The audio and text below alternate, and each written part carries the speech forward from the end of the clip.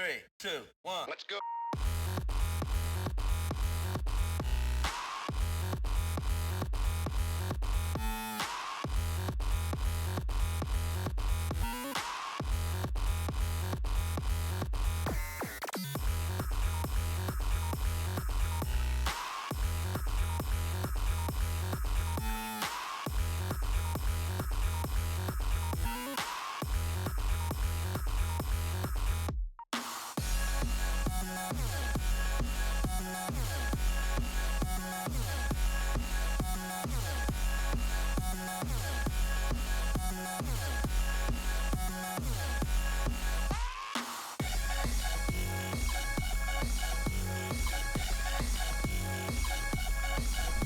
Hi, Rial.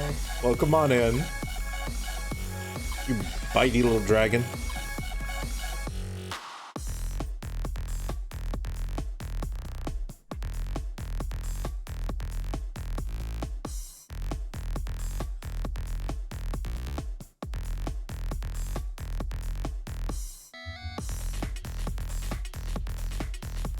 I'm excited today. I've been weirdly craving Deep Rock Galactic for like the past 2 or 3 days, maybe 4.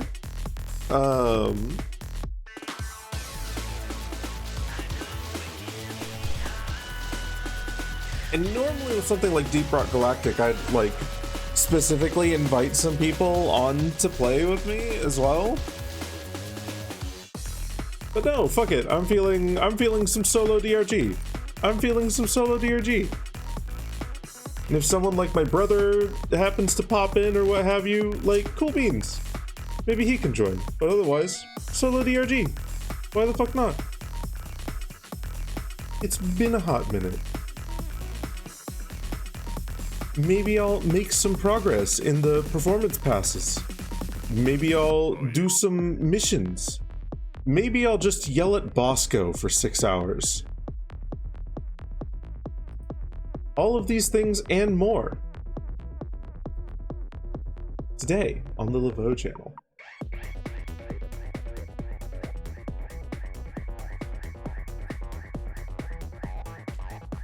Hi Vital, welcome on in.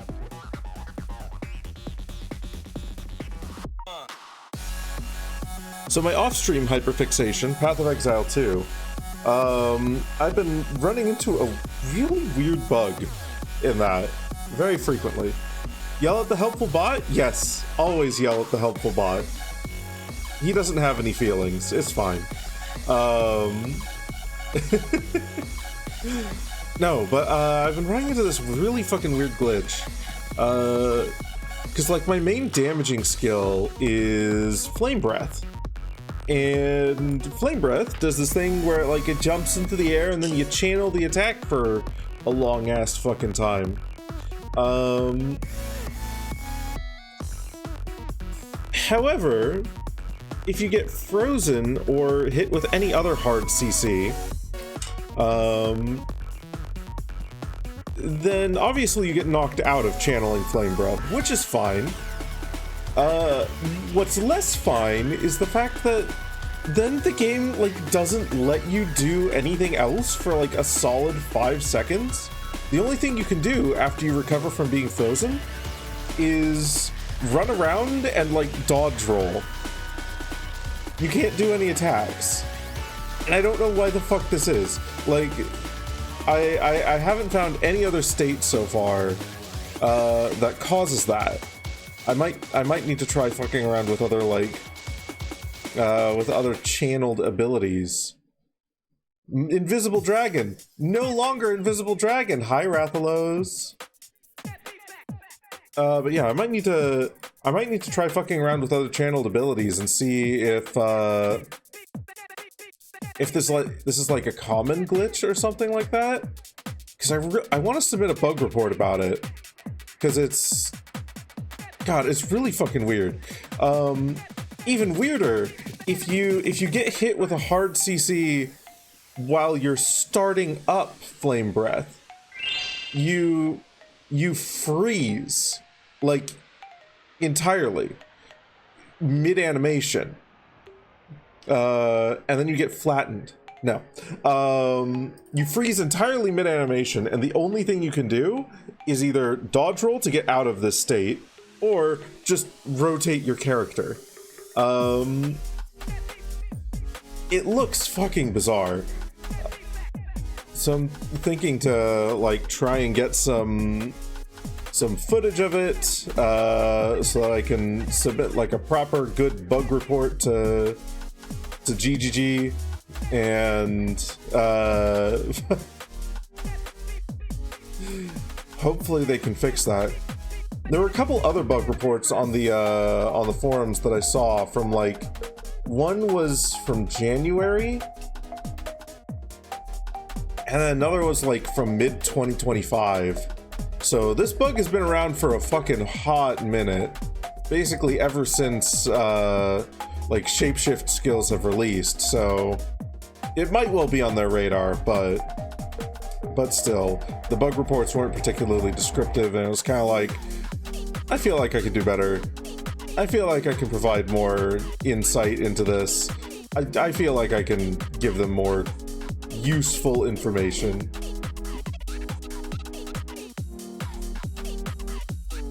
Okay, let me get my self-promo out of the way.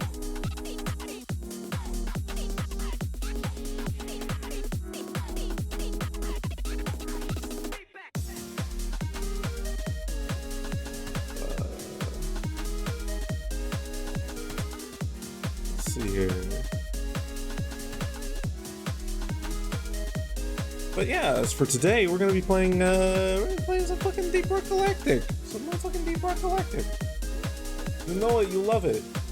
Okay, maybe you don't know it, maybe you don't love it. But I know it and I love it. And that's all that matters. And it's been like months since I played it. I last played Deep Rock in like fucking February.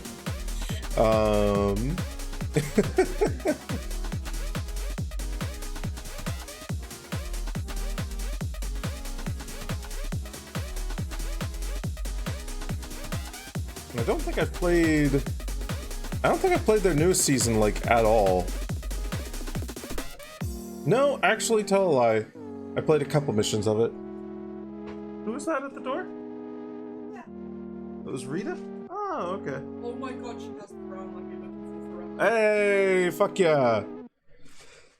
Sammy just got a wool delivery from a friend.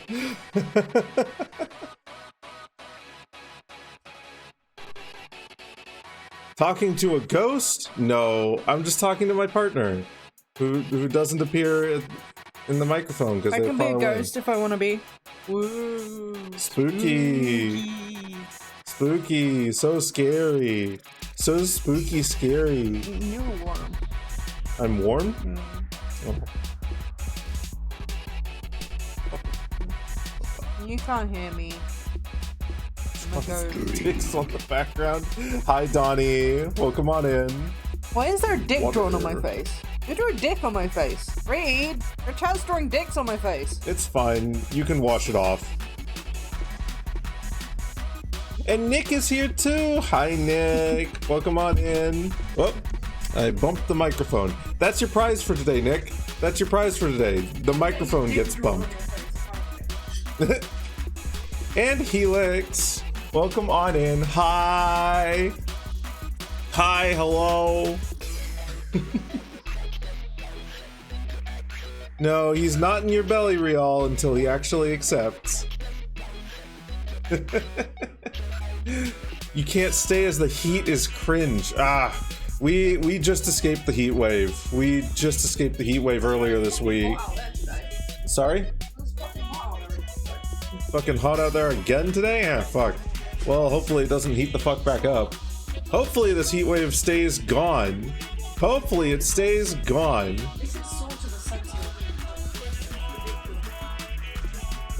Yeah. God, it's like what? It's like 26 degrees Celsius outside now? Yeah.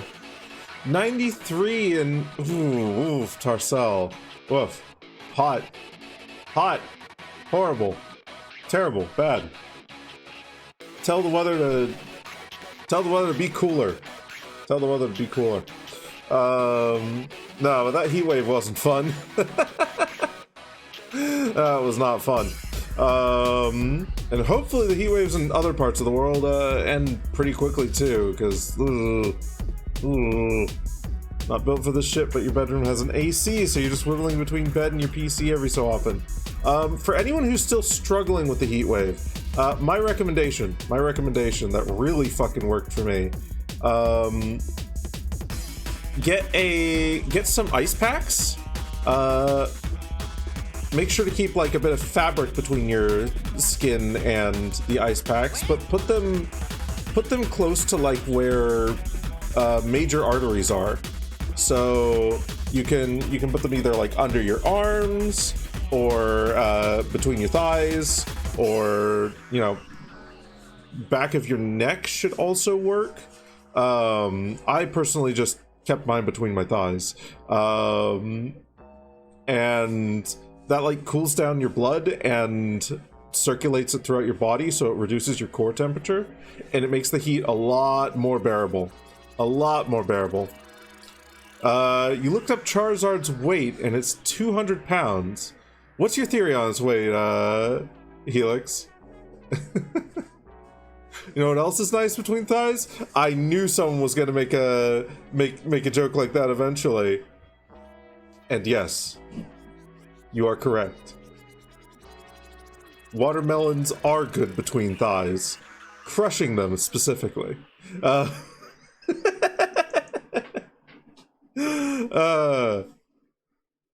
3-stream streak. Look at you go. Charizard's stomach is fucking huge and empty, and they need to fill it with humans. Obviously. It's the simple solution. It's the easy and simple solution. But yeah, no, I also will say, like, Rathos, you're entirely right. Pokemon weight and height values are oftentimes weird at best. They're oftentimes weird at best. Sorry?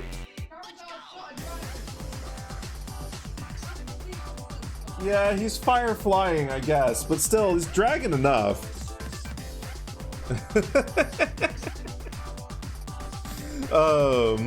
Can be a watermelon.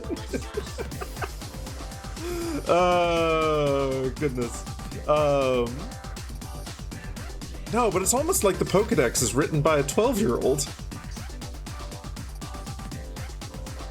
Is the Pokedex written by a 12-year-old? Oh no, the Pokedex might be written by a 12-year-old.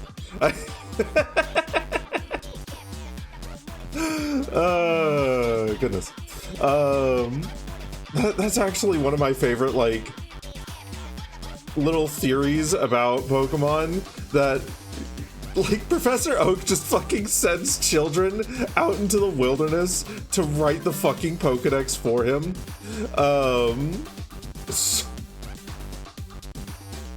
Which makes some of the Pokedex entries even more funny in, like, retrospect. It's like, oh yeah, of course, this slug with, like, the slug made of lava is as hot as the surface of the sun. Yeah, that makes sense. Oh, this balloon carries children away. Little kid's got an overactive imagination, and we love him for that.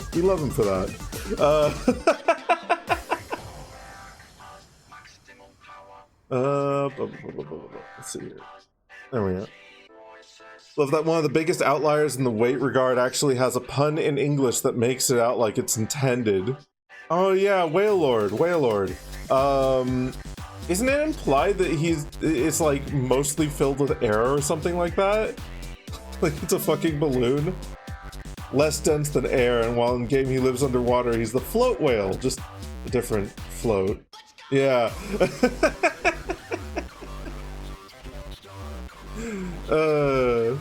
Yeah, no, the weights and sizes are unreliable and hilarious at best. Right. I feel like no matter what I do, my fucking tracking is Wrong. That's probably better. My cargo is the temperature of that Pokedex entry. You can explain it as fire Pokemon only burn what they want. But black body radiation will make the cargo glow white at the brightness of the sun. So the fact that it even looks red disproves the entry. Yeah. And also the fact that everything on him isn't entirely fucking exploding.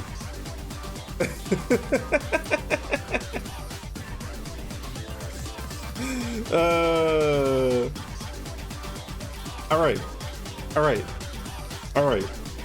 Let's stop talking about Pokemon and maybe go play some Deep Rock Galactic and also continue to talk about Pokemon. Because nothing's stopping us from doing both.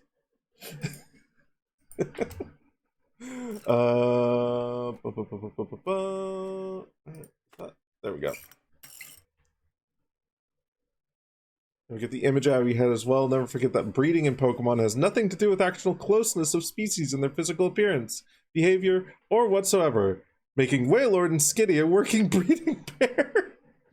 Throw the cat into the water. What a fabulous slab of beef I am. Damn right you are, dwarf. We're dealing with a crisis here. For lack of better words. Okay. Options, audio. Let's turn music up a little bit. Actually, no, we'll keep music at like 40. We'll turn master volume up a little bit. Just a little bit. There we go. Hey, Nam! Deep Rock Galactic and Pokemon. Clearly I'm going through Mount Moon, but the Zubats are replaced by bugs. Clearly. Do I want to be...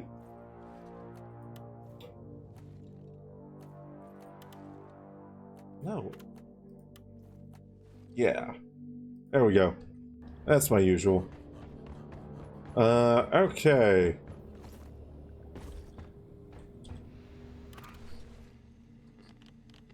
Yeah, I don't think I've done, like, any of this. Did, like, maybe 2 missions. Season selection. Let's take a look at our seasons and see which one's the earliest that we haven't completed. Just for shits and giggles.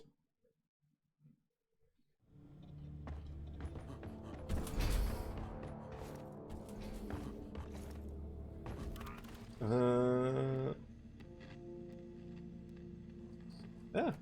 Haven't gotten anything in season 1. Okay. Fuck it. We'll do that. Why not? Event bonuses even. Neat. Okay. And missions as driller or scout. Mining expedition or salvage operation missions. And Azure Wheeled or sandblasted corridors. Okay. We're gonna start out on difficulty 3. Azure Wheeled. Yeah, we'll do Azure Wheeled. Expedition. Escort duty. Salvage operation. We'll do elimination.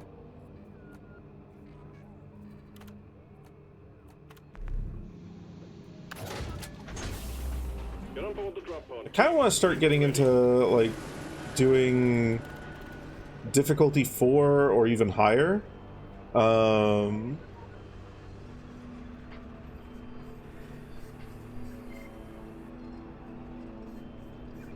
It's like I've basically only done difficulty 3. Start this one. I kind of want to get good at this game at some point and start doing like Hazard 4, Hazard 5. Apparently Gulpin actually uses Swallow in the anime to eat another Pokemon. But that move in the game is the most disappointing thing ever. Only you... Yeah, no, I know, right? I know, right? You can't do this. You can't do this with another Pokemon. You can only do it with stockpiles. When in the anime does it... When in the anime does Gulpin try and eat another Pokemon? Or even flat out eat another Pokemon. It's to say Swallow doesn't gulp any random Pokemon from the tall grass hiding in your battle. Game never explains it. Nature's scary. It's not usable unless you have stockpile. Exactly. You know when? It was on the wiki. Interesting. Stockpile multiple Pidgeys in one paw. And you know what they say? A bird in the mouth is worth 2 in the paw. Or if you have a few birds in your paw, put them in your mouth. Or something or other. It's something like that. It's probably something like that.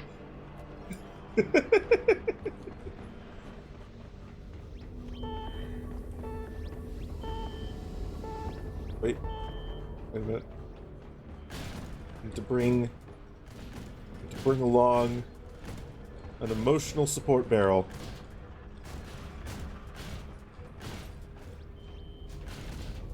There we go. Get in your seat, buddy. Perfect.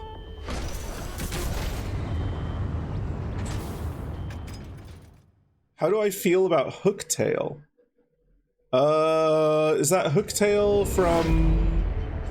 from Wind Waker?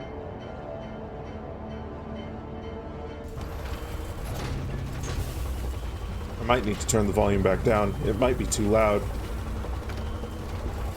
Might need to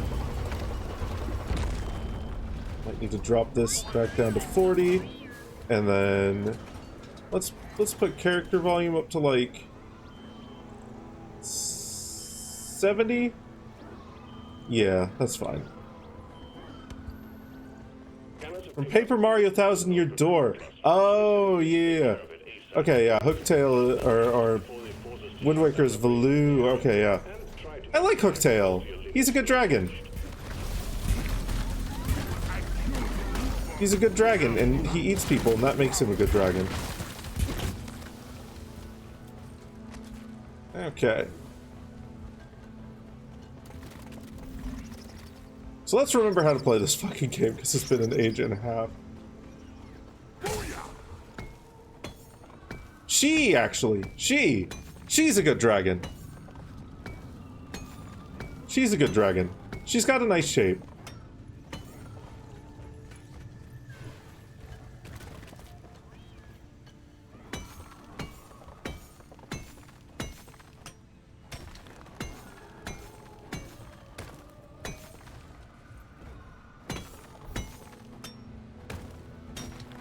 I'm a big fan of dragons of almost all shapes and sizes.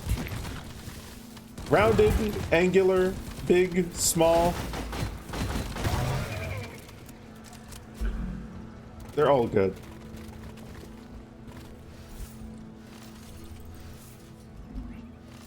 Okay. Yeah, they didn't patch that. That's good.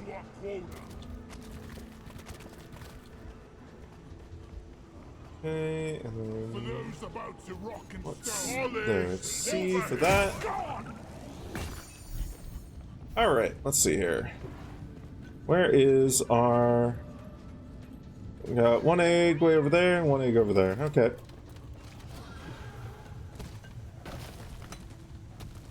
Part of the fight where she pretends to surrender and then jumps on the audience and just gobbles up a bunch of them. Yeah. Yeah.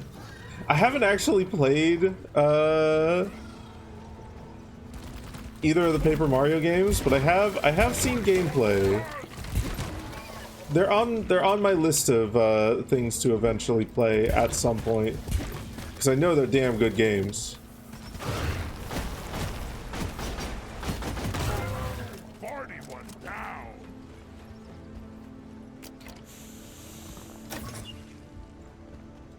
Okay. Over there, alright.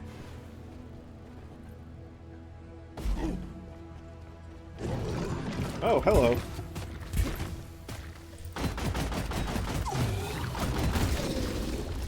Better luck next time, Barrage Infector. Feeling much better.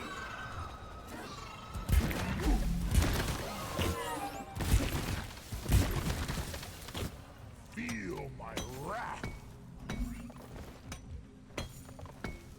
That being said, if I start pumping up the difficulty, I'm probably going to have to figure out like the breakpoints for enemy health bars on that, because I know on difficulty 3 or on hazard 3 I can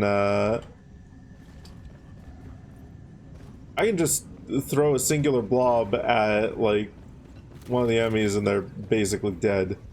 I don't know if that scales to hazard 4 and 5.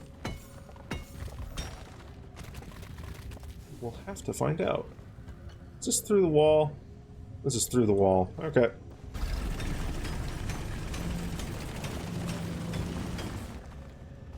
Go. Okay.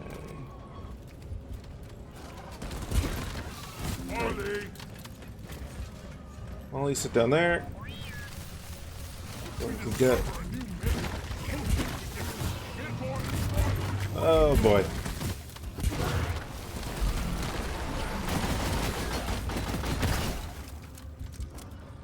Okay.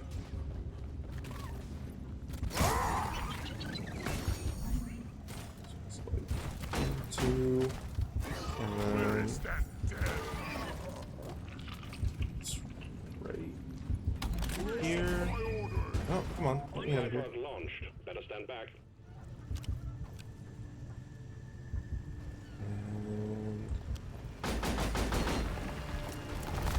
Let's try to flank the ugly bugger. Resupply arrives. Go restock. Damn.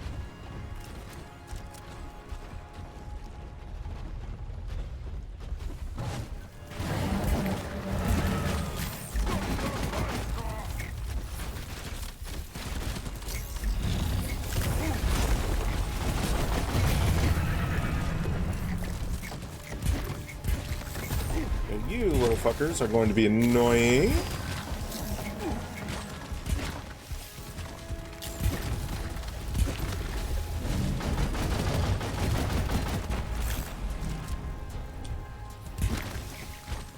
Where did they all come from? Eggs somewhere around there? Accidentally blew the fuck up.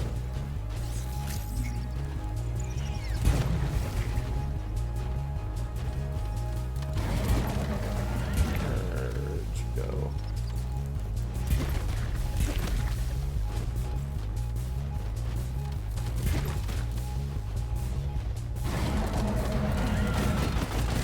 Okay.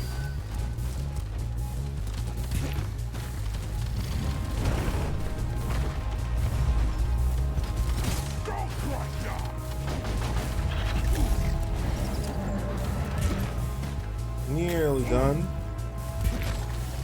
400 plus hours of DRG. You've never thought to intentionally drop a supply on a dreadnought? Oh yeah, I'm out of practice, so I'm probably going to miss it basically most of my attempts. But God, it deals so much fucking damage if you hit it.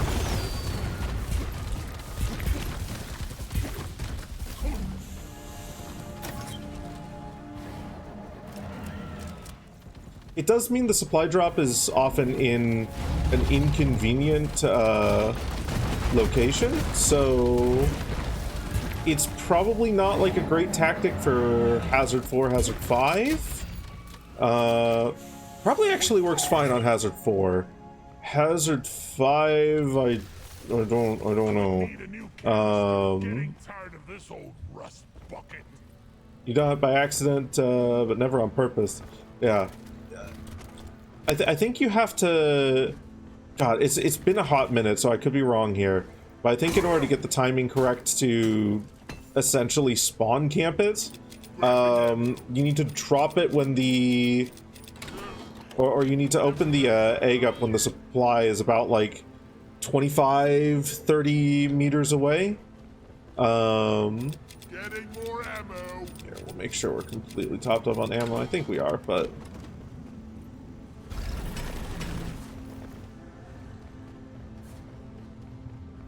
Wouldn't do that on Has 5 or Has 5 Plus. Yeah, no. Okay.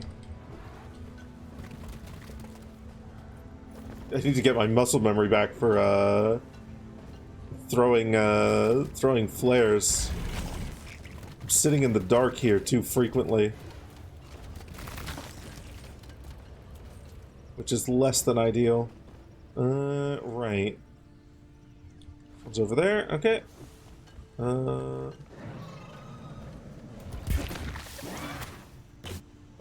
hell, your heart's a kill. Probably over here.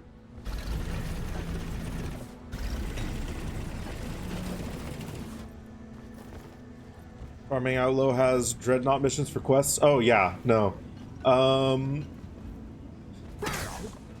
My brother and I, our preferred way to play this game usually is just to play on Hazard 3 and basically just speed run all the fucking time. Just always go as fast as possible.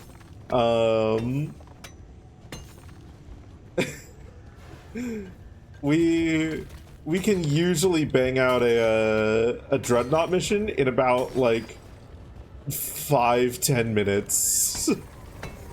Which isn't like a super impressive time, but it is certainly quick for like most purposes.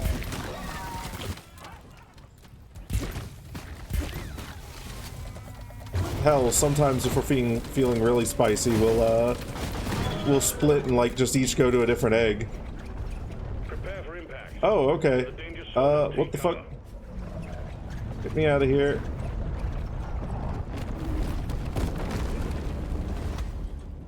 Oh! Oh! That spawned the Hive Guard as well! Oh! Okay, cool. That's great. That's perfect. That's fine. That's okay. Oh, fuck. This sucks as a combat arena. So let's see here. Can we maybe make this a little bit better real quick?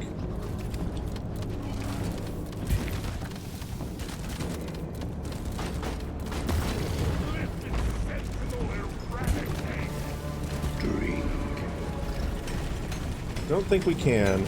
So let's move hopefully somewhere a little better. Probably gonna have to adjust the volume again.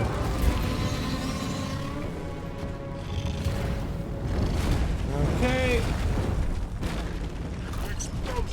Ah, fucker.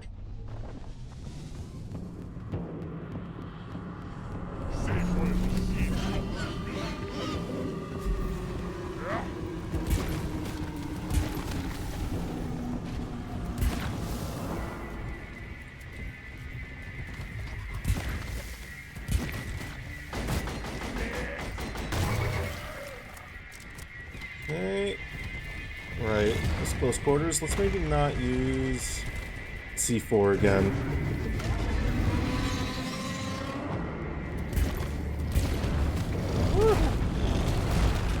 Again, my kit is not really well suited to hitting these things.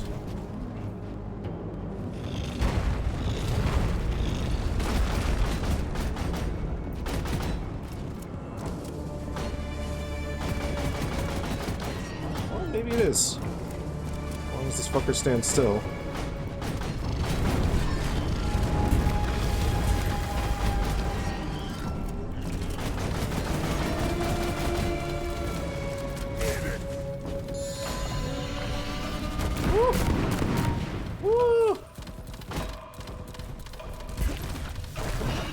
Okay. Okay, up here. Jesus fuck. I should call.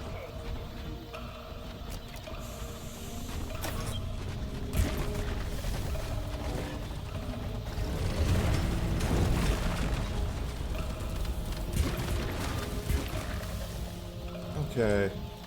This is a little bit better. Still not ideal, but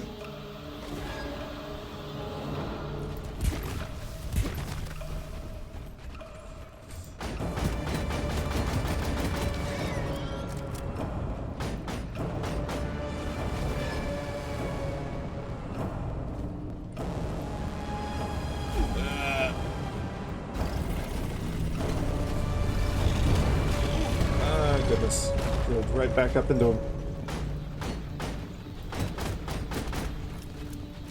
Okay. Come on. Okay. One more.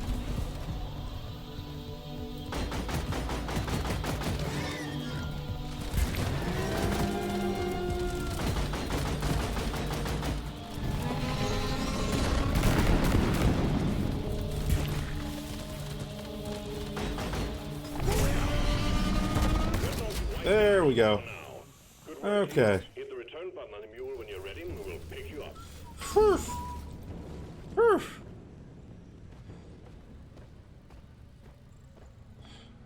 That once happened to you while you were fighting a dreadnought already?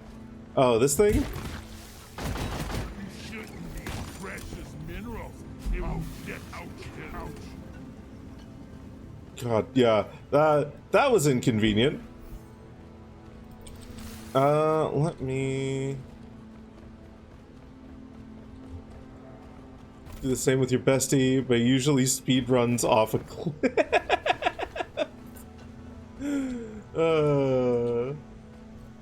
Okay. Let's get these gunk seeds. Let's also get this. Rock cracking tool. And maybe also get enough nitra to call in a supply pod. Because otherwise, we're probably fucked. That being said, we can always just skedaddle instead.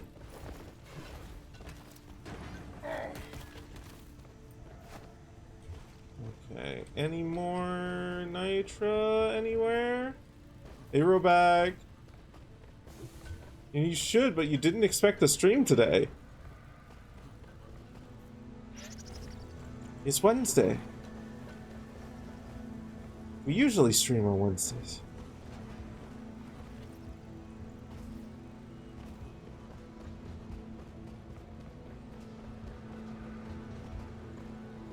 Okay. These Just over take here, your Molly. sweet time, old lady. I've got all day.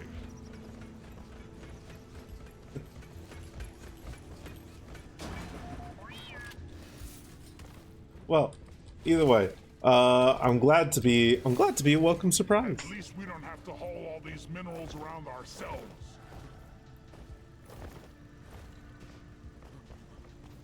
Okay, I definitely do not want to start this without any nitra. So let's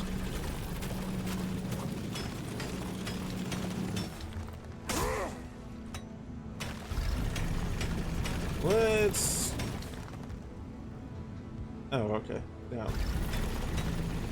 There we go. Let's explore a little bit, get some more of that. Actually, I think I should drop sound effects volume. Sound effects volume is probably fine. Drop music volume. It's music plus sound effects that seems like it causes it to peak.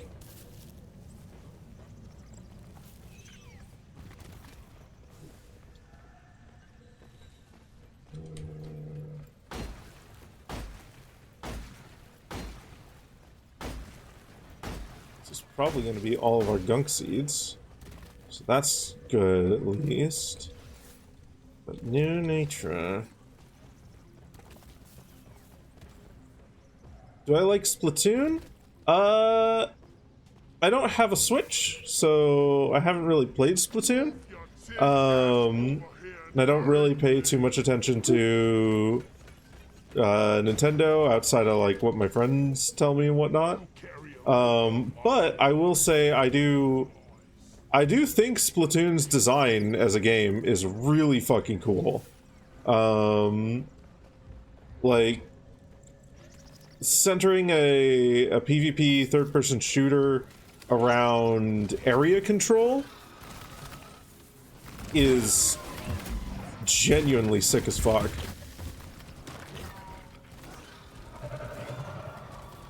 Hi, Arizal. Welcome on in.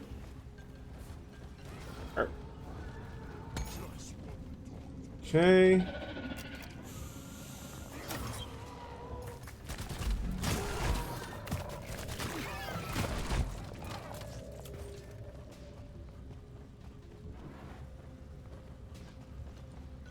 Okay, for real? Is there no nitro anywhere?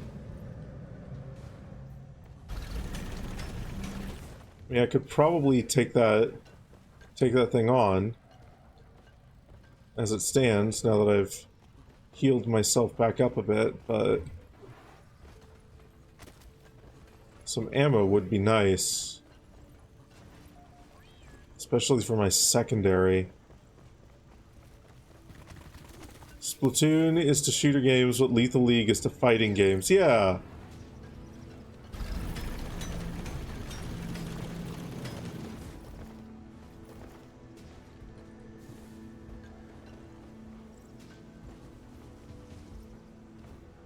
God, Lethal League is a game that I wish that I had gotten more into.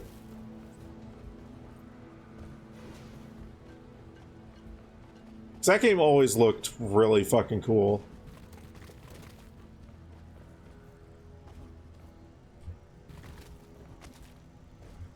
Okay. Right. We'll explore over that way.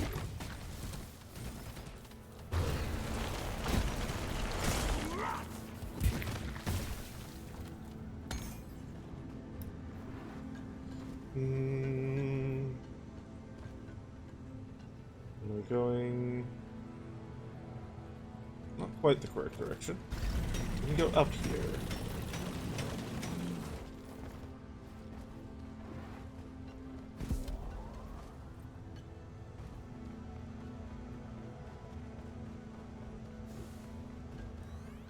More non-human characters, but you know, yeah.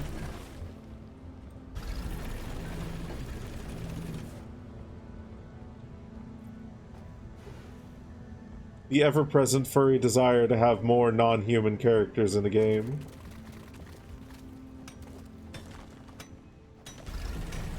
I'm doing that.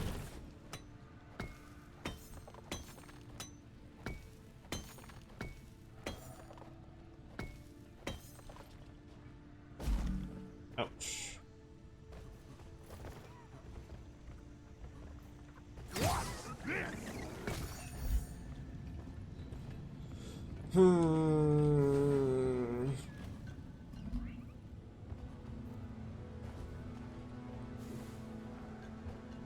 Right, we've been here.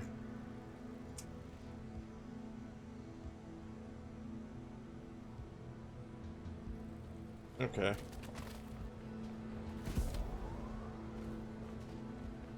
Well, Ready to kill some more crates. we'll refill on these. Go get the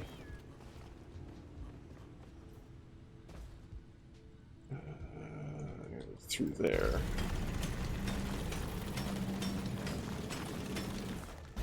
Wish Lethal League had more characters that could eat their opponent. That's what you say about every competitive multiplayer game. Yoshi has spoiled you.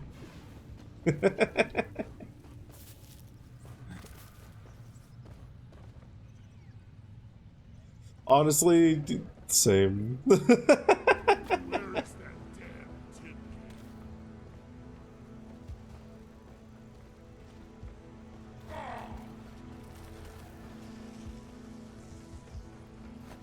Well, that's just great. More of this, please. Sorry, best we can do is Candyman. Oh. I'm not gonna lie, I kind of really like Candyman. I like his design. It's like Secondary objective completed. Fine job. He's just cool. He's just cool. He's not furry, but he's cool. He gets style points for being a goofy little guy. He skedaddles. I love his run animation.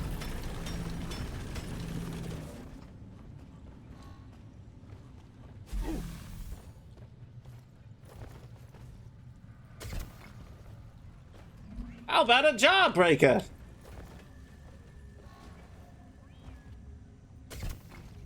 Is that what his voice sounds like? Can't remember. God, it's been so fucking long since I played it. Oh! You are not friend.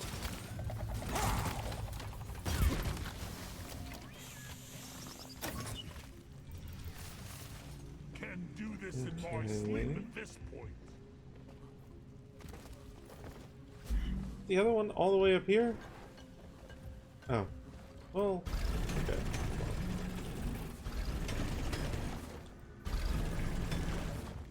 We've got ways to deal with folks like you. There we go. Dealt with.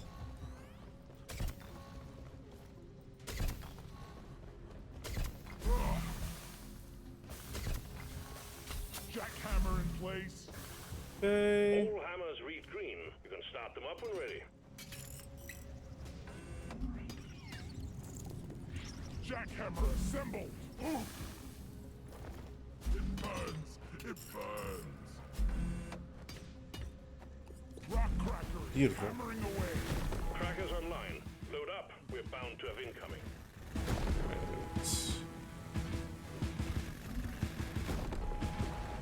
Okay, I can't remember. Will it want me to... Yeah, it will want me to maintain from here. Okay. Easy enough to do. Hi, Bracky! Welcome on in.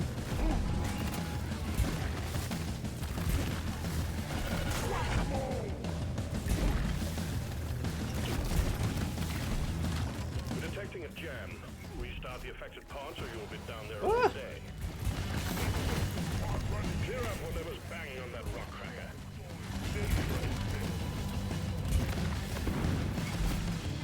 Restart the jammed equipment. Working on it. And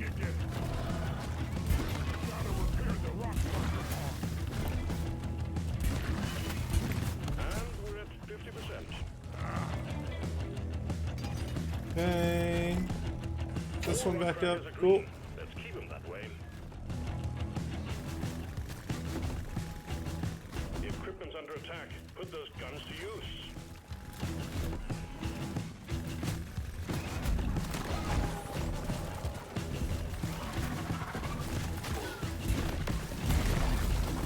My board's showing red lights, team.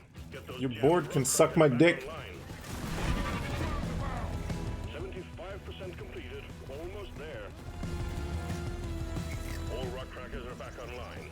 More games like Tribal Hunter. I want games like that, but you don't vibe with the designs in that one. To crack the meteor. Keep them safe. I haven't actually played Tribal Hunter. It looked like a solid game. And I've heard plenty of positive reviews about it. Now deposit the contents of the meteor, and you can get back to your mission.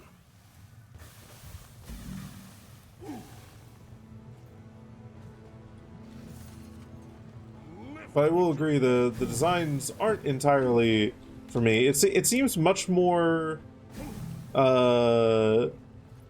focused around weight gain / whatever than it does around Vor. I'll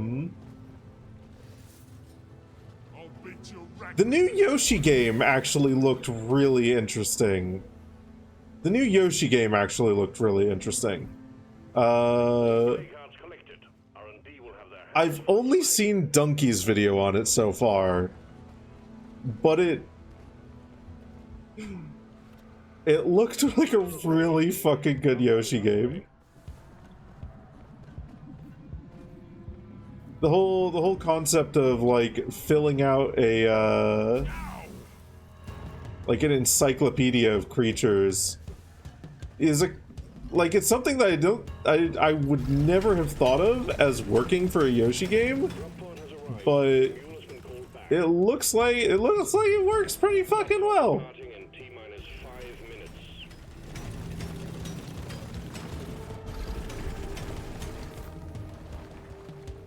Donkey made a better ad for that game than Nintendo did. Oh, that doesn't surprise me. one thing Nintendo simply, I feel, does not know how to do is advertisements nowadays. Especially with like the directs. The way that they talk about everything in the Nintendo Directs, they just talk about everything with this monotone voice. And they never change how they speak about it. Look, you can get into the drop pod.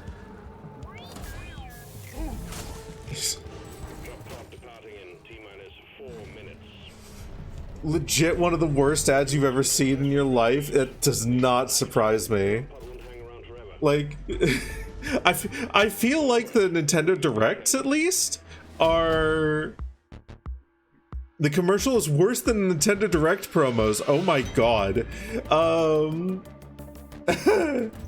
I feel like the directs are less good as like advertisements and far better as like YouTube poop material, because all of their delivery is so fucking dry that it makes sentence mixing them fucking hilarious. It makes sense mixing them so fucking good. This is my shameless way of throwing a YouTube link to one of my recent most favorite YouTube poops. Touchy Life.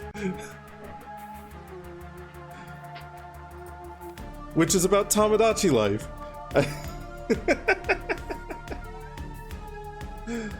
Best advertisements are when the dev comes in and just talks about the games they made, especially when Sakurai does it.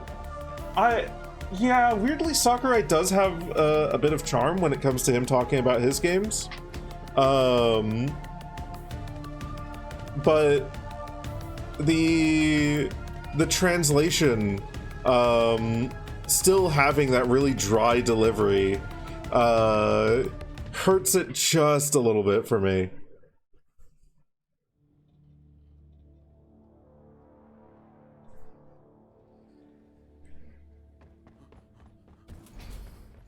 But yeah, Helix, if you can find the advertisement, throw it in here, and I'll put it up on a tab for to watch after I'm done streaming.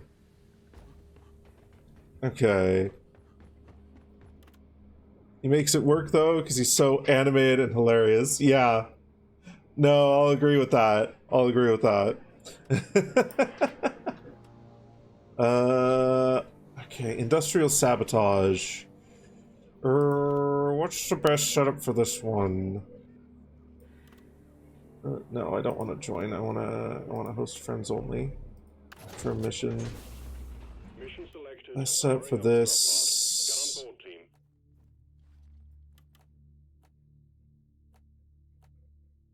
I do satchel charges with it, don't I? Area of effects.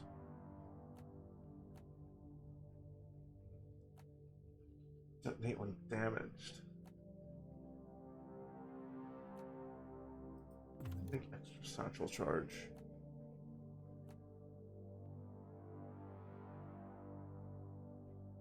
And then wave cooker? I think that's fine. I think this setup works. I think this setup works. You gonna go get a snack? Who you snacking on? Numbers! Hey, Schnurk. It's that one. Okay. I will copy that link. I will copy that floppy.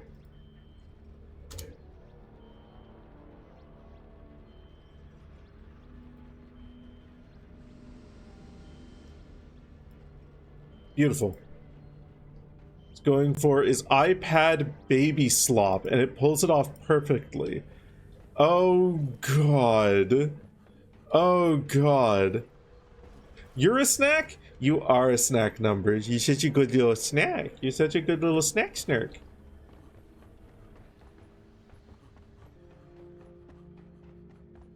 Red Rock Blaster.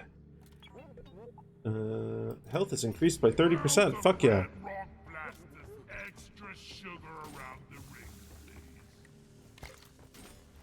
please. Beautiful.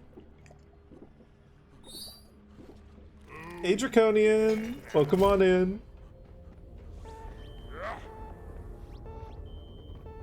Wait. Very important.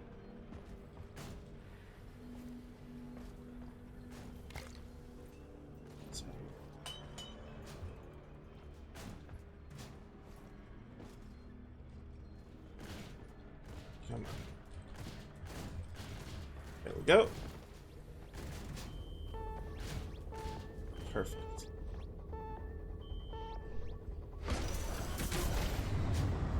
Rearm. The number most famous for being eaten.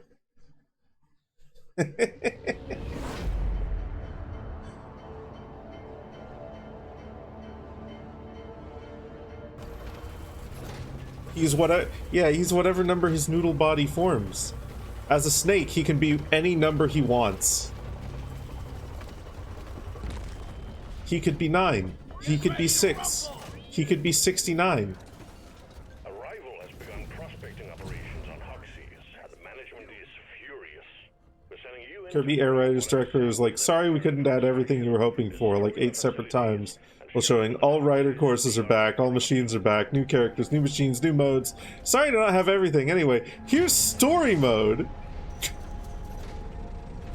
We're sorry that we couldn't add Solid Snake. Actually, could you fucking imagine Solid Snake in Kirby Air Riders?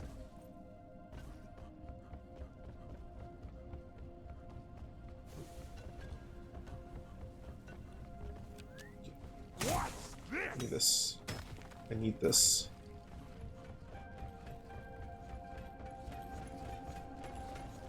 Kept you drifting, huh?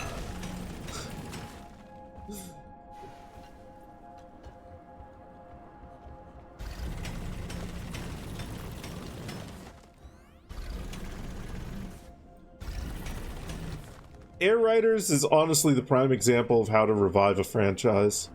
Or how to revive an old game concept. Or how to take what was actually basically a glorified tech demo and turn it into a genuinely fucking great looking game.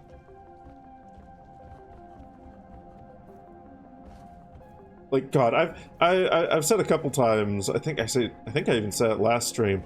But I've said a couple times on stream that I boycott Nintendo products because I don't agree with how they treat their fan base, and I don't agree with their practices regarding like games preservation and whatnot. But fuck me, man, they know how to make good games. They really do know how to make good fucking games.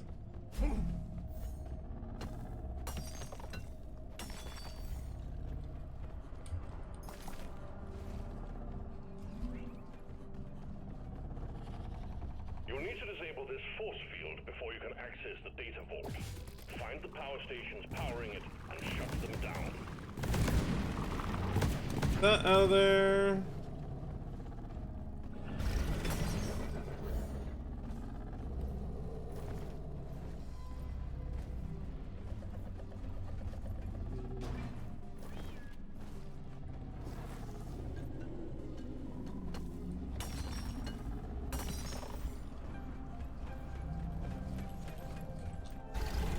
Okay. Put this here for later.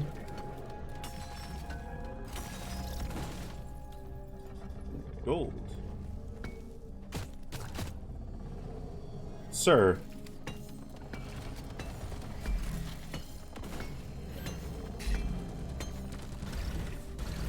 Their games are so good they have to commit J.K. Rowling sins for you to boycott them. Valid!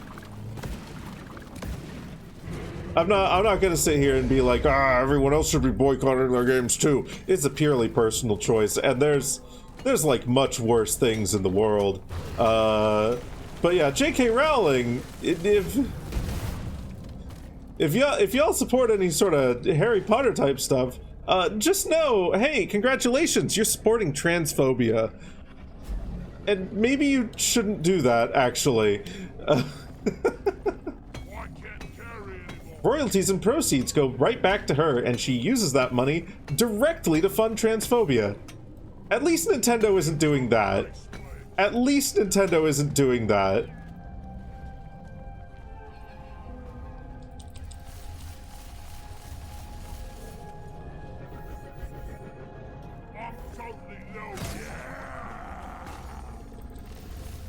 I believe, actually, a lot of the problems that trans folk are having in the UK right now can be traced basically directly back to J.K. Rowling funding anti-trans groups that then lobbied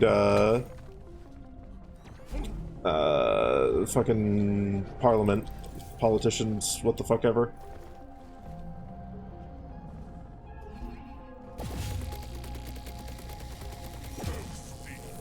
Okay. That. Accurate, but dead. Strikes and gutters, ups and downs. Oh, hello. Oh, you're actually putting yourself in a fucking perfect spot.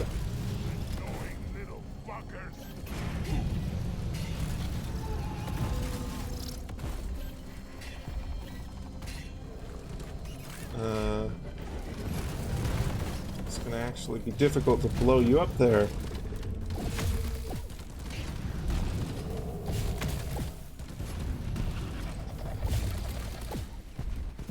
Okay, can I come back around this way?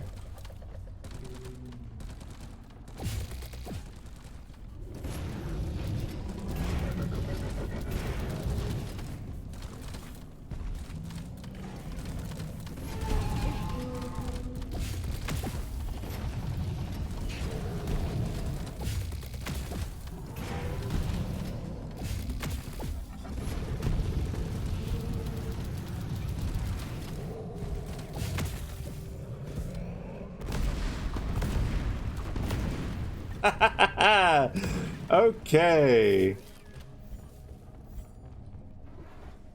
Holy! Holy! Oh boy! Oh boy! Hey, Matt!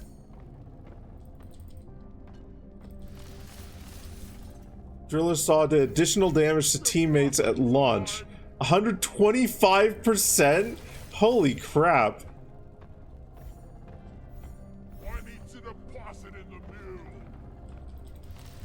Okay, what's my ping again? Okay.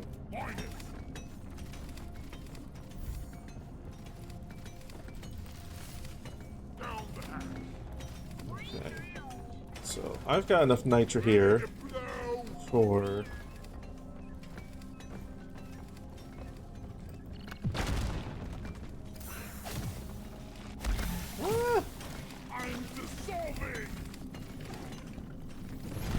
You, sir, need to stop. Thank you.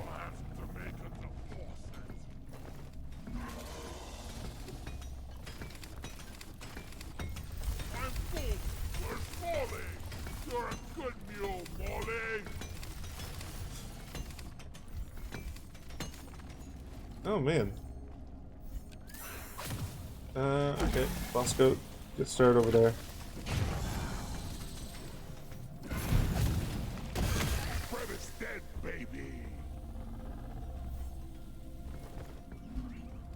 God, Bosco is so good at his job. Look at him go.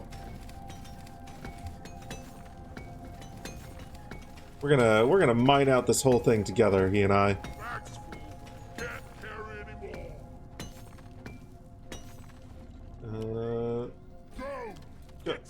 Start doing up there. It's at 110%, now it's at 70%. Okay. Time to pay Molly a visit. I'm a big slab of beef. I'm dissolving. Heading to the mule. Is there any reason why you're... Oh, I just read your message before. Yeah, there is a reason why you're calling out those lines. Has some good voice lines for 4 RP. Donkey time. The tentacle got me.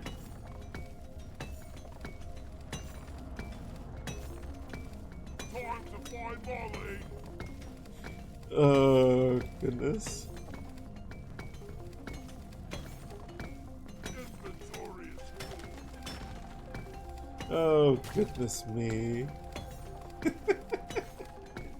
Don't got room for more. God damn, Bosco, you're a fucking machine. Look at him go. Inventory is full. Time to the I feel like they had to have improved him, because I remember having to, like, micromanage him for these things. But now he's just fucking going to town. Look at that! Look at that! back's full. Can't carry anymore. That is some impressive mining. My bag is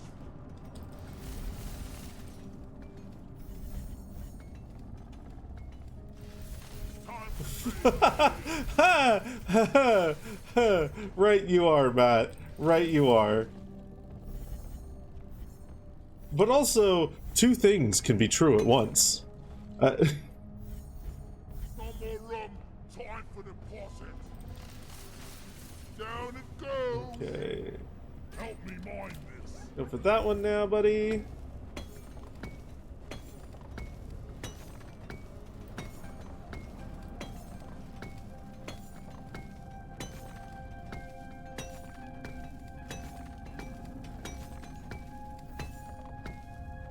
Fucking hell, that was a perfect Crassus detonator. Oscar, did you stop? Help me mine this. Okay, maybe you got that bit. I need to deposit in the mule. Oh goodness, yeah, no. He chewed through that. Mine it. Donkey time. If only this bloody bucket was bigger. A lot bigger.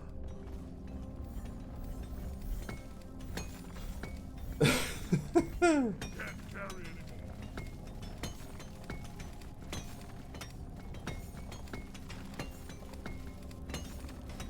Inventory is full.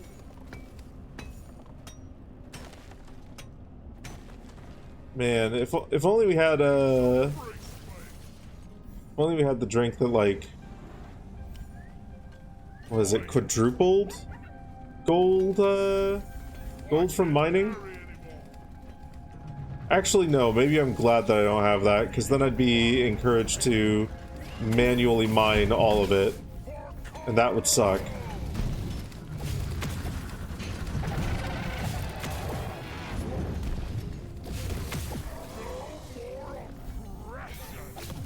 No more oppression.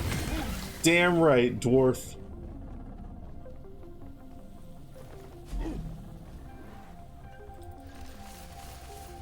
Pots of gold. It says that it's so here's the fucking hilarious thing. It says that it's 200%. However, all of the drinks are bugged. And they've been bugged for fucking ever. They actually multiply their effects. Like they actually stack their effects twice. So the 30% health increase is actually like it's something like 70% health increase in practice. Getting too old. And like pots of gold, which doubles your gold gain, actually quadruples it.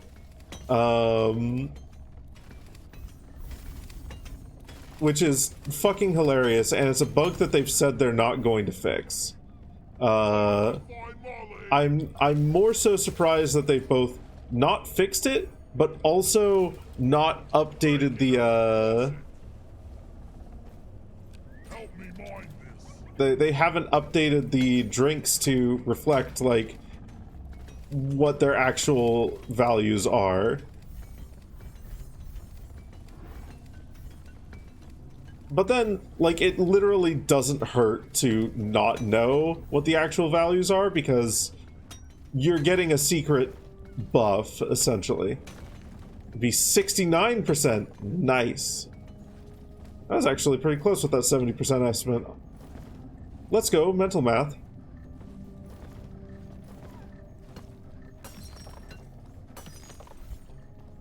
Mine it.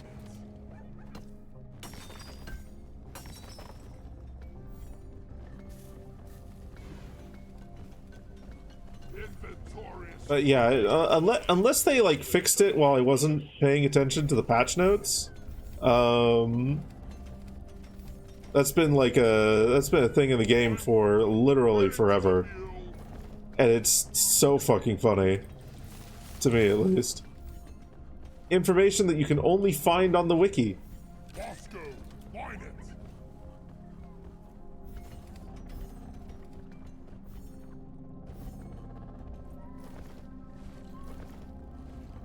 And that actually tracked in my own testing after the fact.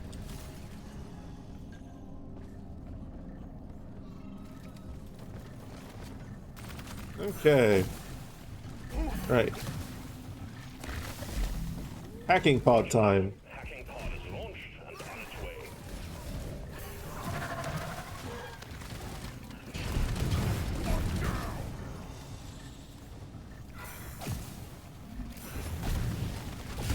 Pop that spreader like an overripe The tomato. hacking pod has landed. Hook it up to the power Okay. station so the hacking can begin.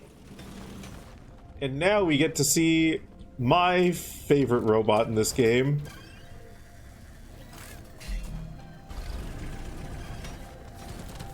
Paxi is so good.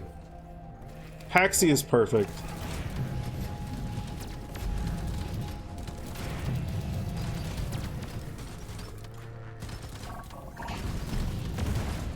One more for the scrapyard.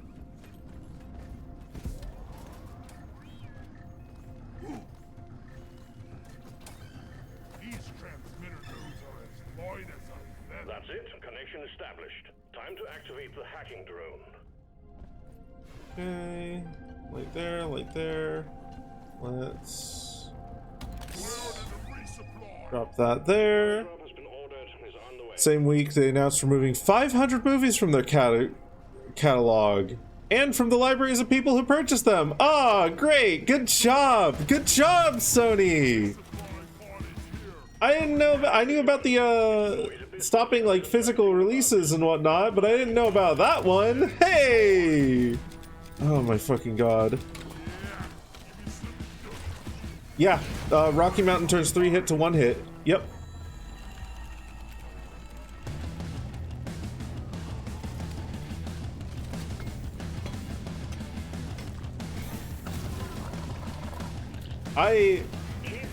I noticed it because I felt like I was getting too much from I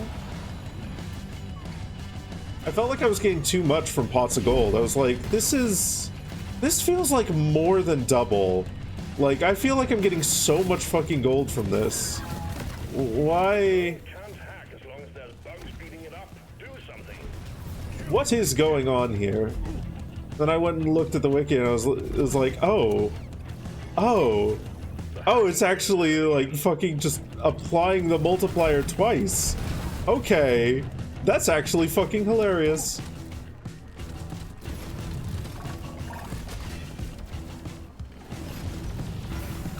Need some pest control on the hacking drone.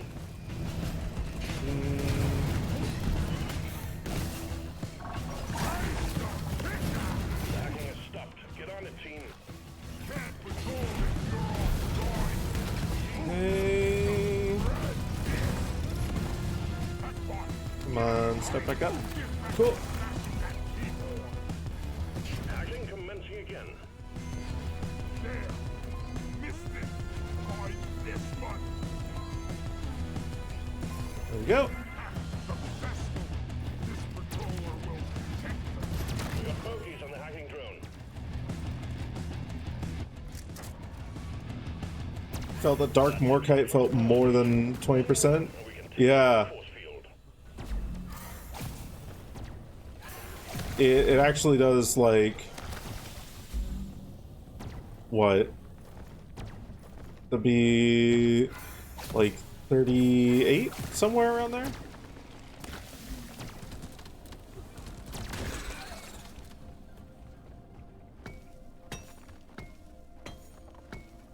No.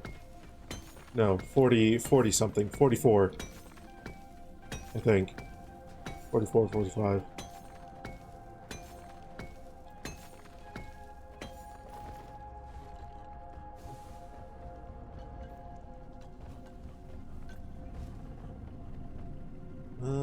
We'll actually leave that there. We won't snag another thing from it just yet. Okay, where is...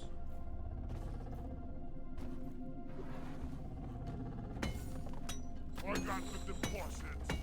Where's our other cable going? Probably that way. Numbers! Snack snack. Hiding there instead of going to work? That is a valid and responsible choice. You should be commended. You are a hero.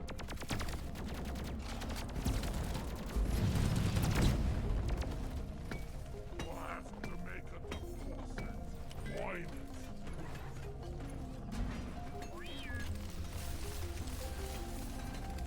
I was made for mining. Molly was meant for hauling what I mine. On the deposit. Help me mine this. Okay, let's get this.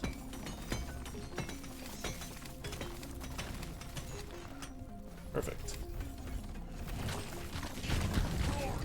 I need to feel right here. Sit down. Cool.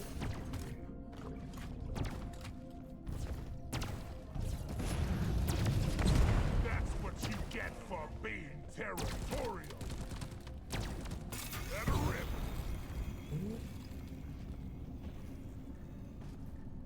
The other one over there.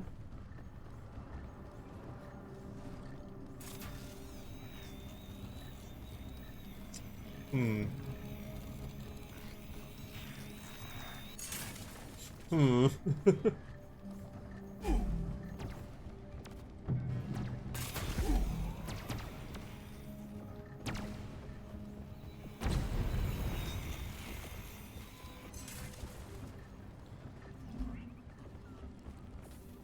Okay.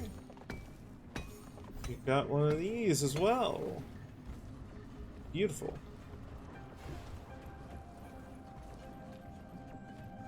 The question becomes, where are the batteries? Here, one over here? Probably up. Eee.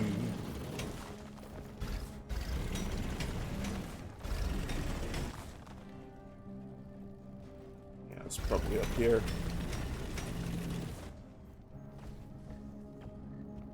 Yep, here's one.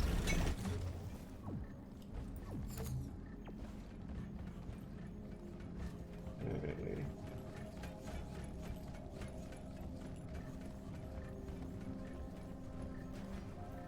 Ooh.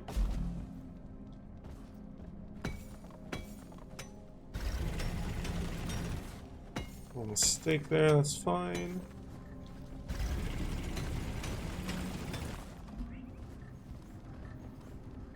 Telling everyone about the Mario Power Tennis thing and nobody knows about it? Oh my goodness. For real? Did I have secret Vor knowledge? Did I have secret Vor knowledge? Have they been suppressing Vor from the public?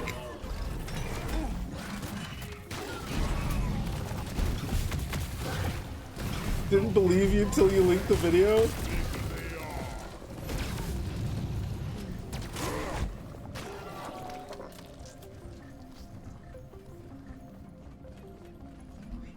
It's made even better by the fact that Luigi makes this little, like, noise. And it's, like, muffled while he's inside Yoshi.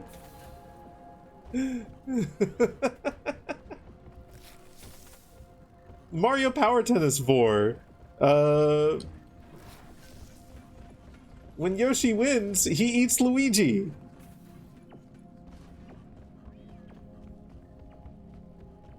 Or rather, Luigi presents him with a trophy. Yoshi's really hungry, so he thinks he's being presented with a pineapple. And he goes to eat the trophy. Luigi panics and starts to try and run away, and Yoshi accidentally eats Luigi.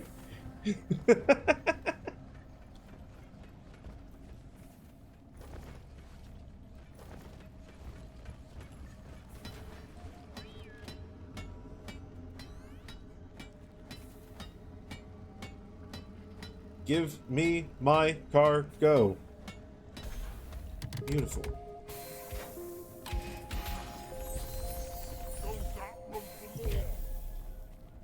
What's this?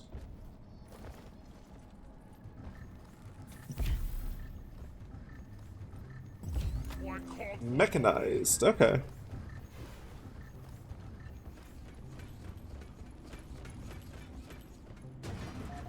But yeah, no. No egg or anything.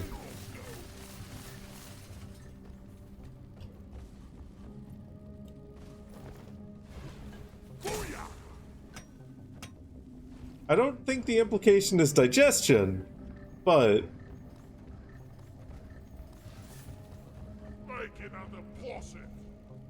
he at least goes on tummy timeout.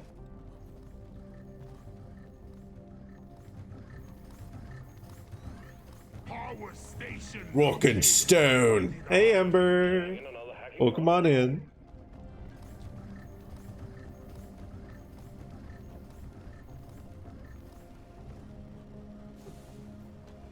Okay, I've already got more than enough Holomite, so don't need to worry about that.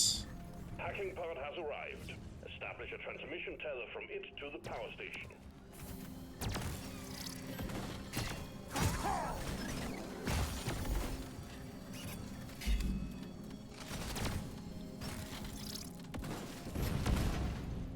I mean, you are right. There's a belly bulge for a second, and then it shrinks. But then after that, Luigi makes a muffled noise. So it's implied he's still in there. For how long? Nobody knows.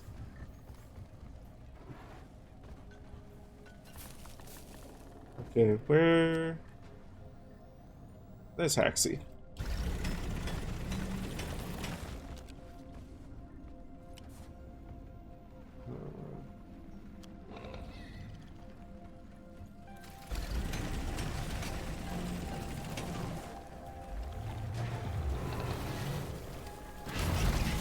It's specifically when you finish a campaign with Yoshi. So it's not like any of the round victory poses or anything like that. You need to finish the campaign with him. Because every character gets a little cutscene where they're presented with a trophy.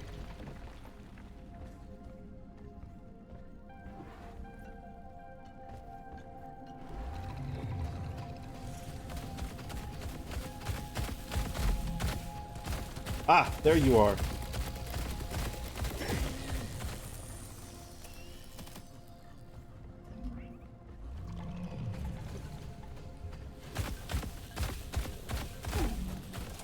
Okay, these things suck. It's moments like this where I wish I had a scout.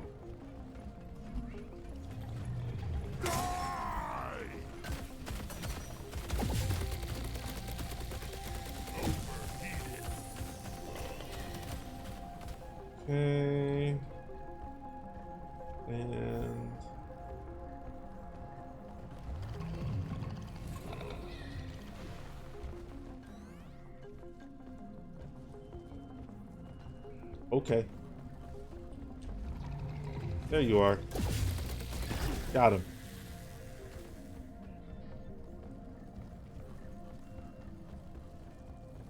Menaces suck.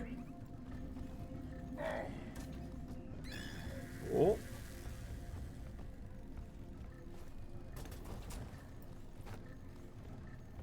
That work?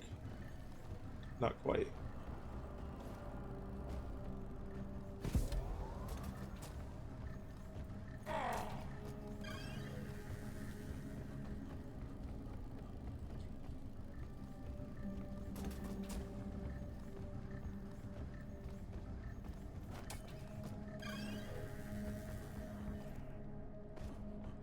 Scouts make great bullet sponges. Well, that, and they're also really, really good at handling threats like menaces. Hack away, Haxy bot! The hacking drone is hacking away. Keep it safe, team. When I'm playing with my brother, he usually plays Scout, and I play Driller. And then I focus on dealing with the hordes, while he focuses on dealing with things like that. Like the septic spreader. Blast it. The hacking drone has stopped. Clear those traitors off it now. Gotta restart the hacking drone ASAP! Hack commencing. That's Been withdrawn. The supply pod is inbound. probably going to need it for my flamethrower. Hacking drone under attack.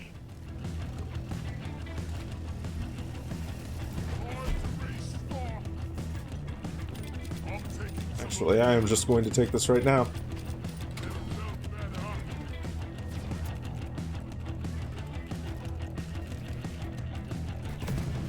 Hacking has been interrupted. Get whatever is attacking the drone off it. We're not gonna hack that power station without the hacker bot. Ah! I just want to set the world on fire.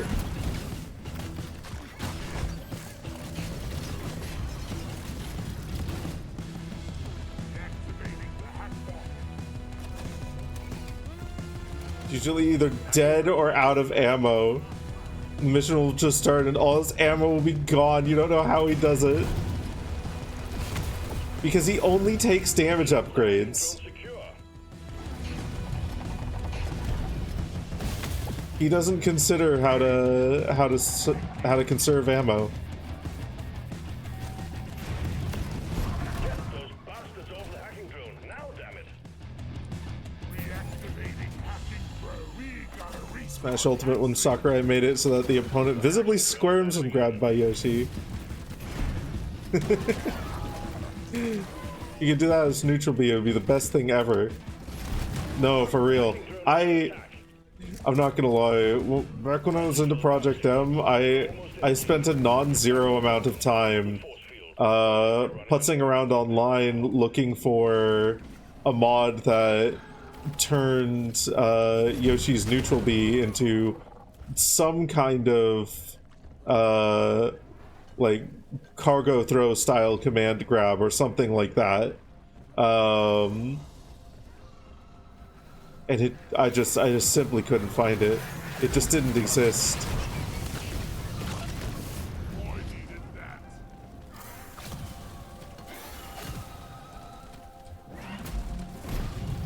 Or otherwise something that turned Yoshi into an even more Vor-centric character. But it didn't exist. Feel much better now. I don't know if it exists now.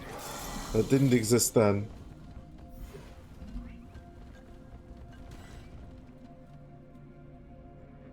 Okay.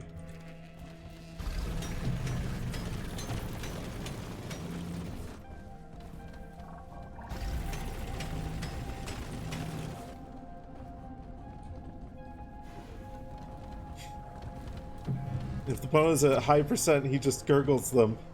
Helix! Helix! We've talked about the vernacular.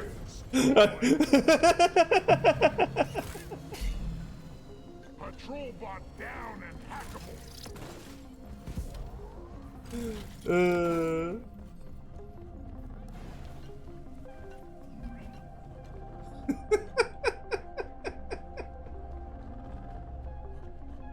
I'm releasing a battery. We're so similar. Get ready, folks. There is a surprising amount of overlap. Who knew that two nerds who have interests in vor and platform fighters would have so many similar interests and or experiences? Okay, let's see here. Let's do this.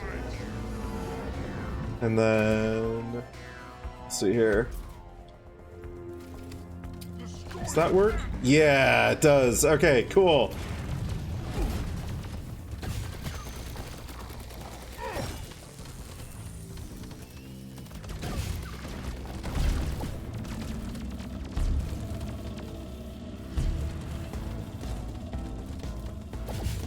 Okay. One.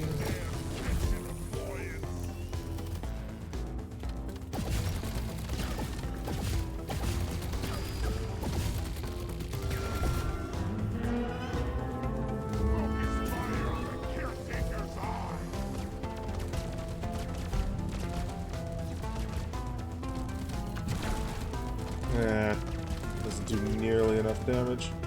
Nearly as much.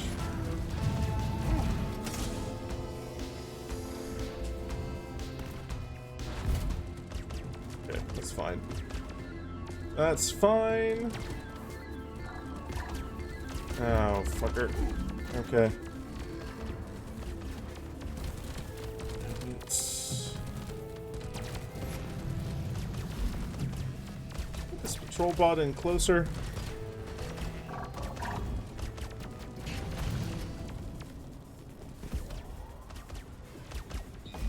Ouch. I've made a grave error. Not the gravest of errors, but a grave error. The error is indeed grave.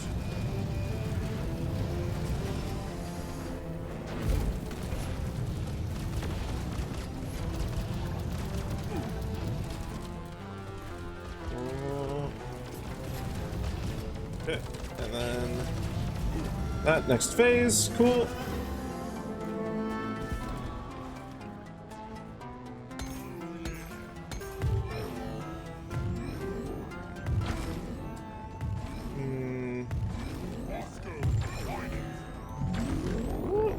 Okay, cool, good. Shoot the open fence. Right. Going to explore for just a moment here. No. Okay. There's no nitra.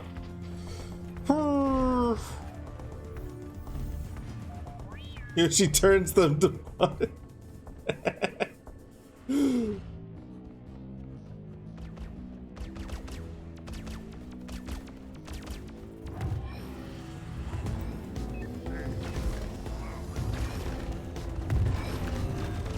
Okay.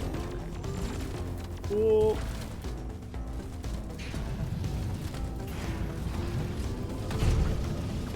Ah! Ah! Ah! Ah!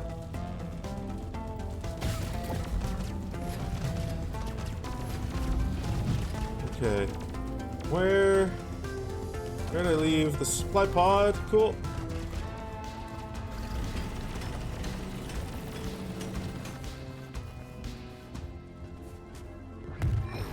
Woo! No, this is bad. This is real bad. Okay. Slightly less bad. Cool. Getting more ammo. Give me this.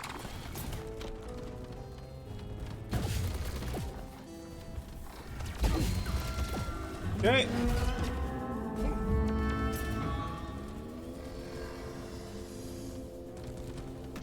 Right. Then get damage on this.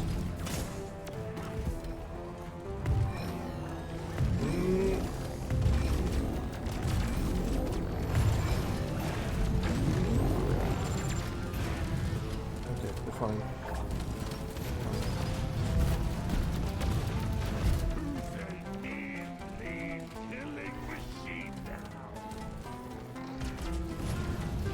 God, okay, I kind of hate doing these caretaker fights solo. Kinda hate doing them solo.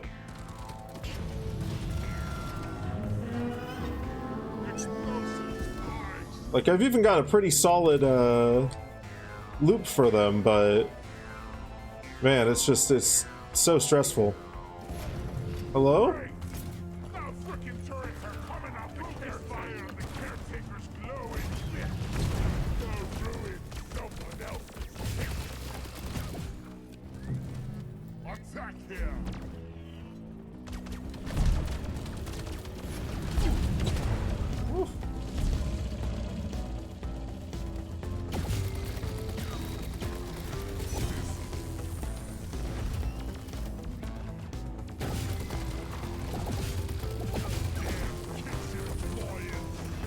No way, Pal World has a Vor mod? Yeah, no, it's got a Vor mod. I am only catching bits and snippets of the conversations in chat here, because I am in like 90% focus mode right now to make sure that I don't accidentally fucking keel over and die against the caretaker here.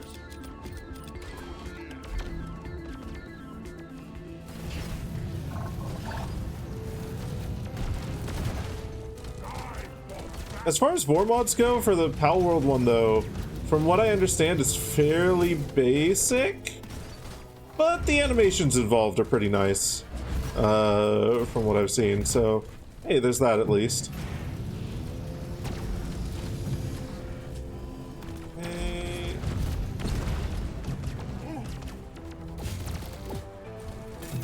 Okay, get you out of my sight here, and fuck. What do you mean, invincible? Where's your thing? There it is. Okay, cool. Ah, beautiful.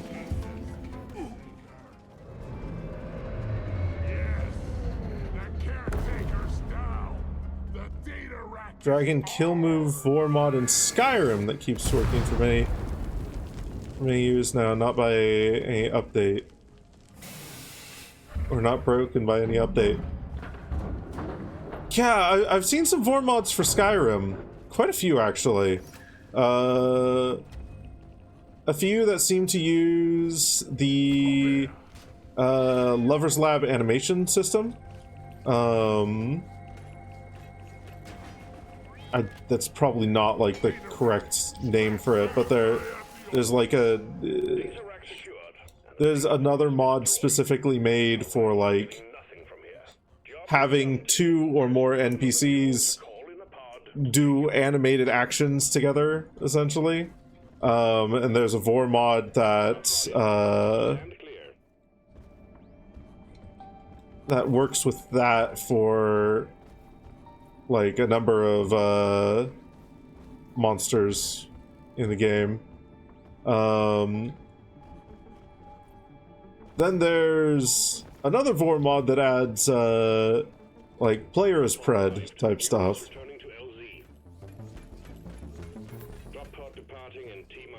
Standalone replacer for the kill move.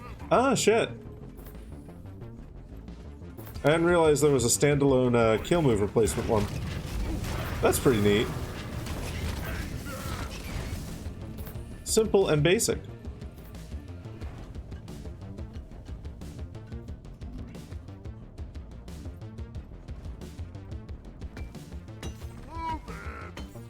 Simple and clean, as one might say, if you're particularly into Kingdom Hearts.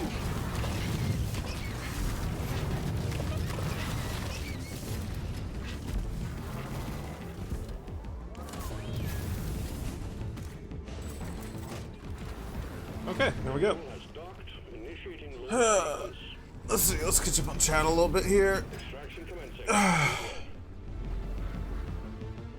This Vor mod usually isn't very good. Usually, yeah. Usually. What's my worst Vor terminology?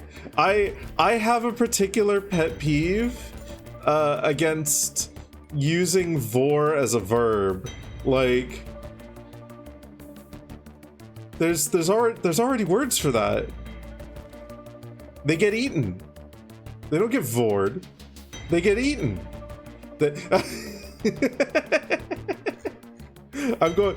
get devoured. I'm going to die on this hill. I'm going to be hated by everyone in the furry community. I'm going to develop a victim complex. No. Hi, Crypto. Welcome on in. Rocks your galactic until it's deep. My galactic is so deep and so rocked. It's even more related. They're really, yeah.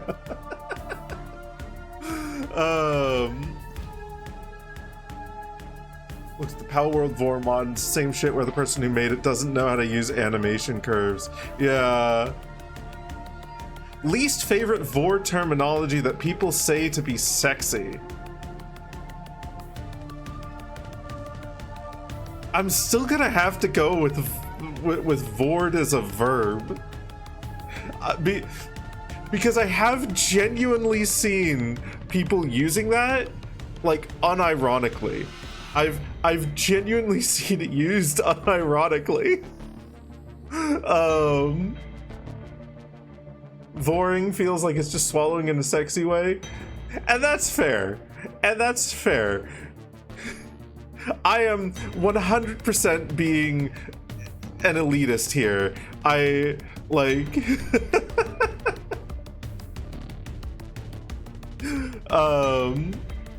I've been writing and role-playing for like over a decade, so like I have like, for any given action, I have like 5 or 6 different ways of describing it usually. I also have 500 or 600 hours as Driller. You've absolutely seen Gurgled use that. I've seen Gurgled, yeah.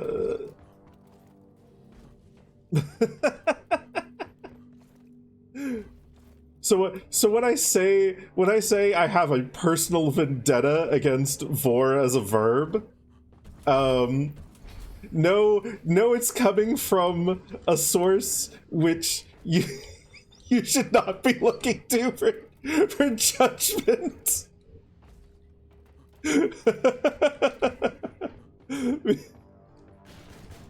Because if we held everyone to my standards of writing, it probably would be a pretty dismal and long-winded world.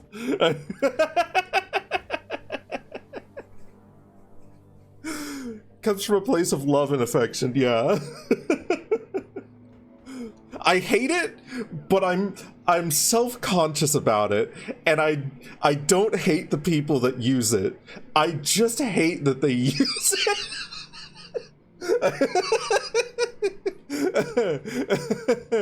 Yeah, swallowed, consumed, devoured. Ingested, maybe not.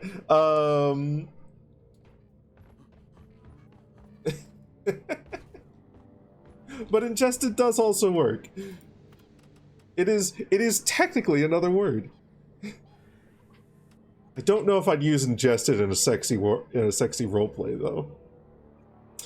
Baby, want to get ingested?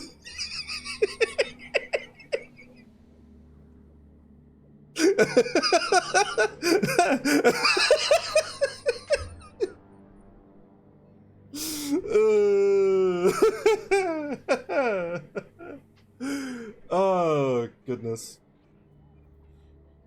But no, like, I'm surprised you've never seen it used to be sexy, because I've genuinely seen like full-on multi-part like little stories and whatnot on Fur Affinity and Ika's Portal consistently use Vord as a verb. Like shit, I've even seen it written down, like something to the effect of "he vored me and it felt so good." It's like and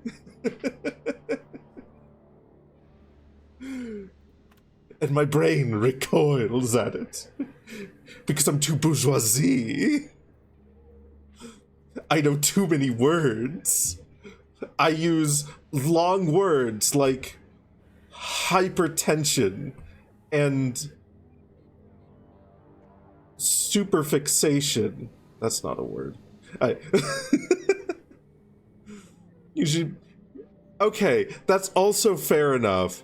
That's also fair enough. But I have seen the odd story that's like otherwise well written.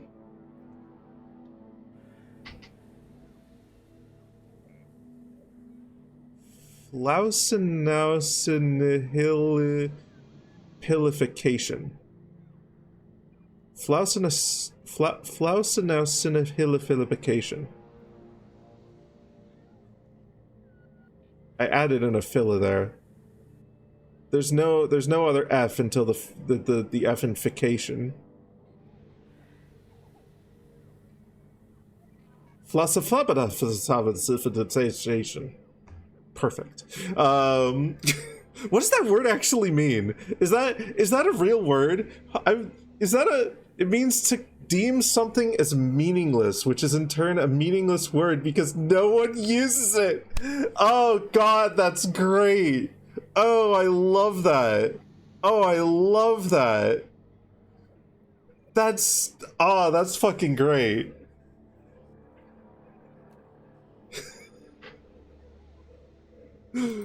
Oh, that brings me joy. Leaf Lover's Blackness. That's a good mission name. Mission locked in. Powering up the drop pod. Tunnel Rat. Reduced fall damage. Yeah, no, I have seen... They are very few and far between, but I have seen like a handful of short stories that, other than the usage of vor as a verb, were otherwise really like decent. Not like fantastic, but pretty okay. Like something that I would unironically enjoy as a free short story put up on like Fur Affinity or Ika's Portal or what have you. Except that they use vor as a verb. And I don't have any examples to hand. So unfortunately, you're going to have to take my word for it that they are out there. They do exist. And they can hurt you. And they will hurt you. They're coming for you. They're going to come to your house. They're going to hurt your family. I am not making a threat. They are making a threat. Ibophobia is the fear of palindromes and is itself a that has to be purposeful. That has to be purposeful. It's absolutely purposeful. That's hilarious. Hippopotomonstrous monstrosis quipidelophobia. Is that the fear of long words? That's the fear of long words, yeah. Going to come to your house and vor you, and it will feel disappointing. Oh, goodness. I feel like I want to change my outfit. Oh my god! You're fucking joking me!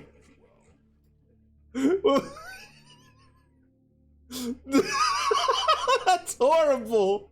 Oh, that's awful! Oh, that's grotesque! Oh, it fucking goes through the sunglasses! Perfect! I love it! I love it so much! My beautiful golden boy! Do I even want to use this one for... This is a deep scan. Fuck it, we can run this for a deep scan.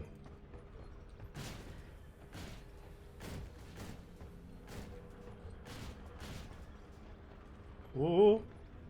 Huh?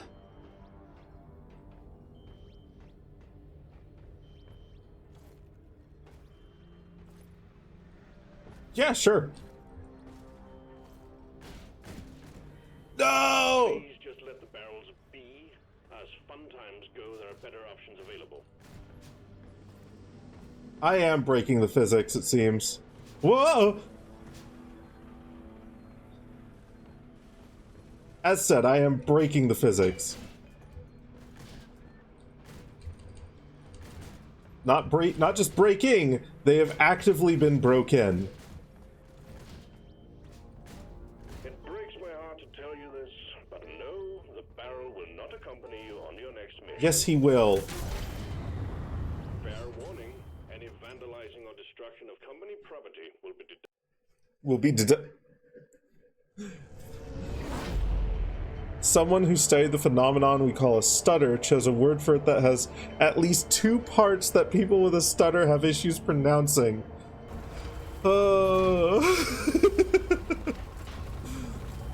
People with a lisp who have trouble pronouncing certain letters will have trouble to use the word to describe said issue without struggling to pronounce it.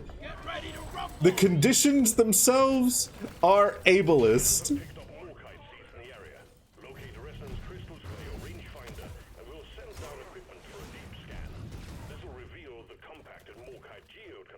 Thus we see the violence inherent in the system.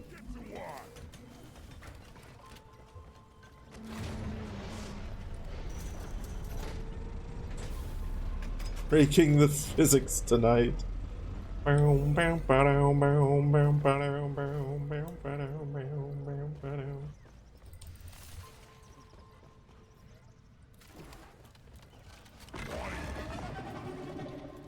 Hello?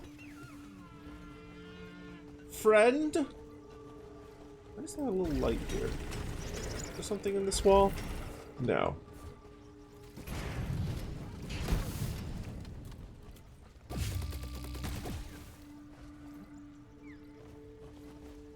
Gormandized! Gormandized! Oh, yes. Gormandized. Delicious. Oh, what a tasty, tasty friend you are.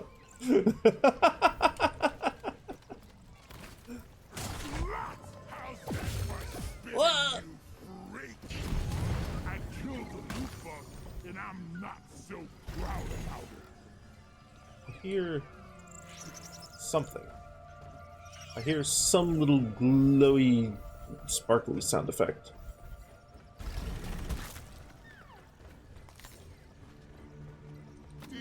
Seriously need to invest in some better equipment. Emasticated. Well, that... Doesn't that imply, like, that you chewed them? Help me mind this. Because masticating is chewing, so that would work for hardvore. That would work for hardvore.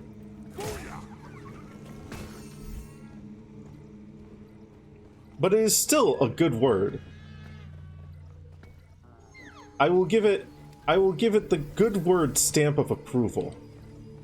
Not for the purposes we're talking about, but it's still a good word. JKR did that to Stephen Fry too. He narrated the books and stumbles a bit with the phrase, pocketed it. It showed up in every book after he mentioned that. Oh no.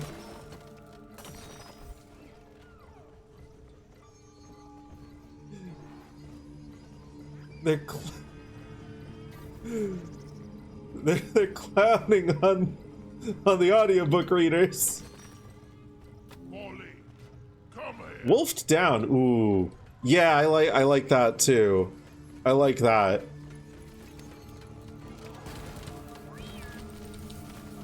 It's a mystery to me how all these minerals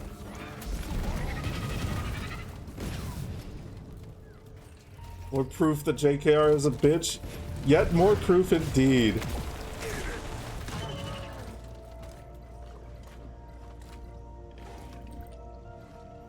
Not only is she anti-trans, she also clowns on people with a stutter. She's ableist.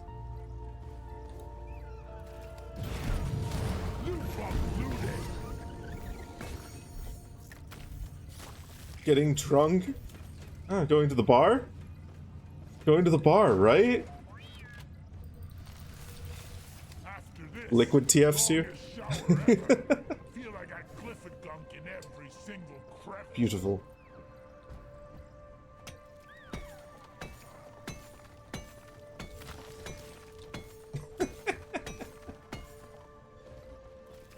Noobtown series offer has a friendly beef with a voice actor and makes chapters especially.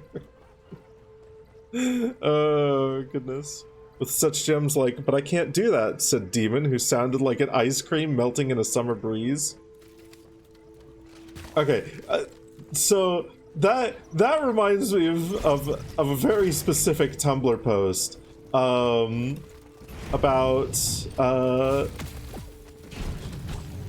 like the concept of a narrator who says like weird and hyper specific things. You know, stuff like Nancy's dog was a golden retriever who had never once told a lie or deceived me in any way, shape, or form.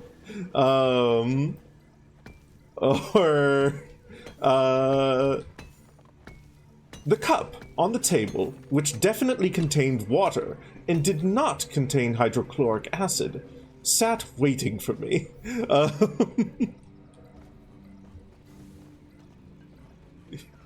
You know, just constantly assuring the audience that everything is normal in such a way that no, surely it can't be normal.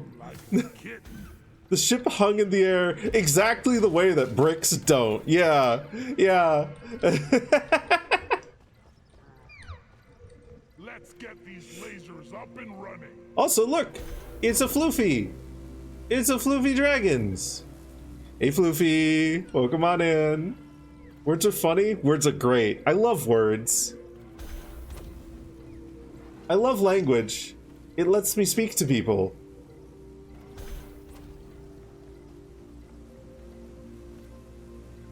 It lets me tell you about my days. Well, a Tritolite deposit. We thought we'd lost this one. As you can see, previous teams tried getting through the outer shell of this thing, but failed. We're sending in a nanite Go away. dispenser for you. If those can't penetrate it, nothing will. You too.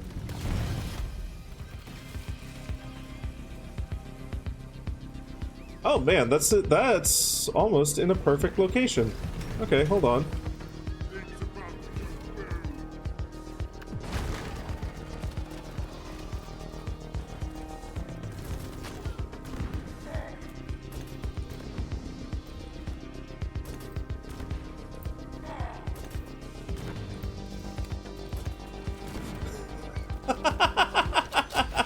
Oh, fuck yes. You did it. Core infuser active. Beautiful. Okay. Give me that. A load of them heading your way. Get ready. The parachute functioned adequately, allowing them to descend safely, exactly the way a coffin wouldn't. They have power, and large collections of words, like in a library, for example, can bend time and space into knots. Attention, McTerrace woman's here. Knots? Wait, no.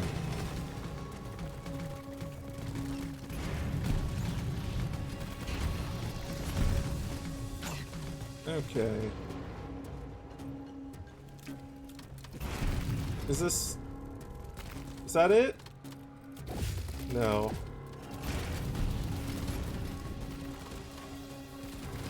Knots mentioned.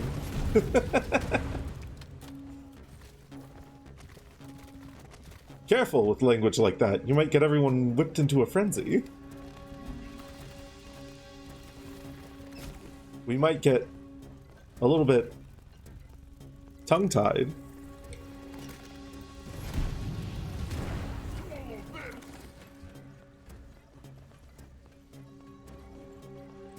News that is Unvor related, he said like a liar. You got to introduce a channel to my Flickies emote where it was very well received. Hey! Hell yeah.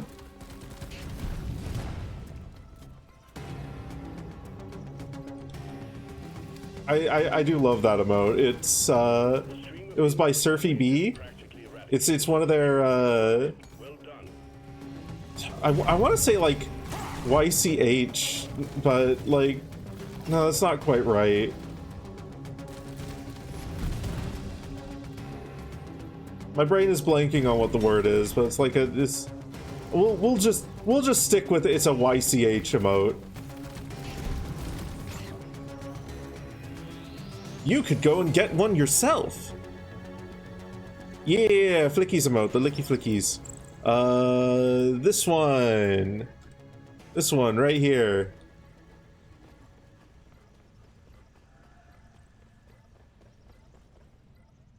Okay, resonance target proficiency. I can read words, I swear. Target proximity. It's also down. Probably down there.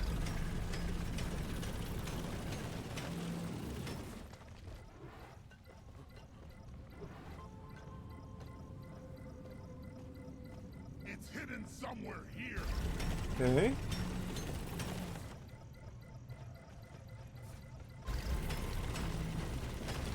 Hello? Give me my scanning equipment. Scanner ASAP.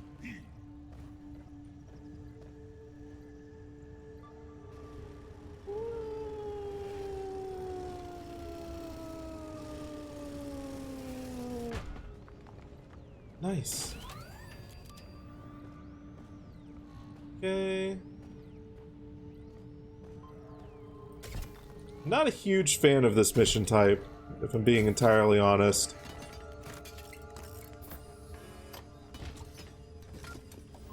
It's conceptually interesting, but like actually finding the fucking things is often a pain in the ass.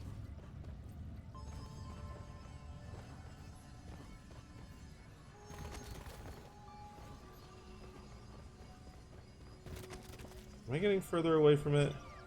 Yeah, we're getting further away, so it's going to be somewhere in this direction on roughly this level.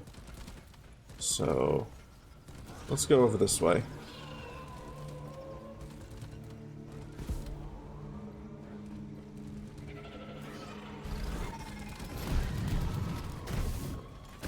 Can y'all stop existing?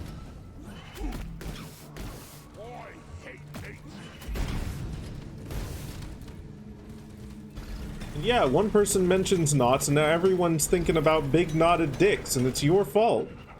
You did this to us. How could you do this to us? I can't believe you.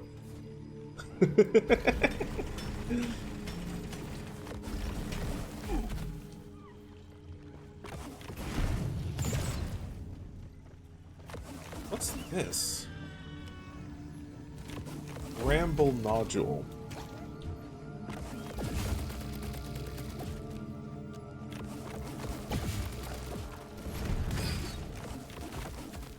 it, please. Okay. Ah. Me up here. Come on. Fine. The scale bramble's horrible. Take it out. Okay, cool. Raise the pickaxe.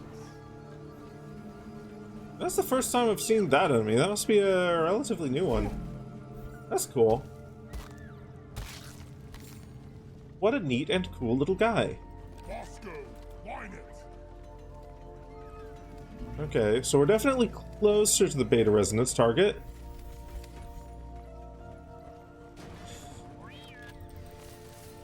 You want something Let's talk of done various right? words of eating has led to your discovery that since regurgitate is the opposite, both gurgitate and ingurgitate can be used for eating.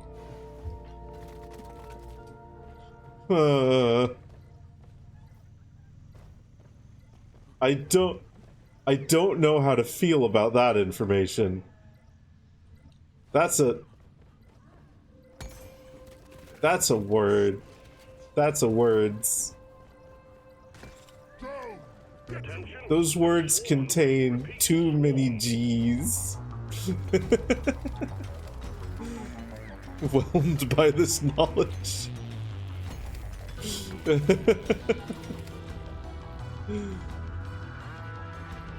Dude, because you've been playing Dawn of Corruption lately, and you're in the mood to turn this world into a den of debauchery. Oh god, it's got alliteration, so it must be true. It must be what this world is going to turn into. You've cast a hex upon us.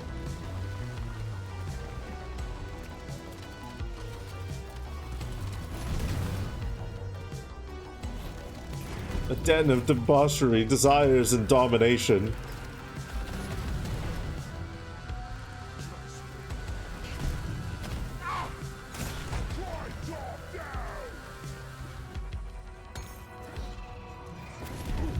Okay, get you out here. Imagination feels eldritch.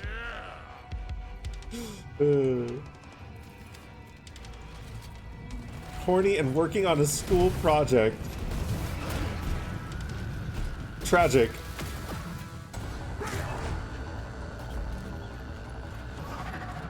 You're going to have to be distracted during your school project, I'm sorry. We're almost through the wave, team. Go, go!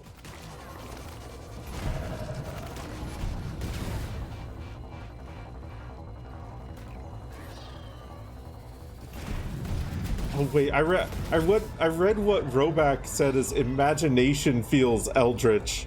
No, ingurgitation feels eldritch. Yeah, no, it does. Imagination is eldritch too, though. Let's not make any mistakes.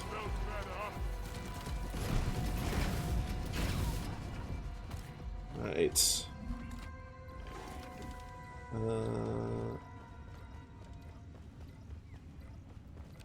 That.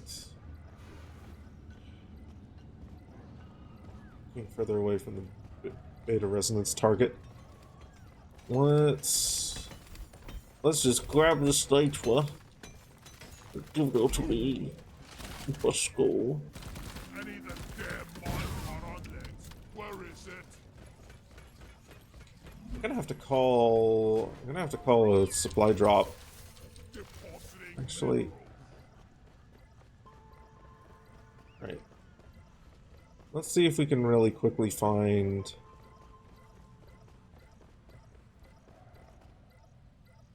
Where? Ah, okay. Now we're getting close. Supply drop has been ordered and is on the way. Here we are. With that. Let's get the resonance scanner.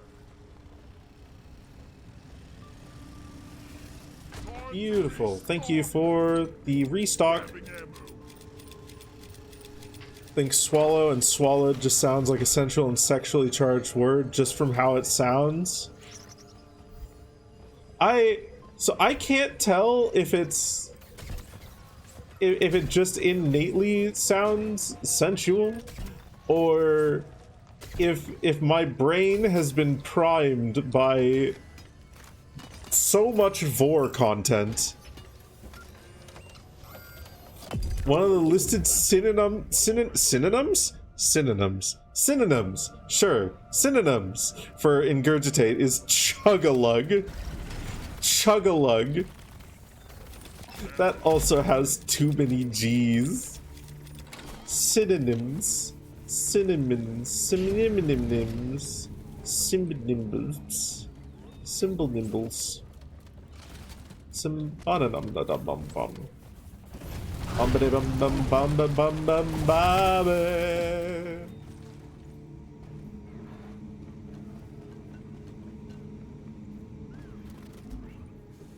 Ah!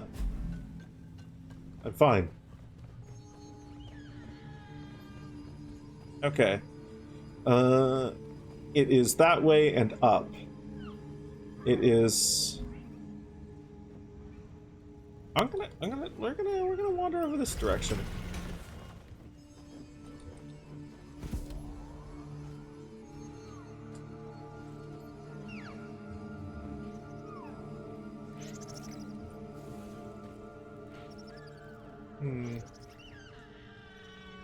Ouch. My toes.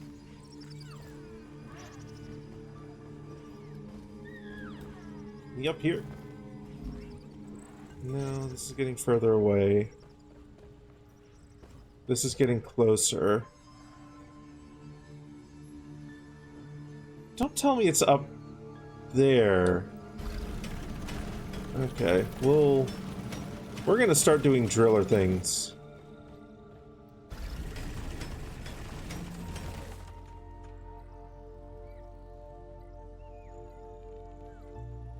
There's something over there.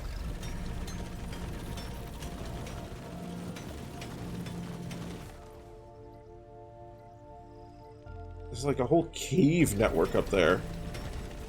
Oh goodness, it must be up there. 10 of Hex.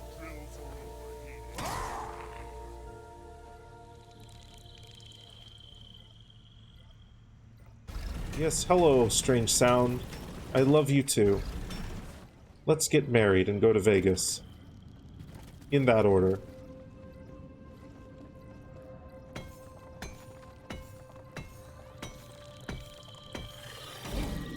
No! We're not going to Vegas anymore. Still getting married, though.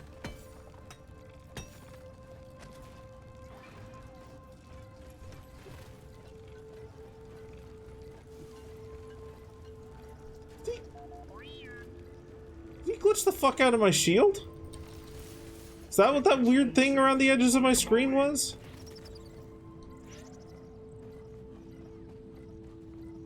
Den of debauchery, desires, and domination, spreading vile liquids that bring intoxication, growth, transformations, or no! Ingestation. Cast the spell with no hesitation. Hello. Hi, are you getting married? Not anymore. They tried to be sneaky on me. You were never sneaky on me. And that's why I married you. Well, that's a lot. Yeah, you're probably right.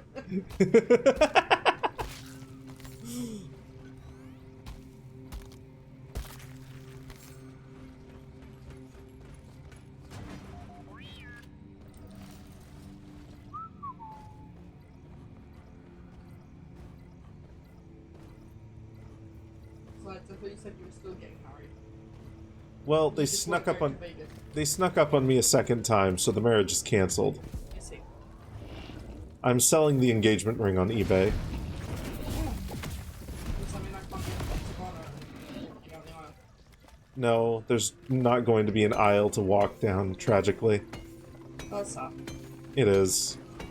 But we live and we learn. Sometimes you get your heart broken. My grandpa told me they used real mules back in the day. Keep Don't it up worry, you'll the find tradition. it. Don't know where, but one day. One day. Love you. Here, have some extinction.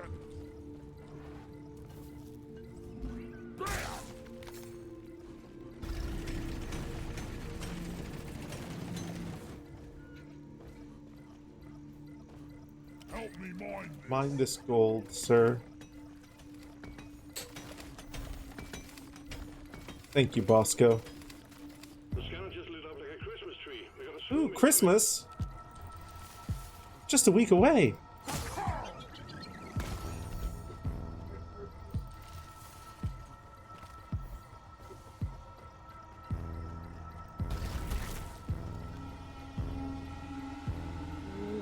swarm. They're here. What the fuck?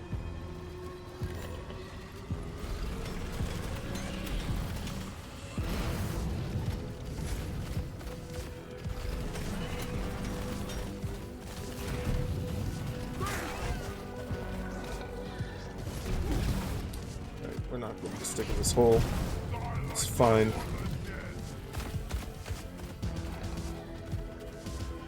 Where the fuck is this thing?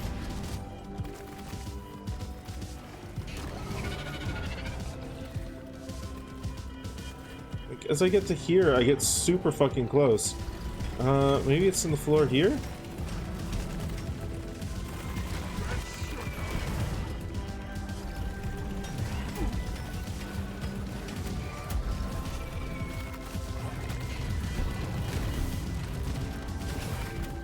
Wall?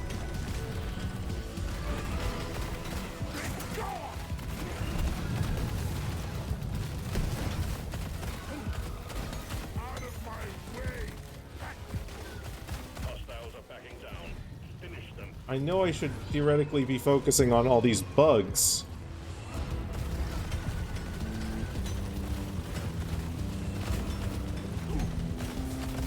Down. Okay.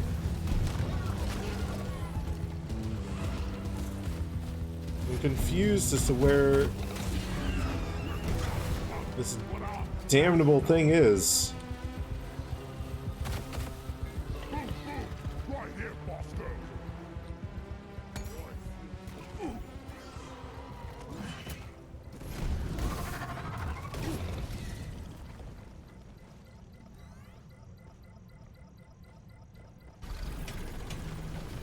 Here we are. Resonance crystal here. There we go. Send a scanner down to me. See what I mean about these things? We got the menace. Ooh. I feel like this would be far less annoying if we got a direction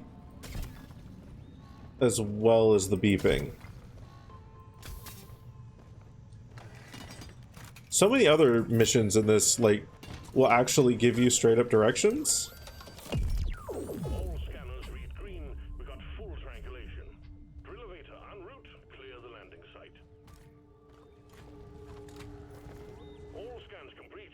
Drill elevator en route. This just weirdly doesn't.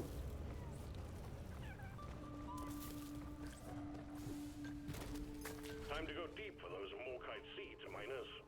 Keep the drill elevator Okay. as it descends. Do I want to collect 6 more Ebenuts?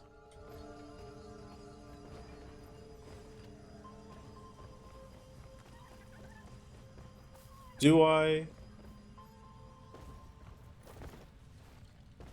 I've already been here for a while.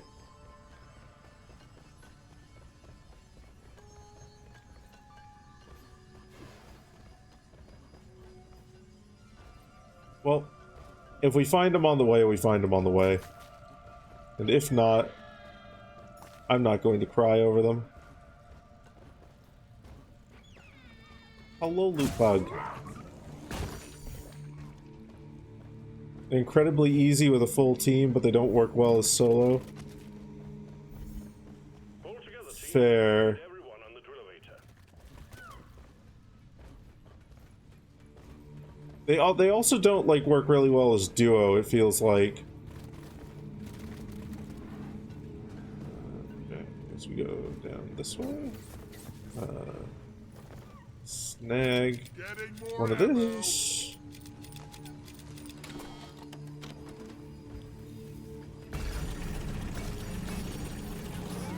Buck down.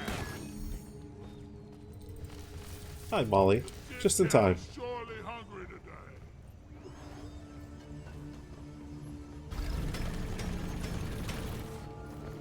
Hello, drill elevator. Aren't you in a strange and precious spot? Hey, an Ibanut.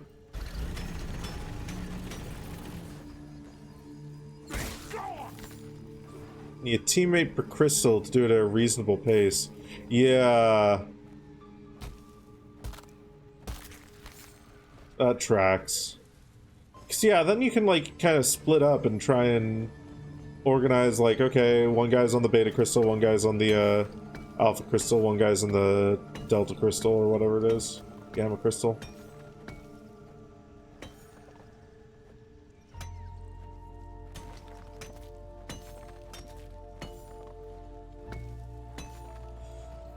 And then that wouldn't be nearly as painful. Granted, you probably want to keep track of, like, okay, how do we get back to each other? Just in case you get a particularly dastardly swarm. But the swarms so far haven't been too bad. And I imagine most of the fight is largely kept to the drill elevator.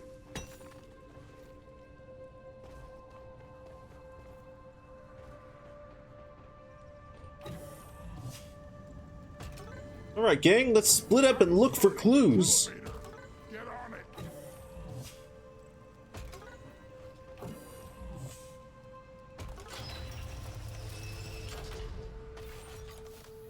Down we... Wait a minute, I need this. Down we go. A clue. Be ready for company.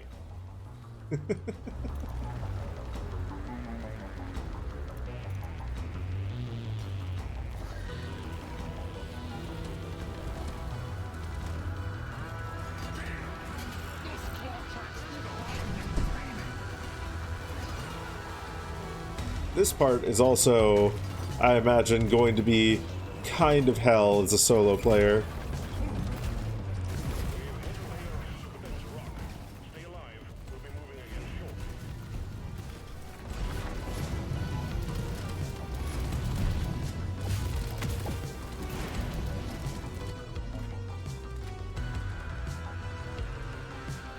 Because not only have I got to,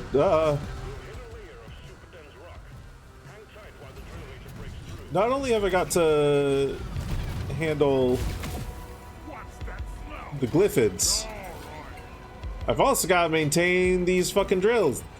Or these engines, these whatever the fuck they are.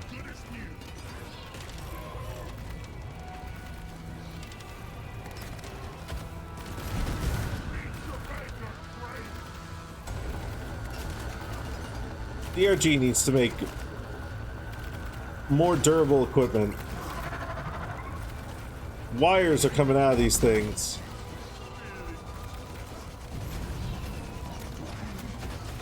It doesn't take long for them to start to fall apart. Oh my god, there's so many web spitters. Jesus.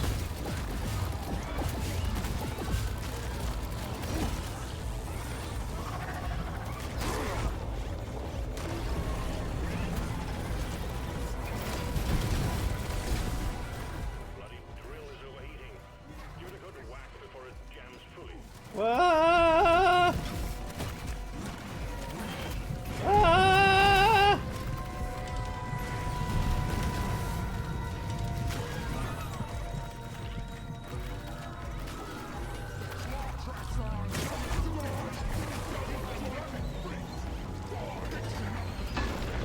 Moments to go. You are at the geode. Okay. Okay.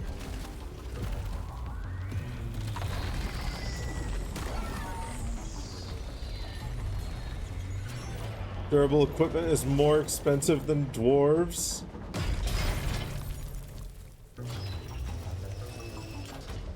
I hate that that's probably true. Harvest the seeds quickly. What? I don't want to die down here.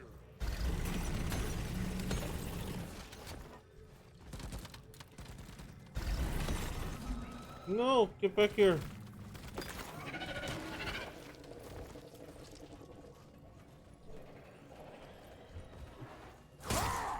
This is one of the most, like,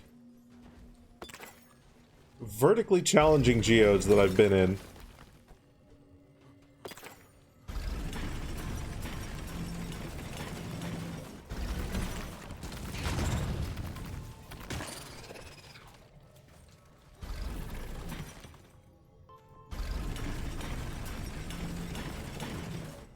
Yeah, this geode wanted an engineer, for real.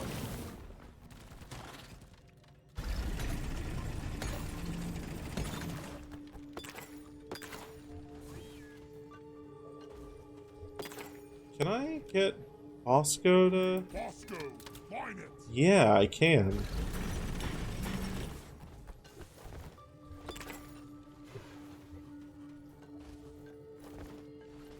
Seven more kite seeds. Help me mine this. We'll get another one just for good luck. Come back here.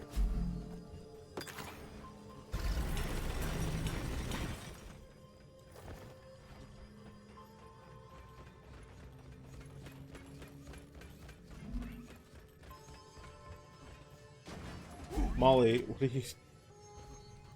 Molly! Okay, come here.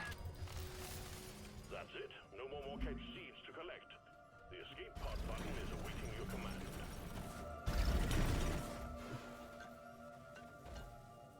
That mule sometimes, I swear to God.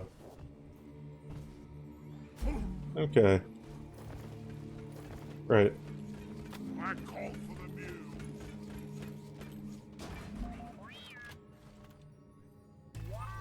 Jet boots have been released on the elevator.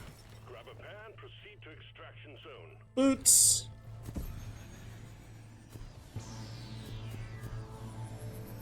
Uh-oh.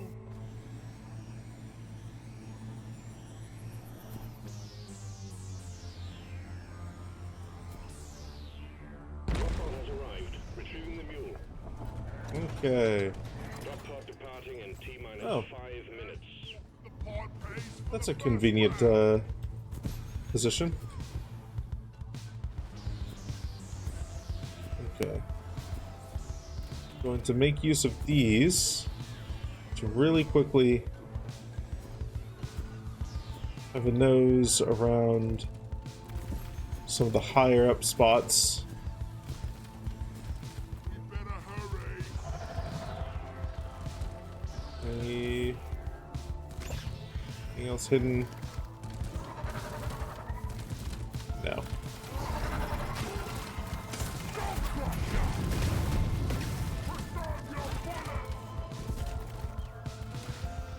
Jet boots, on.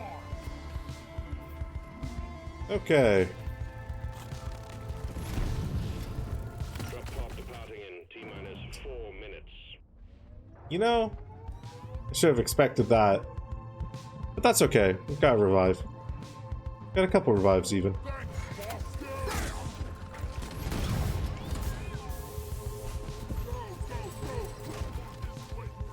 The mule is secured. Initiating launch sequence. Deep Rock Galactic thanks you for your good work. Drop pod will leave with or without you.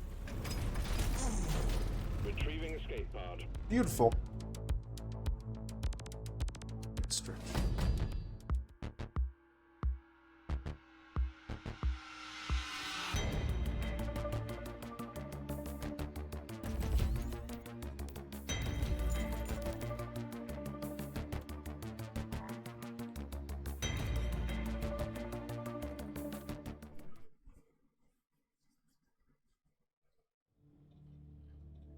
Okay.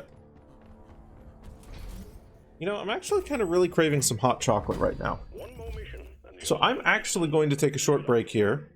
I'm going to go stretch my legs, use the loo real quick, and get some hotted chocolate. Hot chocolate. Durgan Space! Hi, Darthwing! I won't be too terribly long. I'll even put on some tunes for you guys. I'll put on some tunes.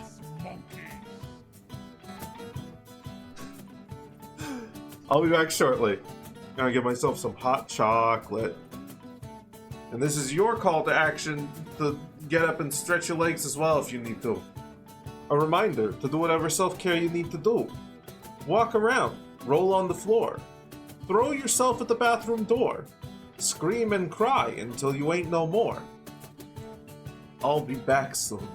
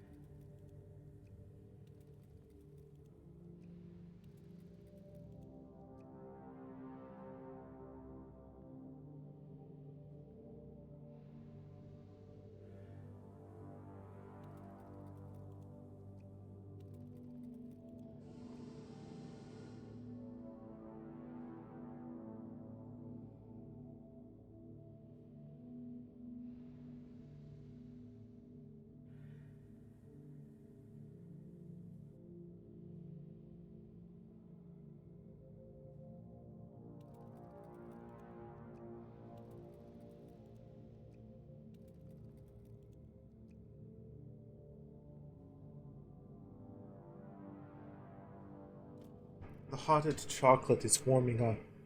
I'm going to put on another tunes for you guys. Just to keep you busy. Just to keep you occupied. A 15 stream streak, Darthwing! Holy heckies! Look at you go! Wow!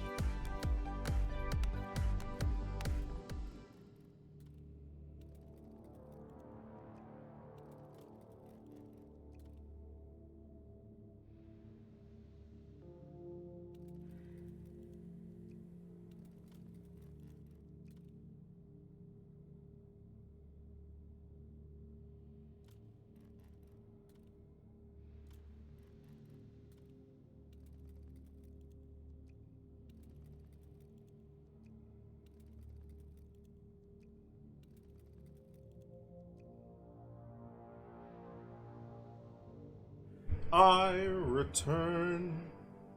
I've got my hot chocolate. It's made with real chocolate. It's like I added chocolate to an electrical storm.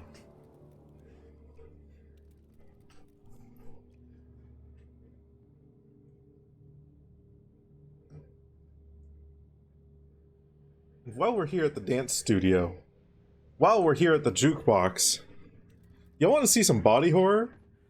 Now that is real music. Let's see. Need to get the right dance going. Steam, now quit it. Nope. No.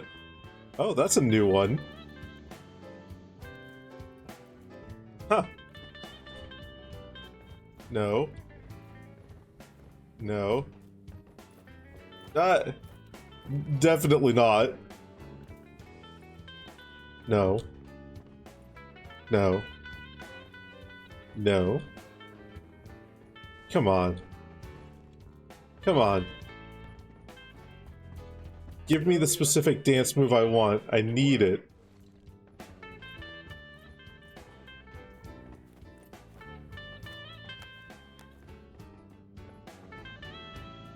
The music's gonna end at this rate.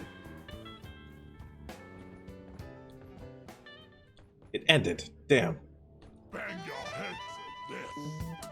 Don't tell me that they removed the, Orders from management. Stop pirouette? dancing and get to it. Don't tell me that they removed the pirouette.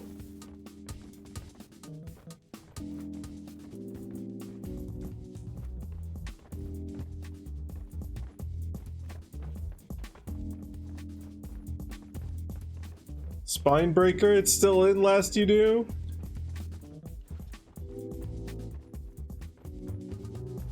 So I'm just getting unlucky. There it is. Did I hear a rockin' stone? Rockety rockin' stone. Beautiful. Unbreakable. I wouldn't say unbreakable. I wouldn't say unbreakable, buddy. I wouldn't say that we're unbreakable. You kind of breaking right now. Had an appointment with the psychologist. Didn't get to hear my opinion on the word tummy. I'm indifferent to it. It's an okay word. I prefer belly myself.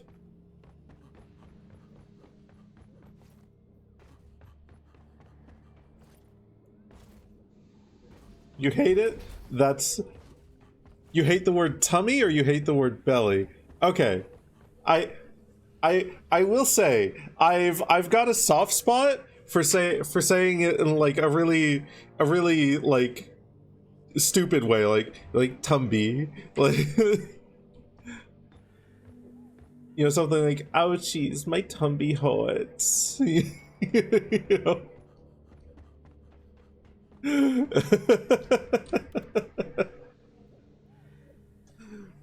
But other than that, I'm indifferent to it. Vorgasm? That sounds like vorgasm, almost, which is almost like an offshoot of Vorny. I mean, when trying to be sexy, Tumby is the wee sexy word I can imagine being used in Vor. I don't know why I read that like that. I had the intrusive thoughts one. The intrusive thoughts one.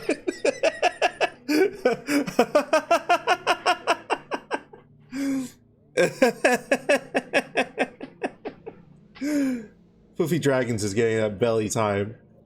He's getting that belly time in. This is your good little Floofy Dragon.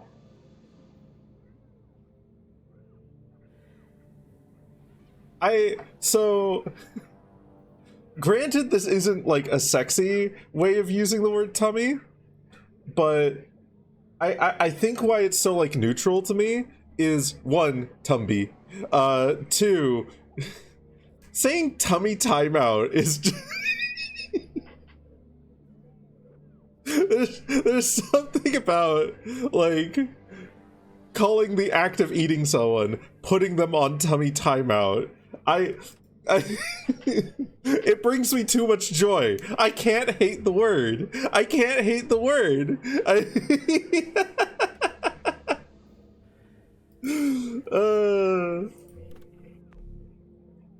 Broken thickening. Sure. Mission selected. It's funny because of how unsexy it is. Let's get You're down not and wrong. dirty some tunnel rats, barkeep.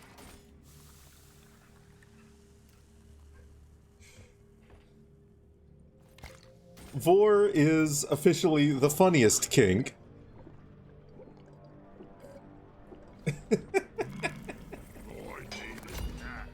Wait. I need my barrel. Gut. Again, I'm indifferent about it. There's certain characters and certain writing styles where I feel like that works in a sexy context. But it's a little bit specific. Breaks my heart to tell you this, but no, the barrel will not accompany you on The your next barrel mission. will accompany me on my next mission.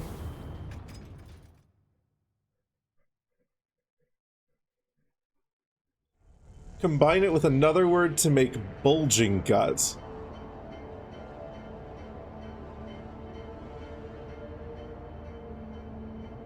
I don't think that's quite my thing, no.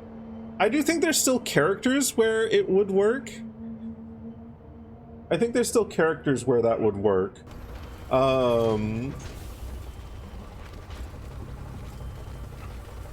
Like, the immediate connotation that comes to mind for me is like someone who's basically I don't know, a fucking alcoholic, basically.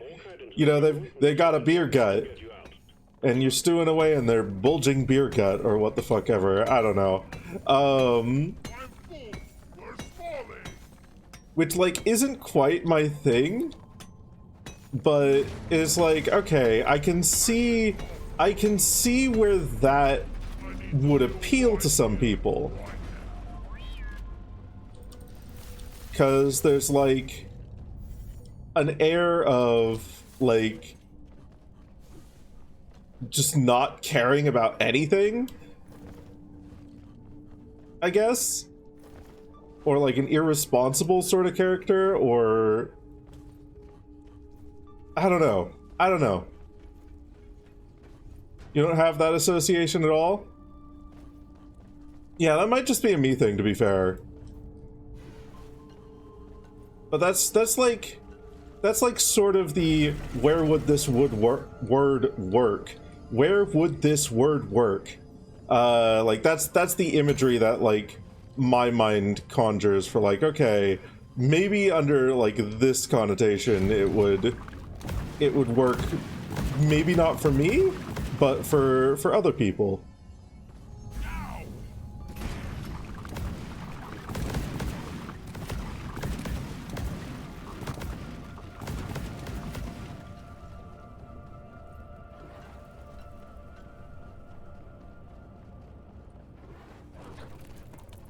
Belly. Exactly.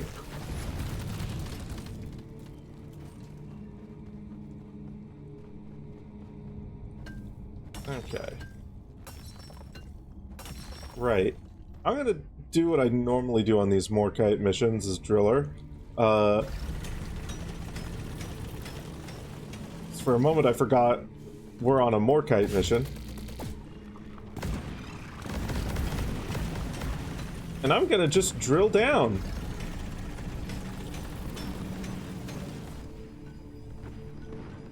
Because there's usually a... Okay.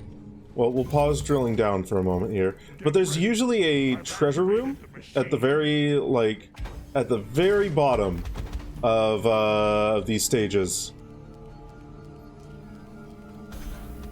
Gut feels like it implies more that it's a place you go to get digested. You know, I can see that, actually. Yeah, no, I can see that, because, like, there's the phrasing stewing away in someone's gut.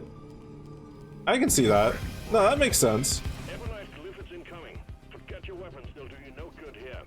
Big Axe is out, team. Make us proud. Exterminator at work. Fester thing down.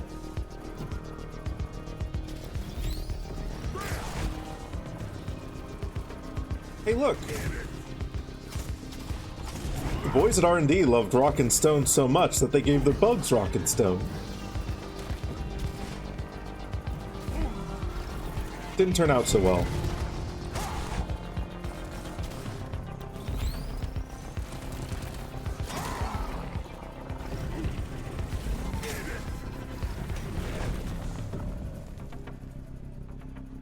Okay.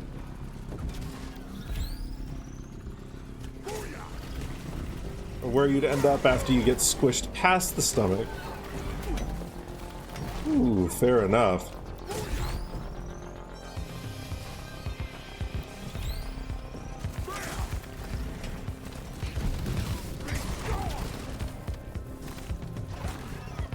Okay.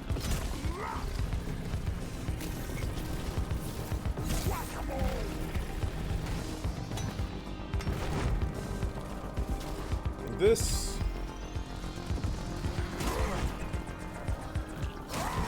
Where are these fuckers? You get 3 more. There we go. 1, 2. And there's 3. Oop. No, no, no. Don't run away. You're my last kill. Cool. Perfect and beautiful. Core infuser ready.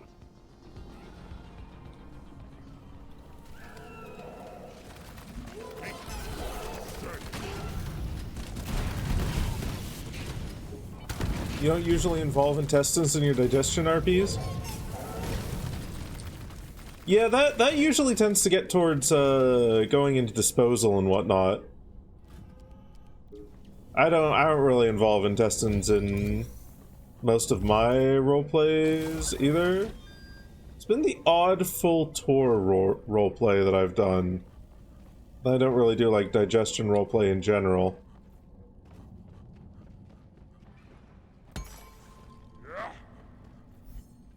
Yeah, I really don't like disposal either.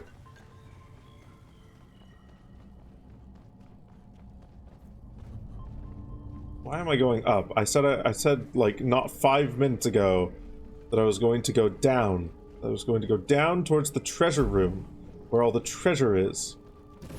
Where they keep all the hidden Morkite. All the hidden Morkite. Where they try and keep it from us.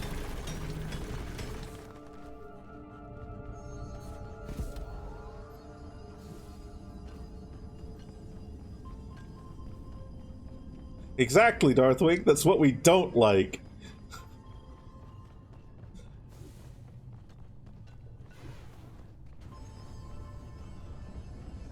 Spotted a spider in your bed and Curly yelled. Oh god.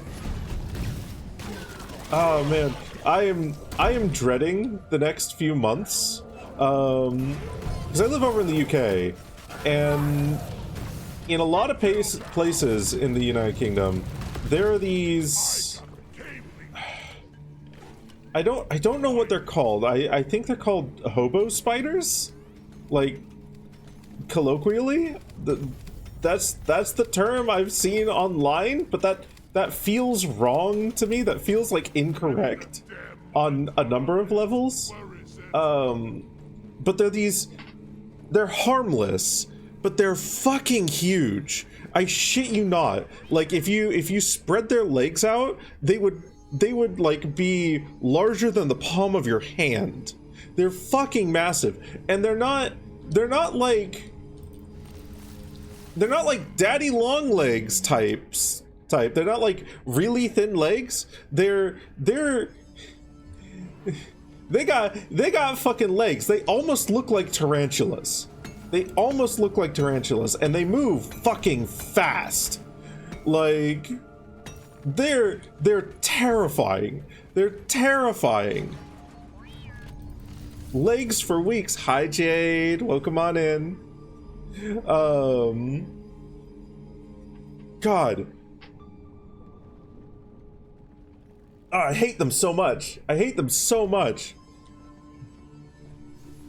They have unironically caused me to like yelp. There was a time when I was like during stream, fucking 2 of them, one after the other, came out of the fireplace that's right fucking next to me. And I had to like pause for a couple minutes to go get the fucking Hoover and vacuum them up and like get them the fuck away from me. Like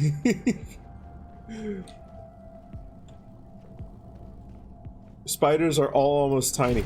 Okay, like 90% of the bugs and spiders and whatnot over here are small, and there's like no venomous spiders. There's basically no venomous spiders over here. So like my fear is entirely it's entirely like, I want to say invalid, but that's not quite right, but you get what I mean. Like, there's no danger to me, I just really fucking hate the way that they look. But, like, that is the one spider, the singular spider in the UK that is that fucking big. I don't think they're huntsman spiders is the thing.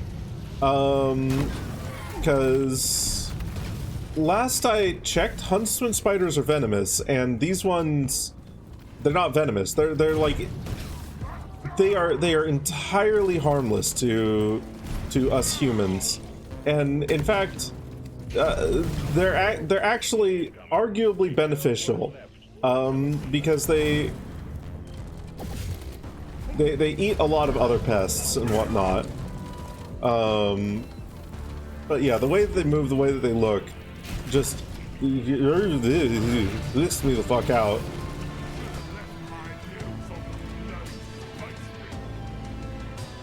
Yeah, usually tiny, except for the one species of like 3 fucking inch ones.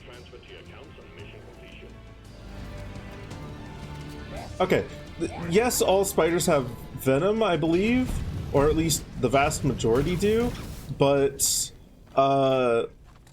whether they can actually puncture the skin and whether they're actually a threat to people is an entirely different story.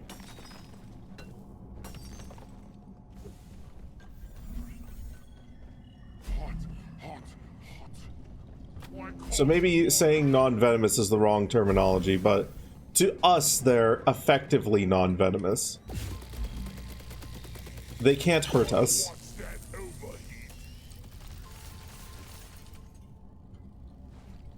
Yeah, some spiders have fangs that are too small to pierce human skin.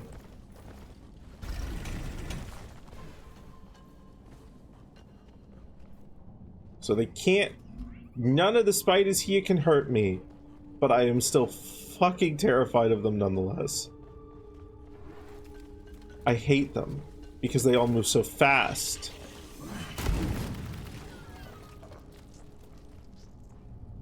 And they sit in weird dark corners.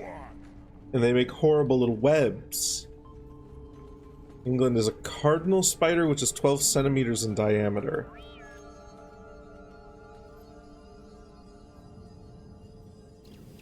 Cardinal spider. Well, let me look that up.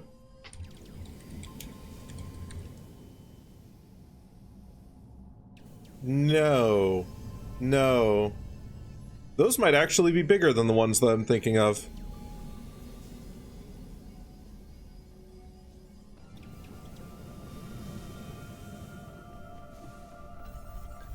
Help me mind this. But those are distinctly different from them. So I don't know what spiders exactly they are, but they're awful. They're awful is what they are. They're awful spiders.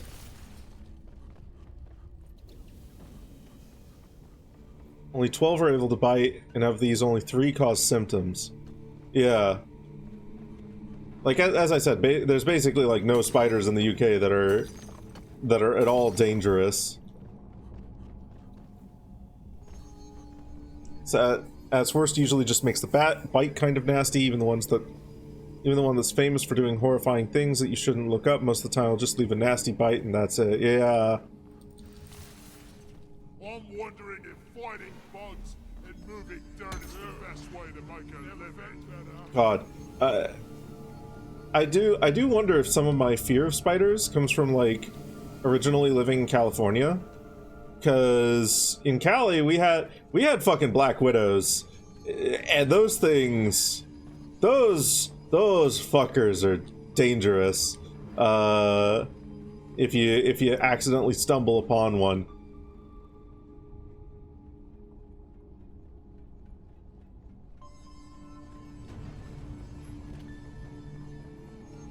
And as a kid, I stumbled upon a few of them. Never got bit. Never got bit, thankfully.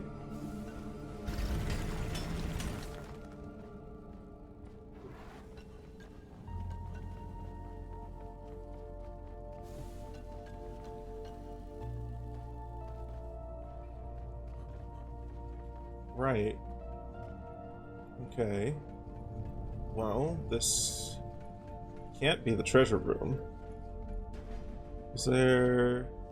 do I see more I can explore over that way? And maybe this is the treasure room. But it feels like there's not nearly enough... there's some more Morkite. Feels like there isn't nearly enough.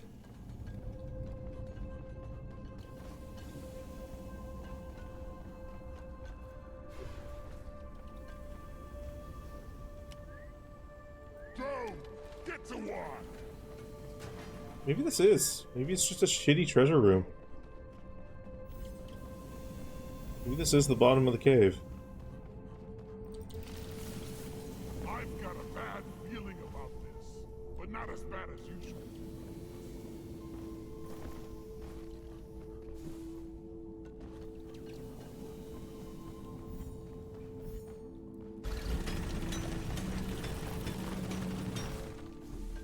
An entirely irrational fear.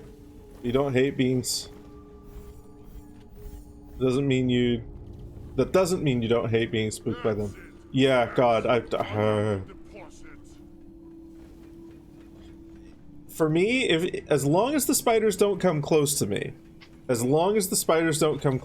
I will do my damnedest to just leave them alone. Because as Floofy said.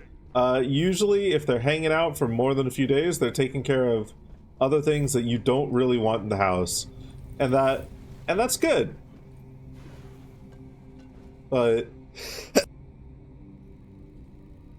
no, pardon me there. I had to sneeze. But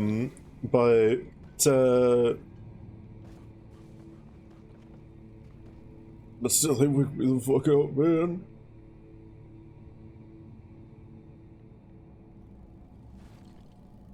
So I do my best to not let the fear affect me, but if they get too close, no, sorry, buddy, you're getting the Hoover treatment. Attention, got a swarm on the way. Okay. Swarm.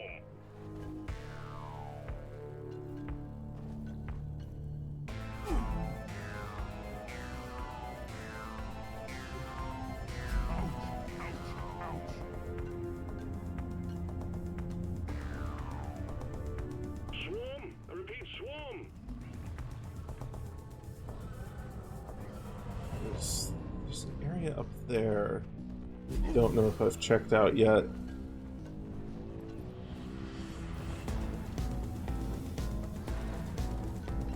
Maybe I have.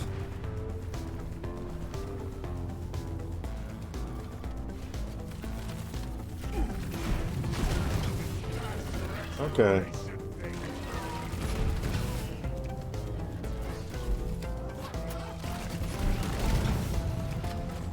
Well, maybe I just start going back up?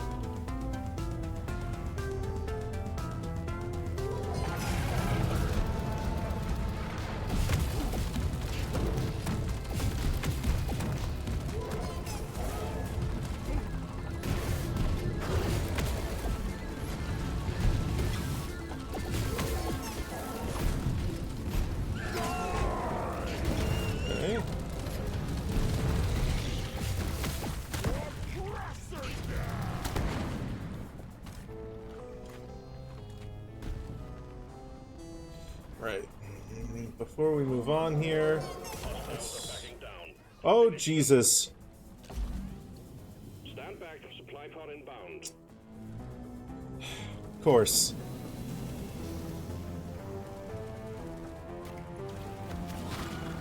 Time to restock.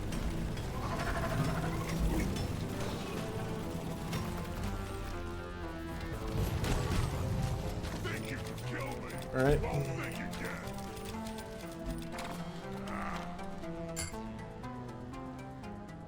Ah.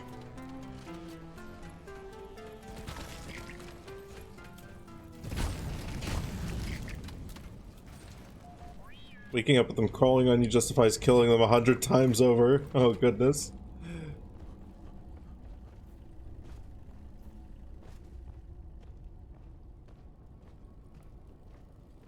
Not as bad as you think after... You get used to it after a few times and they only tickle. No. No, thank you. No.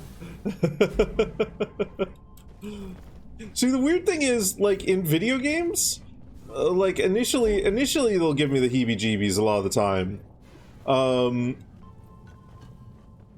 When video games, at least, I have been able to exposure therapy my, like, response to them. It's never worked in real life, though. There's probably, like, a point at which I would have enough exposure to them that my brain wouldn't immediately, like, feel like it's on fire.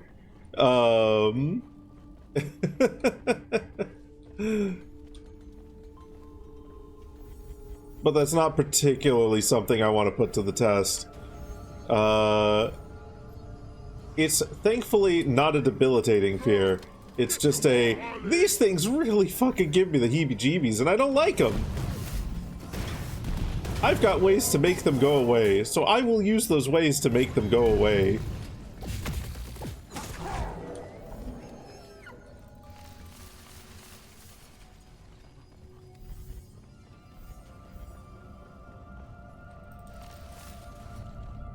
To be fair, Kill It With Fire was actually a very fun game. I did enjoy that game. As much as it gave me the ick because of the spiders, it also gave me the catharsis because of killing the spiders. Help me mind this.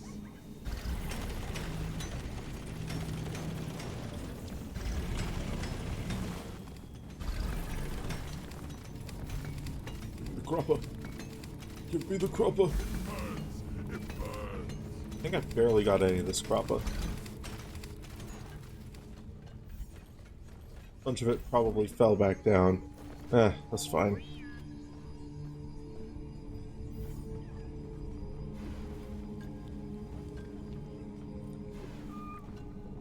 Right, we're missing 50. Bosco, mind it. Raise the pickaxe.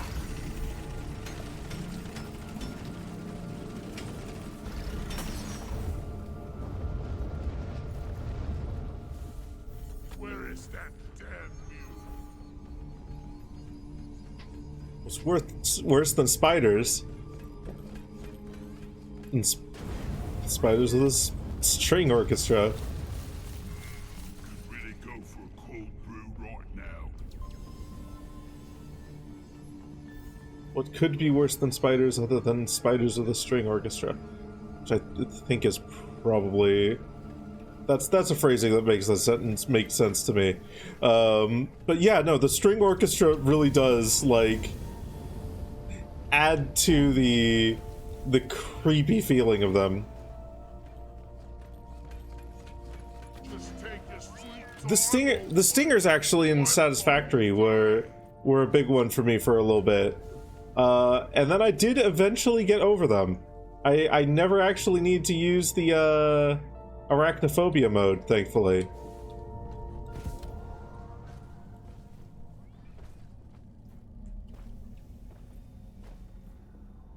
Scene in Uncharted 3 where thousands of deadly spiders are crawling on the wall did nothing to you, but the harmless spiders in that horror game where you turn on the flashlight and they're just hanging out on a wall in the house made your hair stand up.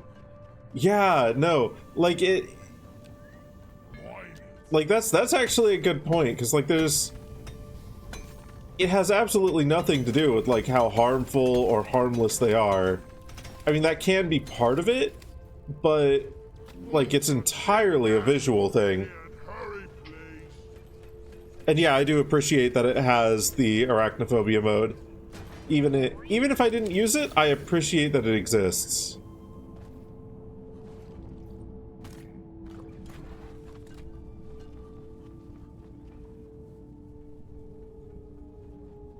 Okay.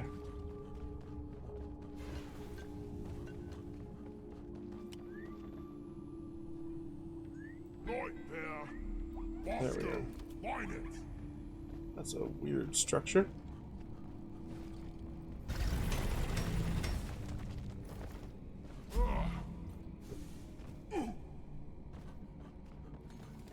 Would this be the last?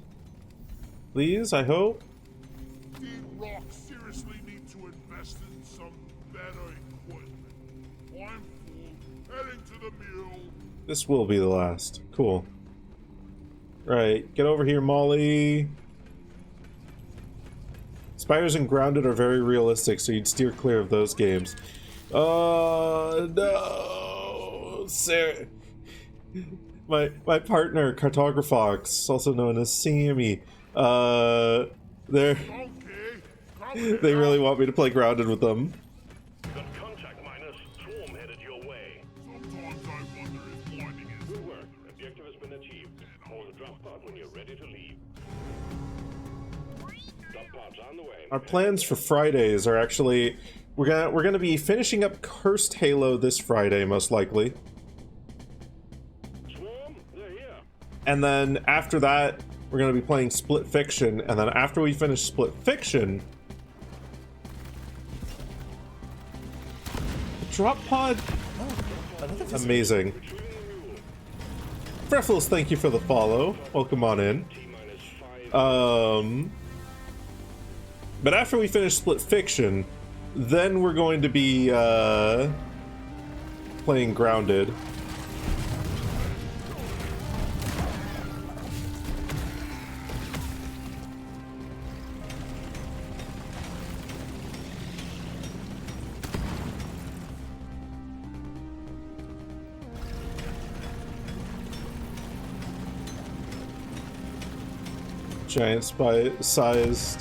Giant horse-sized spiders so clearly do not exist. Oh god, that reminds me. The original Spyro the Dragon, for the longest time, as a kid, I could not 100% that game. For a few reasons. One, there is a singular level which had a supercharged route, which was like fucking impossible to figure out without a guide. There's another level which had two supercharged routes which were possible to figure out without a guide, but really fucking difficult to execute. But then there was High Caves with the massive fucking spiders. How did I feel about the level with the dinosaurs that eat the cavemen? They're good dinosaurs. They're good dinos. I like those dinos. They should get a caveman treat every day. Hey, Kylie!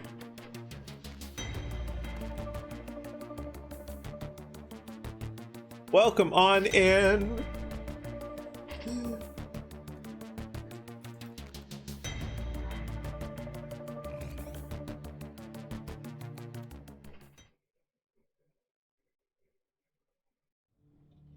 You hated the Gargantuas and Skylanders and the Crypt levels. Oof. Assignment completed. Beautiful. Resources. Resources. Sell that for money? No. Don't think I will. What I will do, however,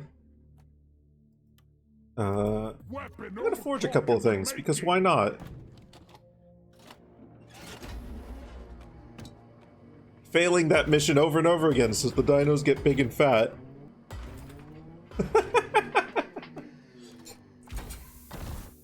I may or may not have failed it on purpose multiple times.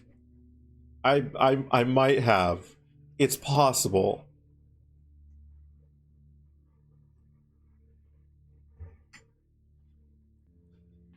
I won't confirm or deny this, but I will simply state that it is a possibility. Just kidding, it will.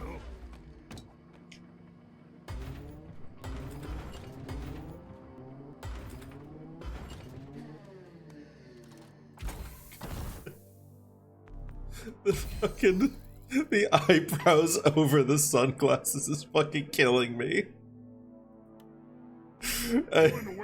It's so horrible. It's so terrible.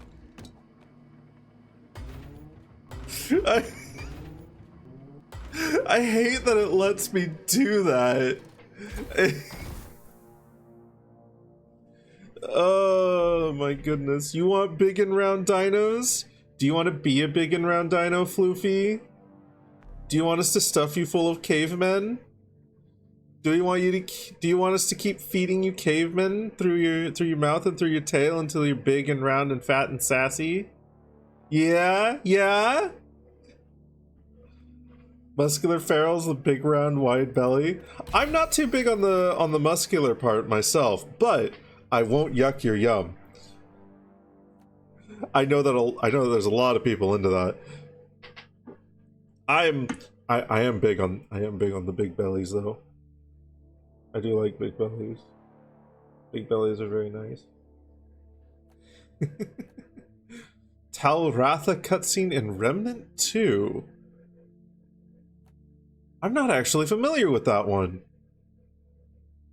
Muscular, as you'd assume a large creature generally is. Fair.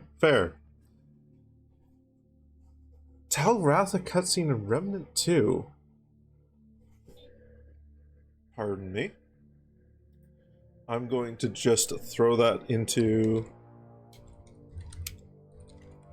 a tab. Just so that I can look that up later. Asks you to join them, which is them eating you. Oh, okay. Okay. Like a somewhat wide belly aftervore. Generally a big wide belly isn't for you. Then again, like realistic form still. No bloating. Yeah. Hi Loopster, did you hear belly? You're going to be hearing belly a lot. You're going to be hearing belly a lot this stream. We have a lot of people here who are belly enjoyers. Are you a belly enjoyer, Loopster? Do you like bellies? Do you like big bellies? Do you like getting your head smooshed against a big belly?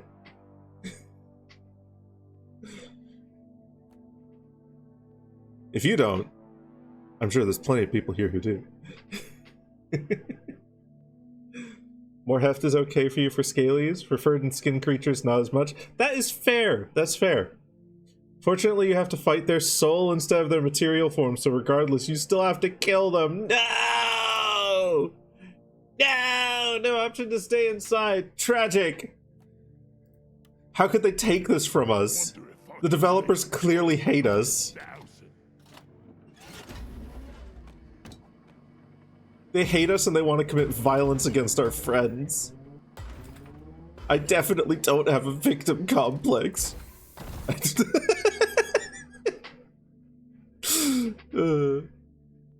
Swallow when they pass from the tail for the belly to the belly. Yeah.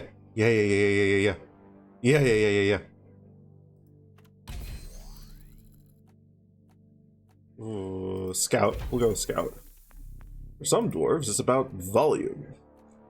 Okay, any others that I can get? This one.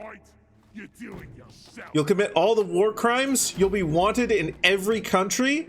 Every single one? Well, then you'll just have to go to the one place where people won't, or where you won't be wanted. Wait, no. You just need to go to the one place where... No. You just need to go to space. Space. Yeah, space.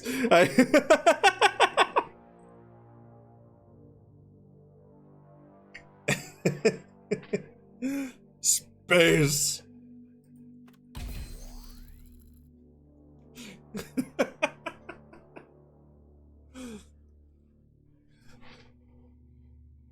I'll just have to go to the one place that hasn't been corrupted by capitalism. Space.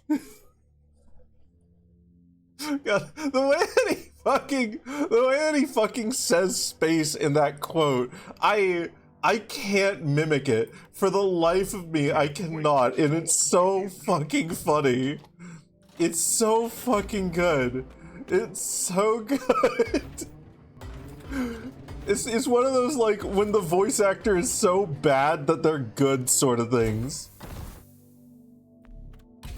I've got the same feeling about, like, what the fuck is it called? Like that Legend of Zelda series on the CDI. Like, all the voice actors in that are so bad they're good. Like...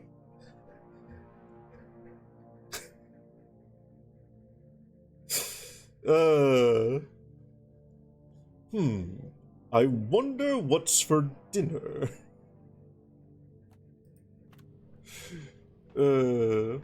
Tim Curry is a treat. Yeah. If anyone doesn't know what we're talking about, I'm assuming that Roback, what Roback linked there is the space quote. If anyone doesn't know what we're talking about with the capitalism bit, yep, there it is. Yep. God, it's so good. It's so funny. It's so good. The reason it's so good is that you can visually see Tim Curry go 99% of the way to just bust. Yeah, no, he's like, he knows what he's saying is fucking absurd, and he's full on leading into this character, and it's, oh god, it's great. It's so good. It's so good. What an absolute treasure. Why are you giving me Tunnel Rat over and over? This is Tunnel Rat 3 times in a row. This is 3 Tunnel Rats. Fine. I'll drink the Tunnel Rat. Yes. Never felt better. Wait a minute. Oh shit.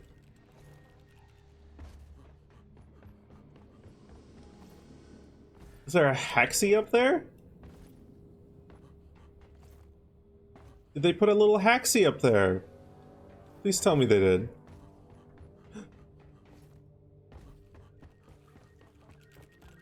Look at him! Look at him go! Okay. So I want to just talk about this fucking robot. I want to just talk about this fucking robot for a moment. Because in certain missions, you call down Haxie to fucking hack into something from the rival faction. And like, okay, if you were sending down a hacking robot, like, first of all, you would probably expect them to just fucking interface directly with the thing in some manner. But no, he just fucking goes wild on a keyboard. He just full on hackermans it. Like, just I'm in sort of nonsense. Also, the fucking RGB fans on the back.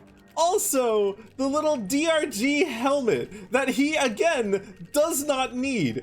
Everything about this character, everything about this fucking robot is unnecessary. Entirely unnecessary. And I love it so fucking much. Also, hi, Alexa, you little treat. Hey, little gal. Then we wouldn't have cute robo. Exactly, Friffles. Exactly.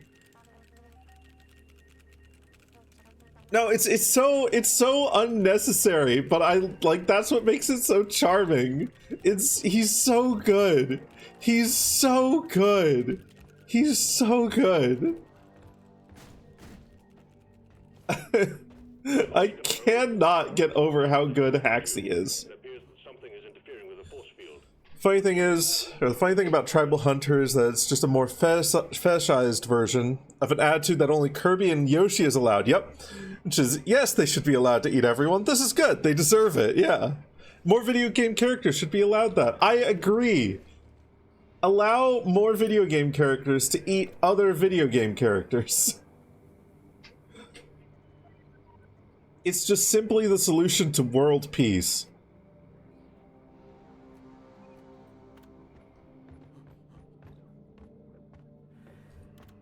Okay. You know what we're gonna do? Oh, do we want to do it on this one?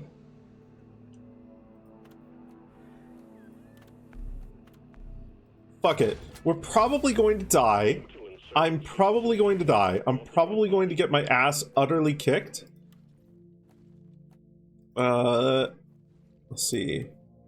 Instead of the wave cooker, let's do the Subata. High capacity magazine. Expanded ammo bags, yeah. Not a 2-round burst. Quick fire ejector. Don't really need hollow point bullets. Let's increase damage. And then... Actually, blow-through rounds might be okay. No. Heat. Heat's probably better. Okay. Okay, yeah. And then we've got as much as we can on the satchel charge. We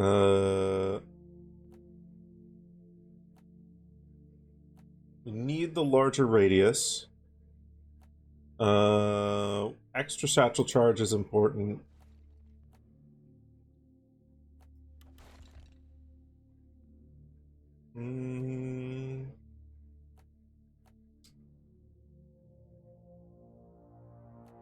And we'll stick with the spring-loaded Ripper. Okay.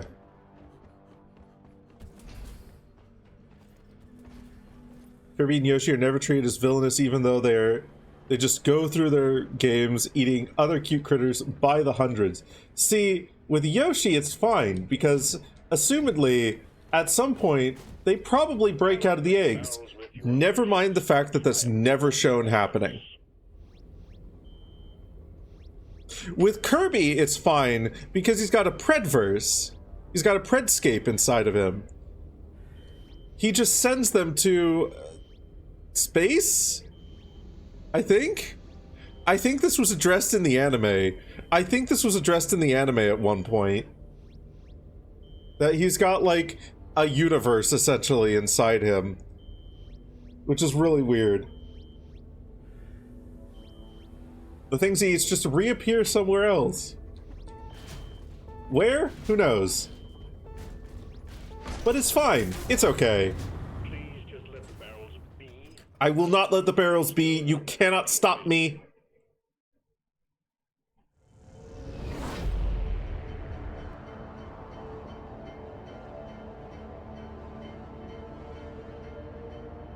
You only get laid in the eggs in Smash Bros. In the Mario Galaxy movie, yep.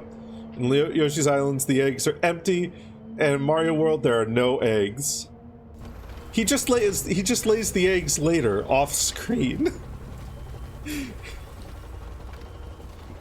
But yeah, no, you are absolutely right. In most Yoshi media, they're just dead. They're just dead.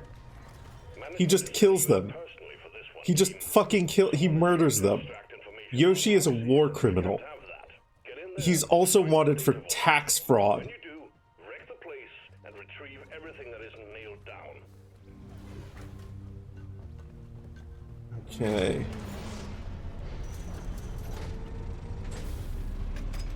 Dragon from Shrek, my beloved. I won't say there's a lot of vor media, but there's enough vor media. There's more vor media than I would have expected. Made by people who have no fucking idea what vor is as a concept. Ooh. Fashionite. Fancy pants crystal.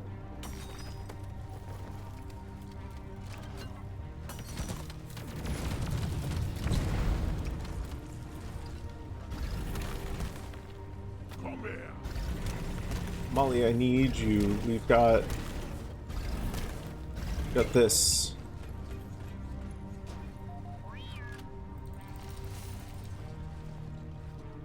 You feed Yoshi enough, he makes a 1-up and an egg.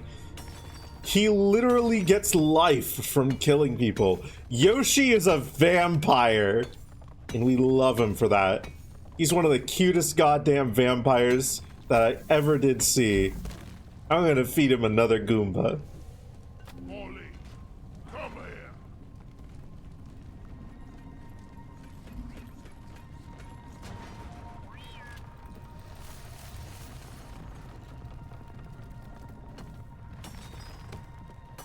Your headcanon is that in Yoshi's Island, the enemy gets the stomach and bulges and rubs against the enemy, stimulating them and causing them to produce an egg.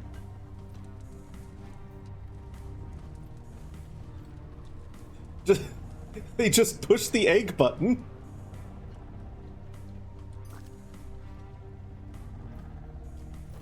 Come here. Give me this. Okay.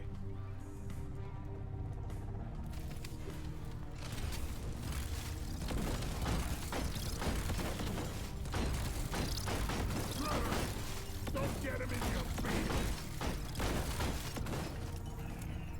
You want an egg button?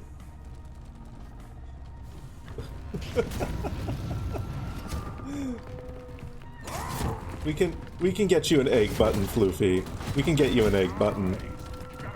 You deserve an egg button. You've been a good boy. You can have an egg button for Christmas.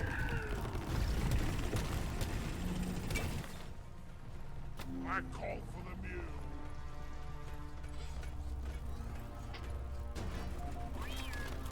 So it relocates stuff, but when he goes hypernova, black hole forms inside him, so anything Kirby eats then 100% dies. Oh no! Kirby is also a war criminal.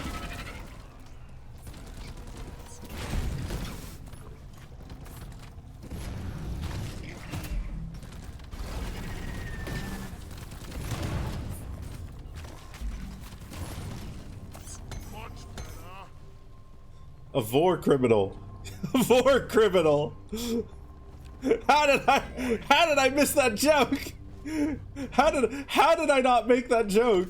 How did I not make that joke before you made that joke? I'm ashamed of myself. Ah! Fuck. Ouch. Red sugar.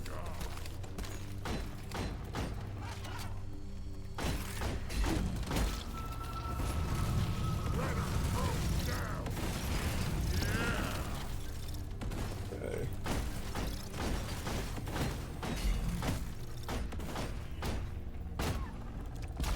One of the most difficult mission types Before you can access the data vault. on one of the most difficult And shut them down. biomes. Oh boy.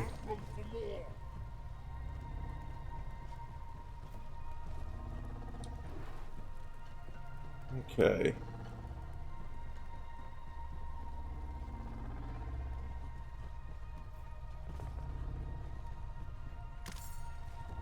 Don't push that button, Fred.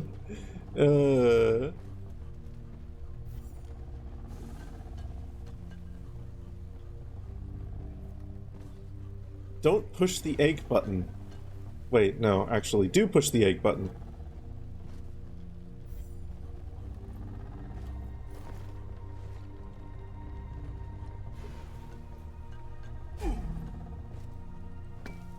One of your favorite Vor-related quotes that you repeat all the time is from... It's not murder if it's delicious! Oh, fantastic.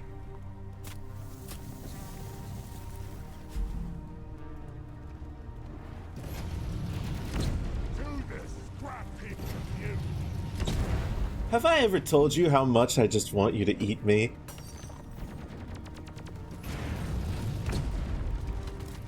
No, that's not quite what he says. He says something to that effect to Kane when trying to distract him. Where is that damn kid?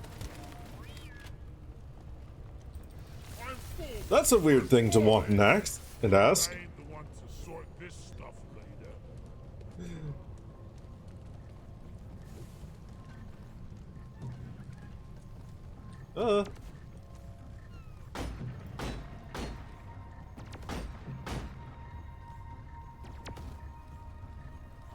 Okay.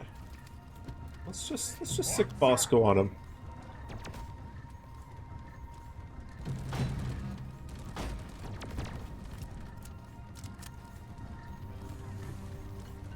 While he's doing that, I can calmly get this Nitra.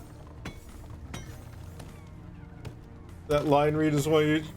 God, yeah. No, there's so fucking many good lines in Digital Circus. God, what a fantastic series. Rocket!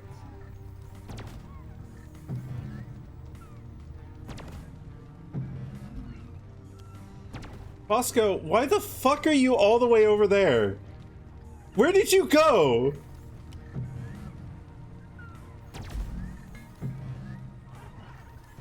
Rocket here, Bosco!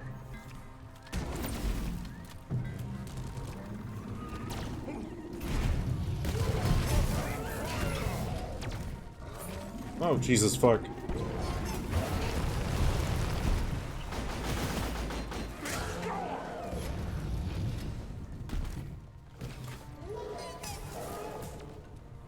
Okay. We're going to do a little bit of that.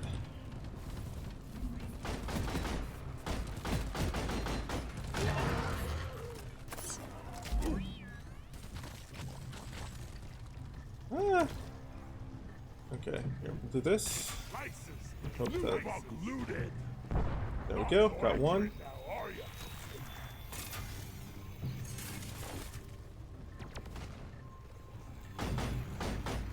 Okay, two. And then... three...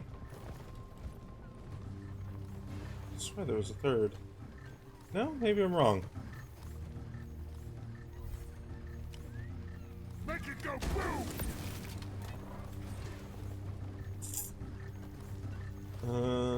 Do I need to collect all these fossils? Maybe.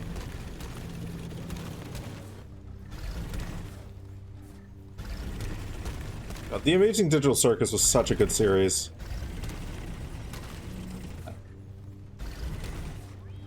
Glitch Productions did so good with it.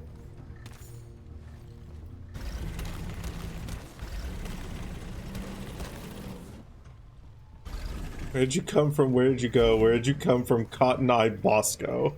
Oh, goodness. I'm doing my part. Okay, I'm gonna need to... Before I start this hacking pod thing proper, I am going to need to summon a resupply pod, and I'm going to do that... Oh, god damn it. Close to the... Here, we'll just go up like this. I need to do that close to the Let's get it hooked up to the power station. Chop chop, team. whatchamacallit, the fucking boss. Why am I blanking on what the boss is called? It starts with a C.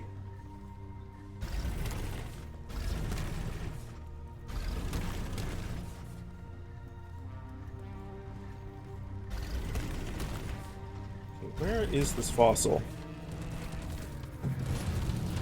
No.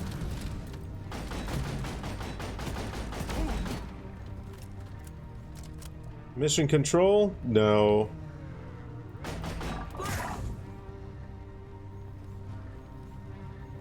There's the fossil.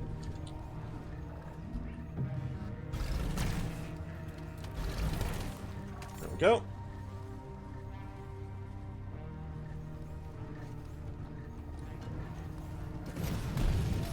Sorry, little boy. Your own fault for being full of good heart. Who's a mean, lean, killing machine now? No, I mean the boss of this stage that I'm in this video game in Deep Rock Galactic.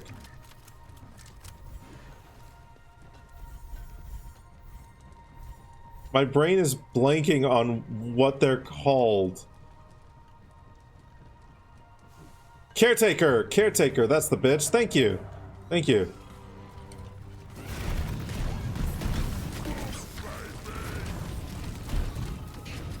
That was gonna bother me.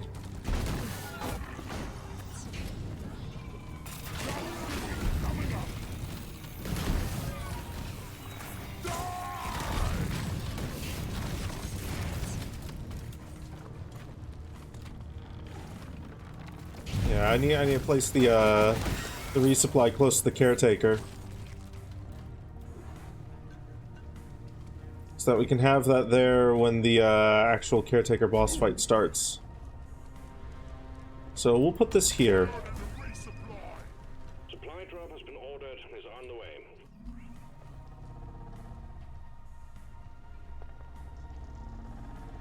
Thinking of Dimitri and Oracle of Seasons as well. Video games feels like one of the memes where Vorpred can just feed and not be considered a villain for it. Yeah! One of the reasons you look for Vorfage in video games all the time, but usually avoid in other types of media. Shrek situations are rare. Yeah.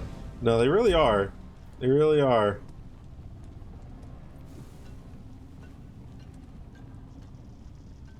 Like, one particularly hilarious example in my mind.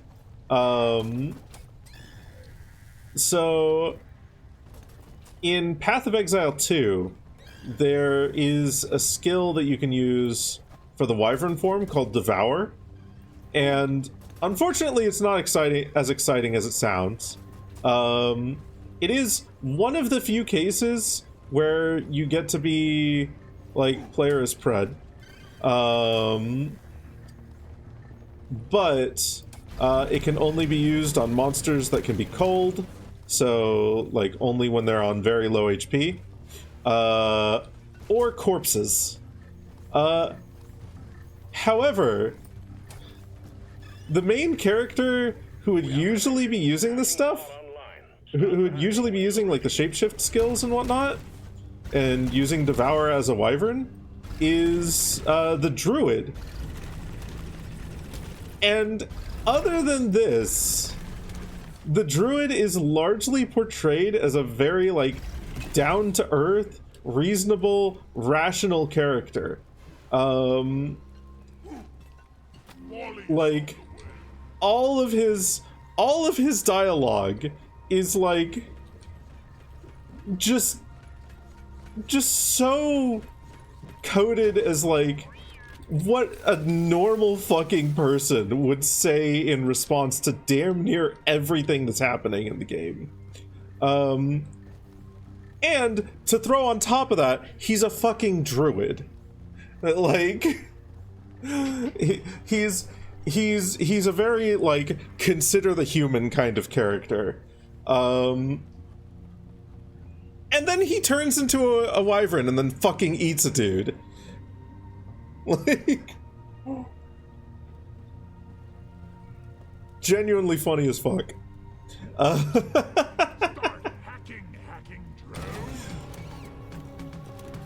Never mentions anything of it, and then proceeds to call, you know, whatever enemies he's facing, like, a fucking savage or something like that.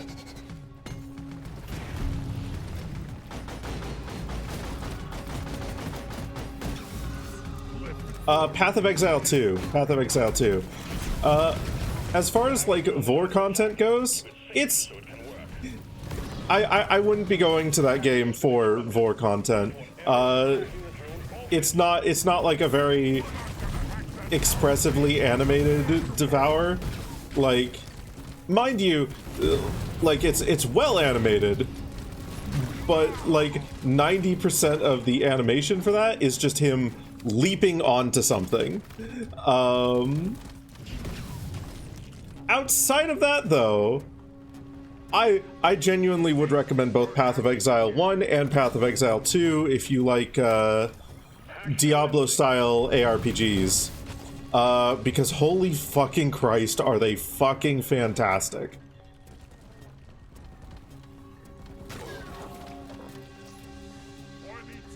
I'm a good guy. Also classic, I'm a good guy, but here's 60 million goons I'm about to slaughter mercilessly and then never name again.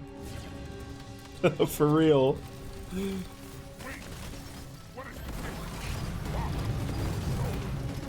It's really fucking funny, because he'll also, like, he has voice lines that he plays on killing something, but he'll also do this after you devour a corpse. So like, so like you fucking jump onto a corpse, right? Devour it, and then he shouts, "Blood mad fiends!" And it's like, okay. Like, this would make sense in the this makes sense in the situation where they're trying to fucking kill you imminently and they're a bunch of blood mad fiends, yeah. But you're shouting this at a corpse, my guy. A corpse that you just ate, no less. Are you... You seem so reasonable otherwise. Are you okay? I'm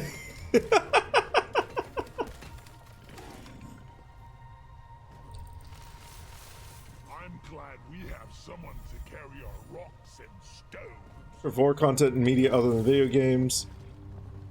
Going to have a lot more luck as an endo-friendo. Only a little bit more luck. Unfortunately, same size endo-friendo? Not so much. I mean, we've got the classics. We've got Jabu Jabu, and other such, you know, similar sort of big fucking creature is now a dungeon and or a level style thing. But those don't really scratch the Vor itch, necessarily.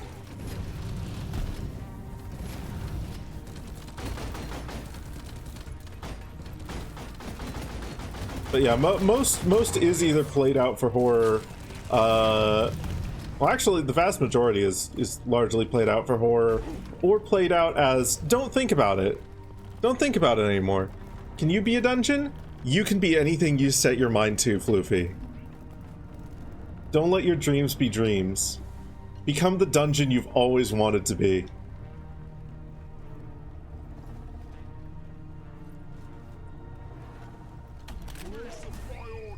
Last Ice Age movie where a big bird thing eats a character, they struggle in the belly, but then they get back out. Okay, fair. There is that as well. There's a Zenith... Kizu in Monster Hunter Frontier as a Zenith monster has a Vor attack. Really? I knew that there was the big old fucking thing in Monster Hunter that, like, right out the gate just eats another dragon. Or in Monster Hunter World that right out the gate just eats another dragon. I remember that being a big deal.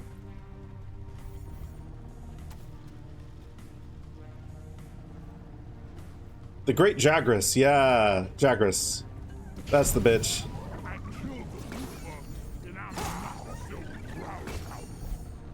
I didn't know there was, like, literally any other Monster Hunter Vor. Hey, Bosco, could you get that for me, please? Thank you. I love you. Oh. Ah, a bitter gem.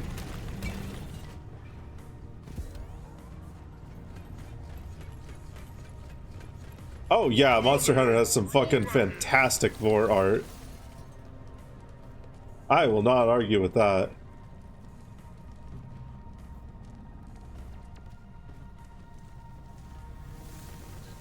Whoa. Let's go. Give me the crystal.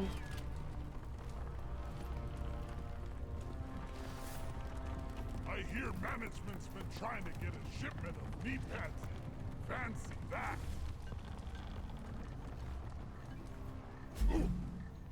Okay.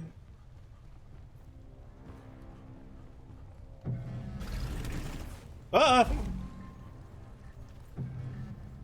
Ah!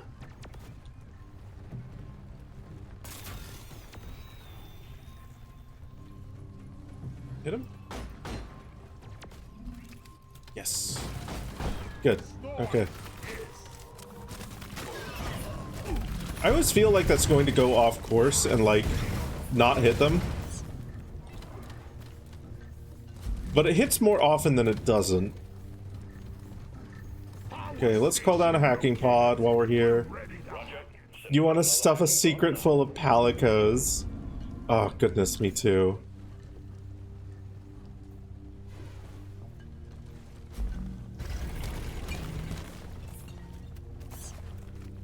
To draw yourself as a secret more? You should! You should! The world needs more secret art. Giganox in Monster Hunter 3 had a vor-like attack? Did it? Did it? Oh shit. I want to say that there was a... Oh goodness. This is not good. I want to say that there was a Monster Hunter MMO or something like that that had a vor attack? Was that Monster Hunter Frontiers? Woo. What if you were a secret full of palicos? You would be a very good secret. You'd be a very good secret, Floofy. Damn, hacking is hard. Patrol unit hacked. Patrol bot is now aggressive towards his own kind. Okay.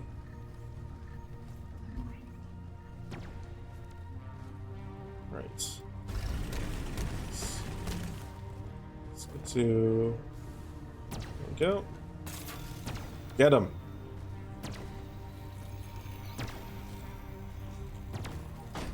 Good. There we go.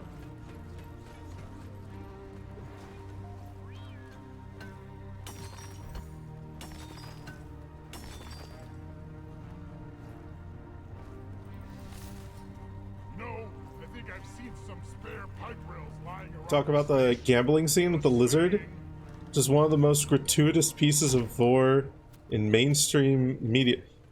Gambling scene with the lizard in GOTG?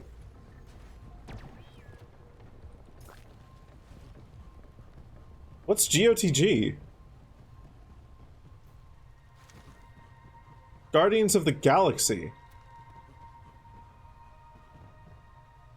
No shit, I don't remember actually.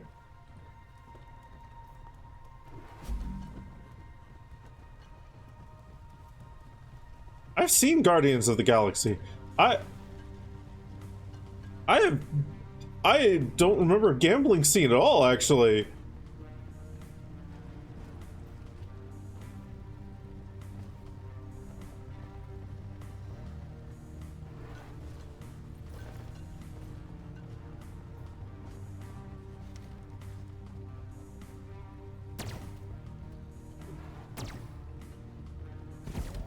Did I blank it from my memory?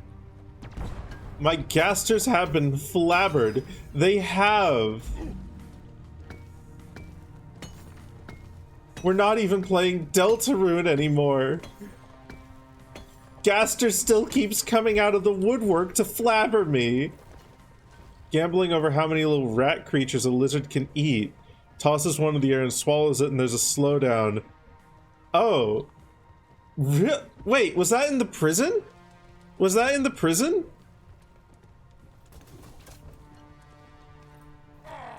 Was that when Rocket was in prison?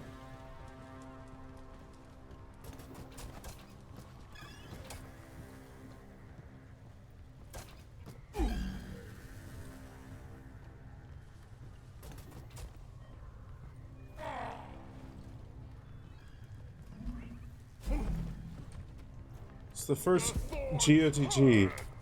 One techno rod on the way. I'm gonna have to look this up. I have to look this up on YouTube.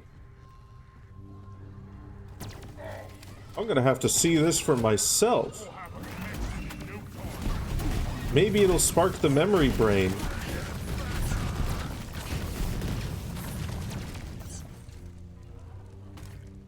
If and when I actually see it. When they just sold the artifact and are trying to relax gambling after. Really? Shit.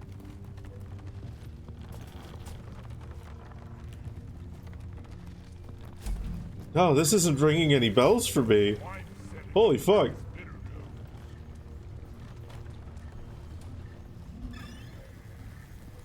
That's it. Connection established. Time to activate the hacking drone.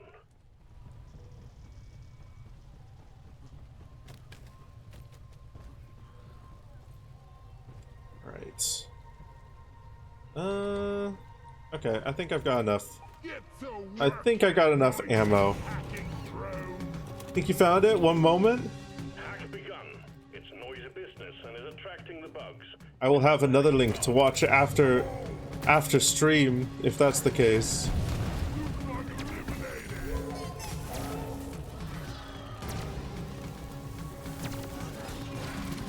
Hacking drone under attack.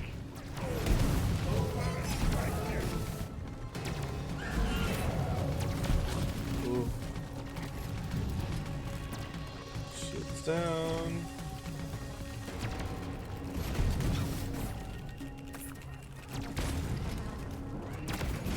The drone can't hack as long as there's bugs beating it up. Do something. Well, the drone is a coward and needs to just power through it. Hacking commencing again. Okay.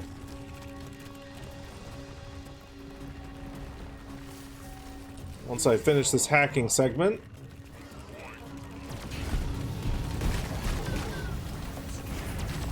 Keep the hacking drone secure. I'll go copy that. Not as gratuitous as you remembered. Okay. Blasted. The hacking drone has stopped. Clear the Your Vorny imagination made it more so. Praise be to Vorny imaginations. Gotta love them. The hacking drone is at it again.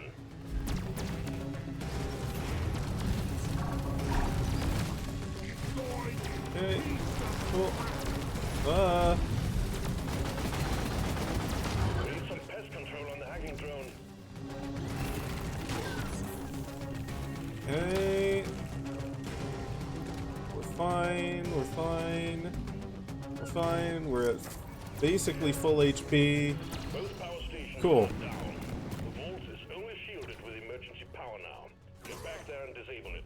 We're almost in. Alright. Caretaker's over that way. Cool. Right. Let me grab these YouTube links and put them into new tabs.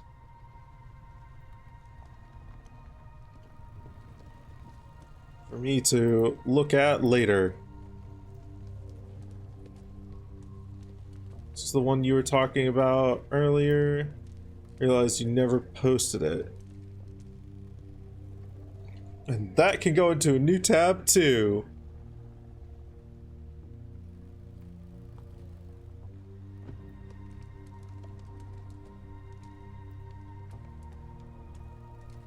Beautiful.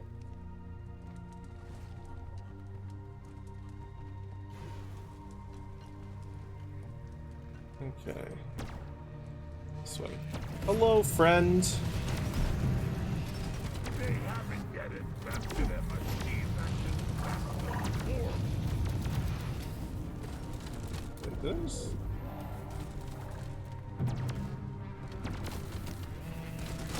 Get out of here. Cool. Oh god, yeah, Crash Bandicoot. Genuinely so much in Crash Bandicoot. The lions in Tiny's boss fight?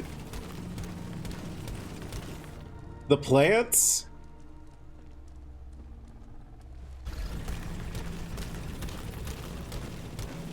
I swear there's a fish somewhere? There's so much.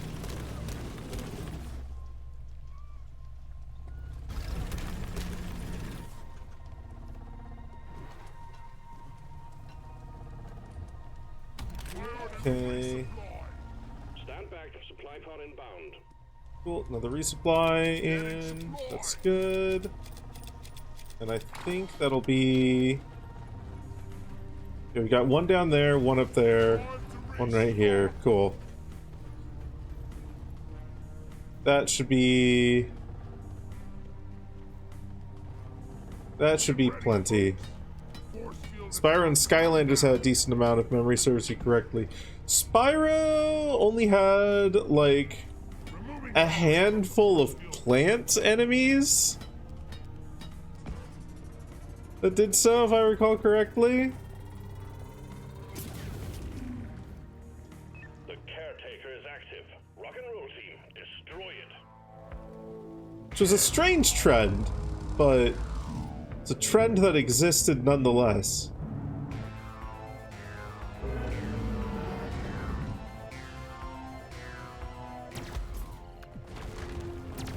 Okay, let's hit you with a second one. There we go. The caretaker is opening its eye thing. Shoot it. Ah, fuck. Okay.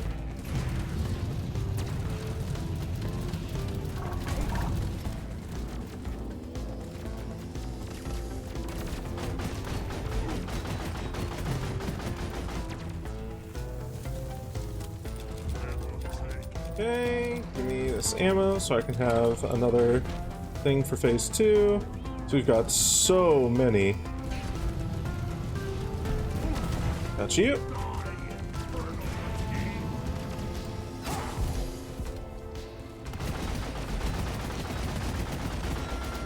Cool.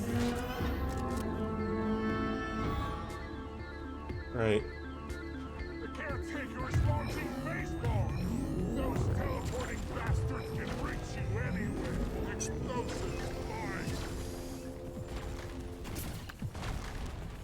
And then Destroy the fence. again.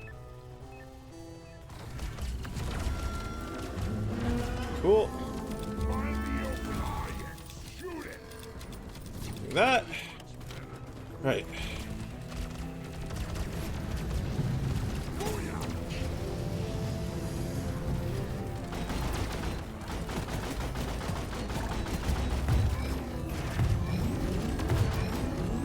Fuck. Okay, we're fine.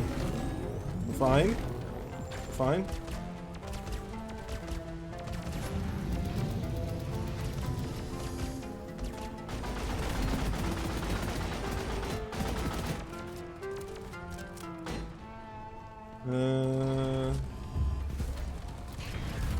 That.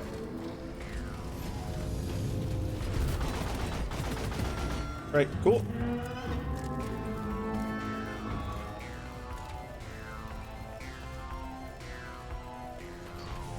Drop that there.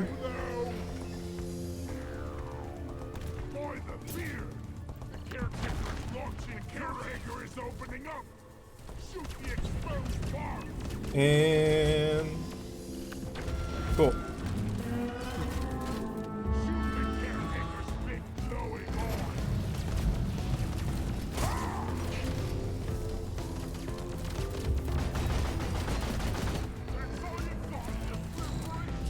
Fuck.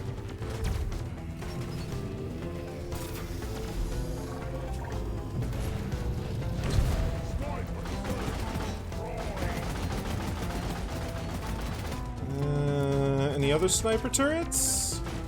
Any others? No? Okay.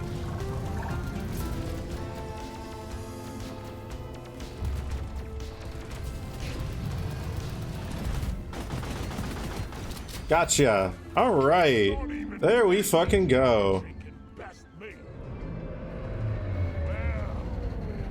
that taken care of. Time to grab the data rack. Huh. Alright. That went actually really cleanly. That was really smooth.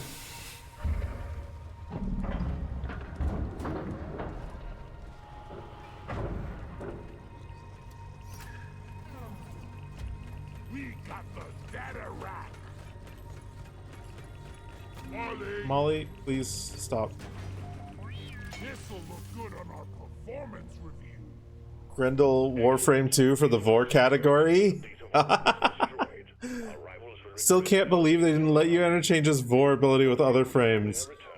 God, that's such a fucking wild feature.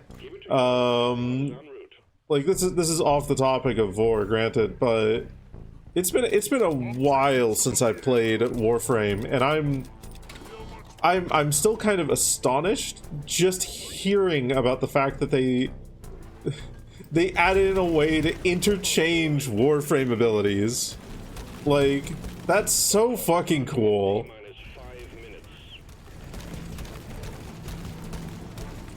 It almost makes me wish that I had, like, kept playing the game, because at this point, like, trying to go back to it, I've tried a couple of times, and every single time I've just been immediately overwhelmed. But if I'd stuck with it, then no doubt I'd probably be still enjoying the game to this day.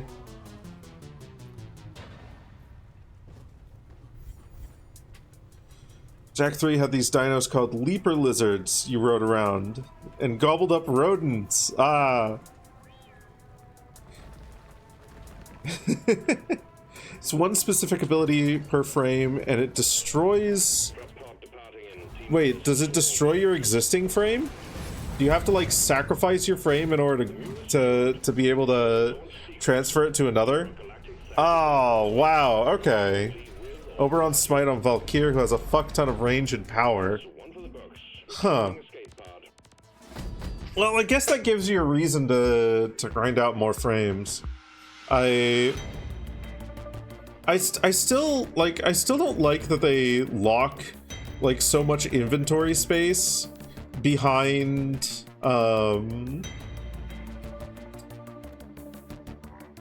premium currency, essentially. You only get nourished from Grendel, not feast, sadly. Damn. Can't subsume primes either. Damn. So does it replace, like, an existing ability? Or does it add, like, an additional ability onto the frame that you put it on? Hey, weapon maintenance completed.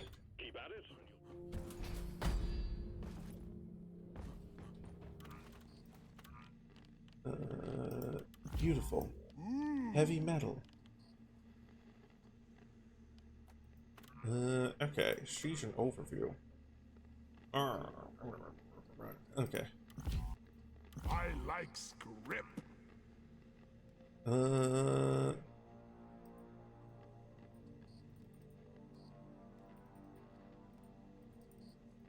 Where does it start? Ah, there. Okay. Yoink. Okay. You replace an existing ability of your choice. Ooh. Ooh. Okay. Interesting. Interesting. Very interesting. Yeah, I imagine that would create a lot of, like, really interesting builds, and I fucking love when games do that. Like shit, one of the reasons why I like Path of Exile and Path of Exile 2 is because on the passive web that they have, you get like jewel slots that you can put things, like you can put jewels into. And some of the unique jewels will completely change the passive web around an area. Like, I love mechanics like that. I love mechanics where it's just like, yeah, take this one thing and replace it with this other thing. Like, sometimes from somewhere entirely different, sometimes something entirely new, sometimes from another similar thing, or sometimes it's just like a side grade or what have you. But, yeah, no. You like how when you inhale an enemy in Kirby's Return to Dreamland, there's like full Kirby jiggle physics? You wish you got that on something sexier than a pink marshmallow. What do you mean? What do you mean? Kirby is the absolute height of sex appeal. There's nothing sexier than Kirby. Don't you just love how a pink blob looks? It's just perfect. Alright, I'm going to be right back again. I need to use the little dragon's room. I won't be too long. I'll be back real fucking quickly. Back soon.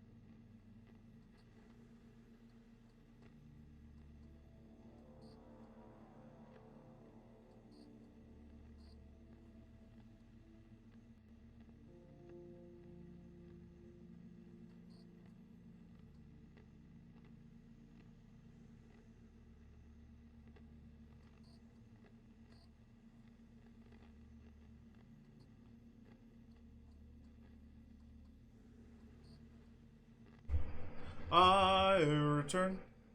You're stealing my hoard, Loopster? No, you can't. Its brain is... Yeah, no. The anime gave, like, a lot of really fucking wild lore for Kirby. Kirby right back at you is... It's a show. It's definitely a show. It's a show that exists. Not a bad show either. It's an okay show. Every Kirby game is not canon to each other unless specified. which makes the timeline for star allies very convoluted. Exceedingly. To with the intensity that inflation fans were in Kirby and the Forgotten World when he fills up with water. God, yeah, we do need more good Vor games. We do need more good Vor games. I think the only like really just flat out good Vor game that I can think of off the top of my head is Helix FTW. And even that's like in mostly a beta state. And it's mostly just a go and fight bosses sort of thing. There's no like meta progression around it or anything like that.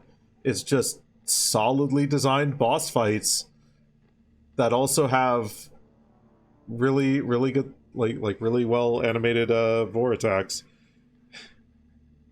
You don't even know if you would call that a Vor game?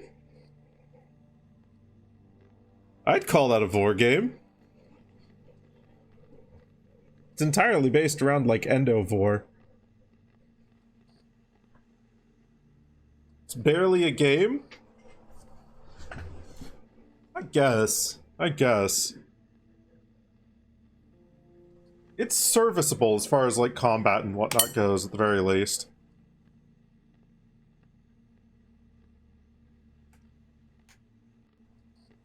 You can play it as a game, and it works decently well. It's okay. In my opinion, at least. Is it the best thing ever? No. Honestly, 90% of the reason you'd play it is for the very cute animations. Stop making the goal of the game to avoid the thing you're playing the game for. You tell everyone making more games. See, it does that for one playstyle, but then it also awards achievements for getting various cuddly states and whatnot.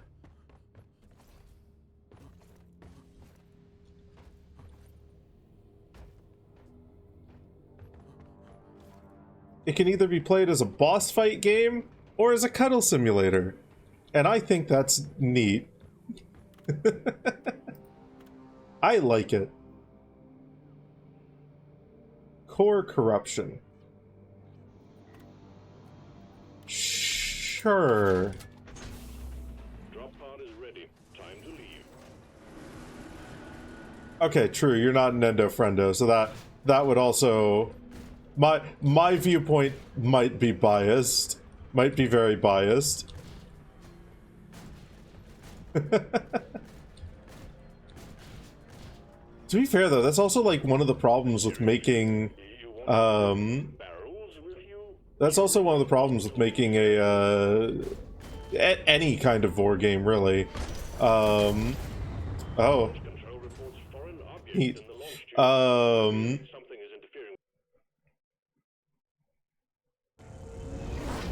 Because, like, there's so many different kinds of there's so many different like facets to Vor, essentially. If you hard focus on one of them, you're not going to please the others, and if you try and spread yourself super thin, you're just making a nightmare scenario for yourself.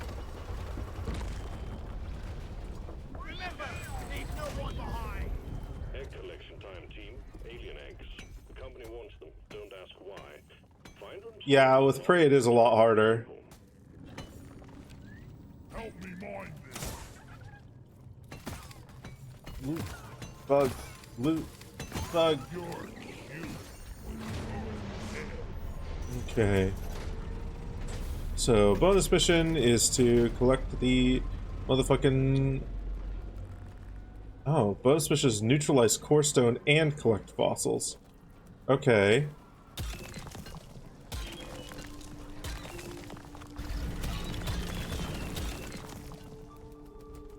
Interesting.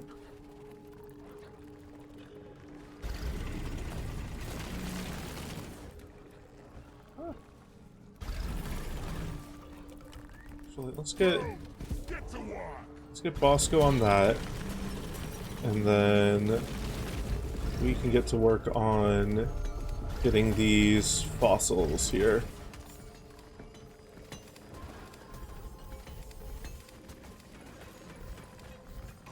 Ghosts and Japes is very good for non-endo. I haven't actually played Ghosts and Japes. I know you've mentioned it at least one other time before. I think I very briefly looked into it. But my brain ain't pulling up any specifics about it.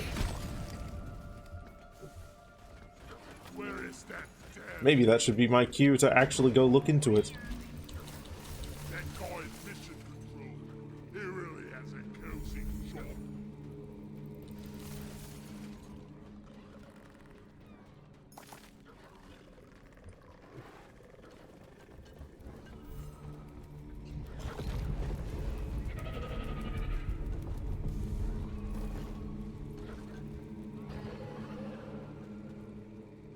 Okay. Let me up here. Right there.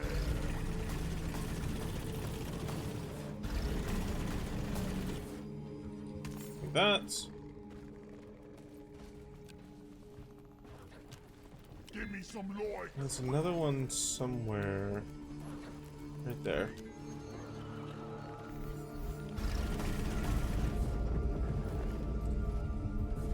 As tasty and enjoyable of a prey as possible.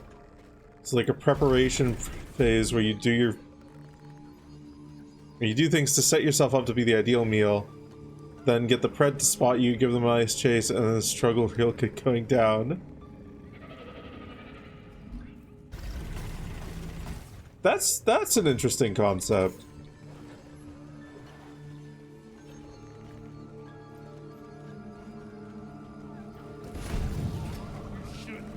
You super recommend it? You super recommend Ghosts and Japes? Noted.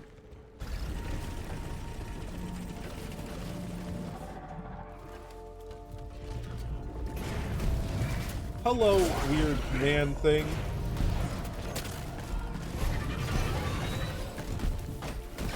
I'm going to shoot you with my gun. Oh, this is not good.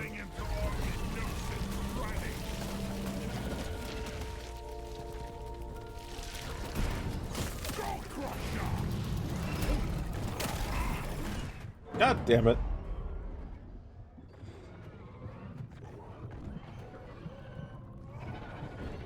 Oh, this is not good.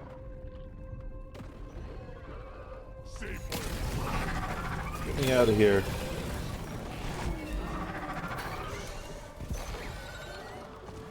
Oh boy. Oh boy.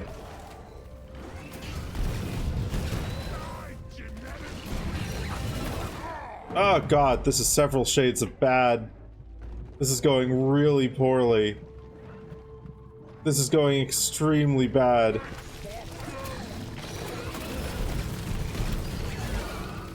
Okay. Let's go up here.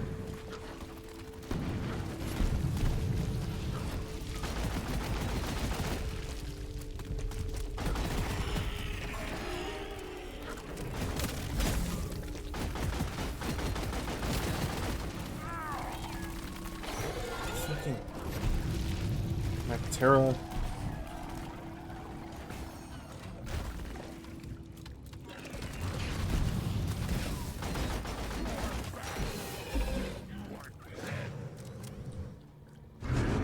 Okay. Right. What is that that just hurt me there? Ah, Jesus fuck. Okay. Right.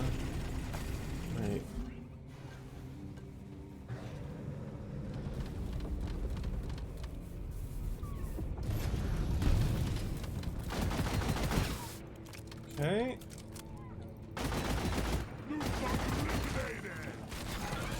Ah! Ah! I think we're gonna fail this mission.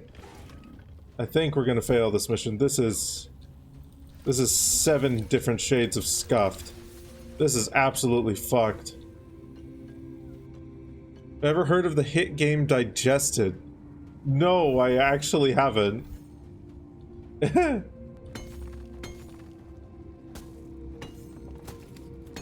type of gameplay where you aren't the pred or prey, but you're assisting the pred. It's also easy to make the win condition for. That would be, yeah.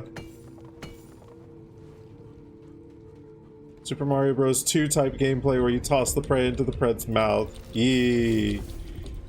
Creepy game, that one. Digested, you mean? It's on Steam as a demo. Okay, if it's a creepy game, it might not be my jam. Might not be my jam. Vor as horror is an interesting concept to me, but not one that I usually want to explore through the medium of video games.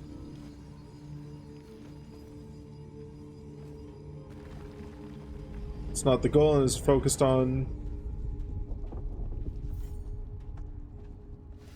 It's well, the Vor part, that's basically Slenderman. God, no. I'm very much not a fan of, like, Slenderman style games. When it comes to horror, there's a couple types that I usually go for. Either stuff like Aliens, where there is just so much effort put into, like, the monster, essentially, that, I shouldn't have done that. There's so much effort put into the monster that's like, holy shit, what a fucking fantastic, piece of art this is. I fucking died. Well, that's it for your hero. I made a horrible mistake starting that one up. There's multiple exits, you can take them at any time. Only one is real, the others kill you. You need to find snake eggs on the map. Everyone you find removes a bad exit on your map, but makes the snake faster. If it catches you, you get nommed. Okay. Yeah, no. Stuff like that, where it's like, walk around, find thing, get jump scared, is not usually my jam. Things like Alien Isolation, where Jesus fucking Christ, the amount of effort put into the alien and how it responds to you and reacts is insane. And God, that was a fantastic experience. Or things like mouth washing, where it's not a jump scare game, but it's a psychological horror game, where it's just like this constant deep sense of unease and distress.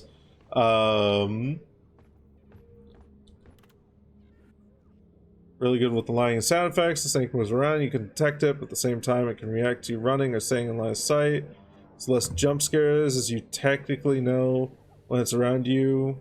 But of course, you can still get startled if you move around the wrong corner. I mean, yeah, but still, my point still stands. It doesn't sound like my kind of game. I'm not saying it's a bad game. It's just not my kind of game. The description holds zero interest to me.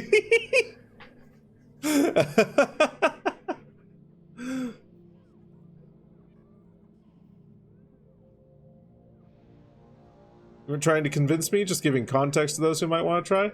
Okay, fair enough. Okay, attempt 2. It's an albino snake, so it's really cute.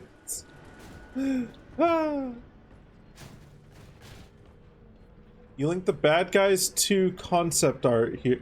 I don't think you have, but I think I've seen it.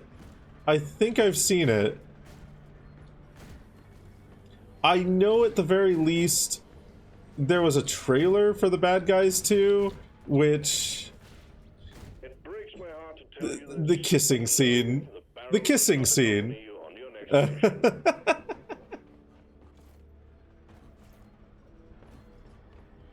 Okay. Let's rethink our loadout. Let's go back to the Colette Wave Cooker, because that is better for getting off fast damage. I think that'll be fine. The concept art goes way further. Oh no. Oh no. Noted. Okay, while this is loading, I'll take a look at that.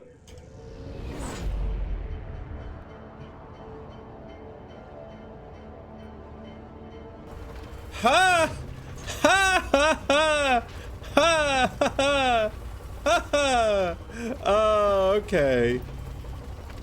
Okay.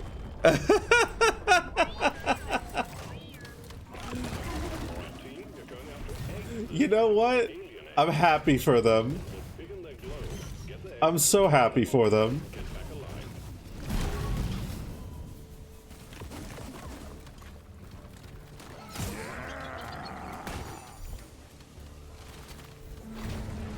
I hadn't actually seen that. Thank you for sharing that. Holy fuck. That's fucking great.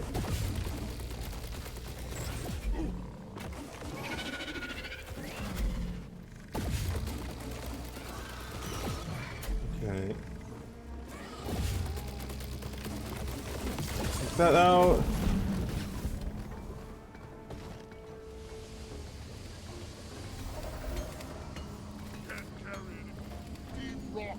Oh goodness, okay.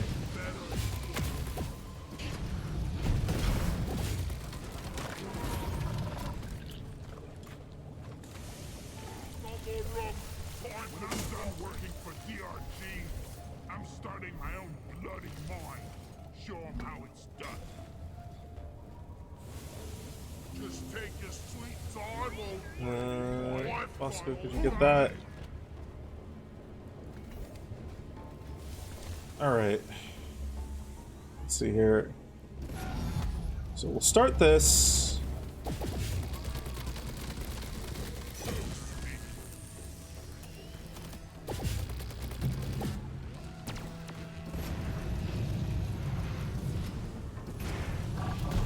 Cool.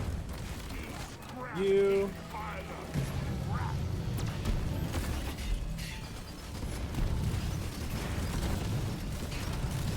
Oh boy.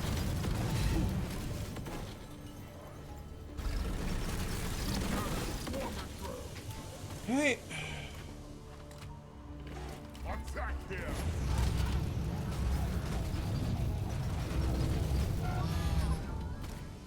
Good.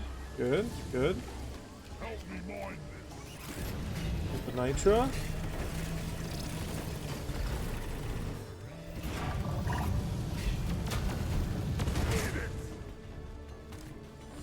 Okay. Can't carry anymore. Maybe 3 more. 1. Okay.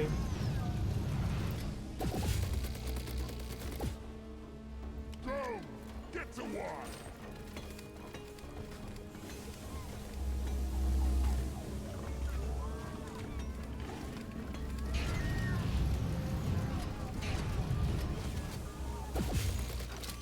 Cool. Mining done right is mining done by dwarf.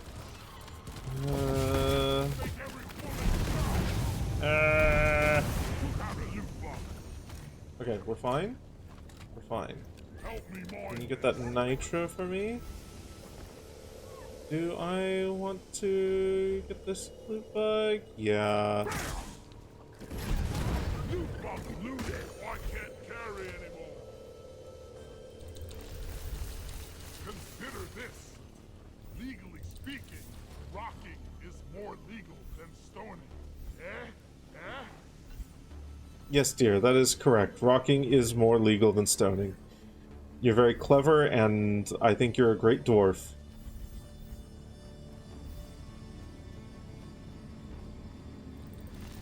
Okay. There should be some nitra now over down here. Oh, goodness. Oh, goodness. This Tri-Jaw away from me! Why do you deal so much damage? Oh, goodness.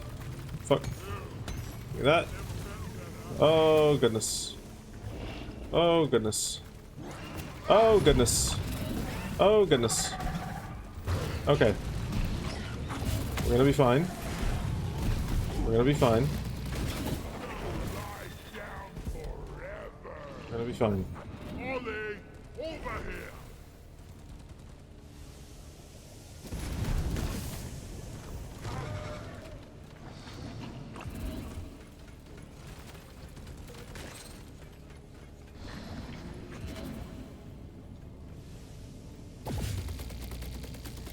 I need support. Overheated.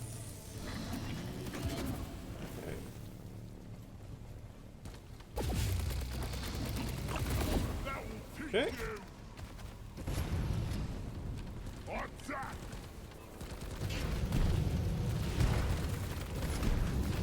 Alright. Can we finally get this nitra down here?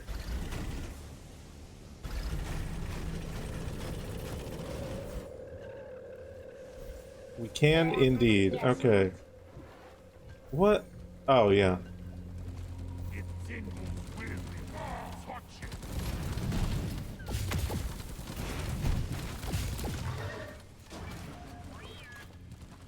Okay.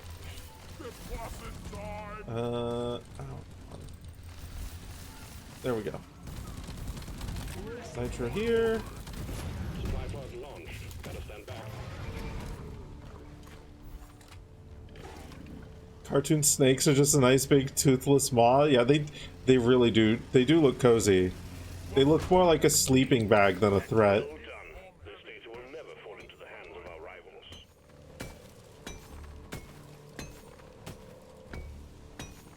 Real snakes are called danger noodles for a reason. You don't want to be squeezed by them. It hurts.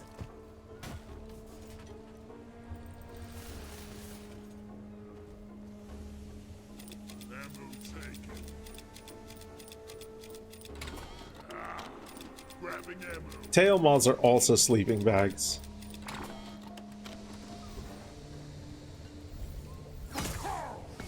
They're just sleeping bags that you might end up really, really, really deep in. And you might not be able to get back out of? At least, not until they let you out. Bosco, line it. Kinda at their mercy at that point, and frankly, it's your fault for, getting within nomming range anyway, so...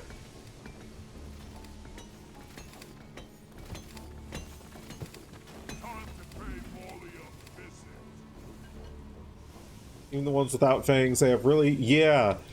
In a lot of cases, they've got those specifically to make it a whole hell of a lot harder for things to go back out of their mouth. Gee, I'm feeling poetic today.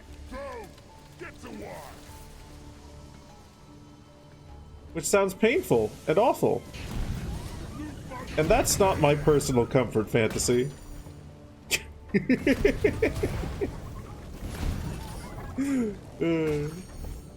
The best kind of sleeping bags don't let you out. You know, I gotta agree with that. I gotta agree with that. You're right. You're right. The best kind of sleeping bags are friends who won't let you go to work in the morning. Okay.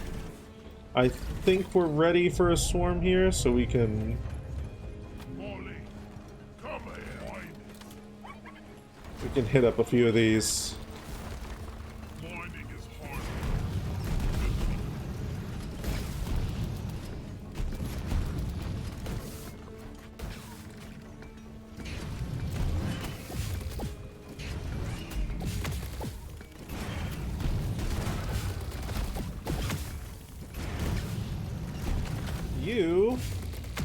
Stop that immediately, thank you.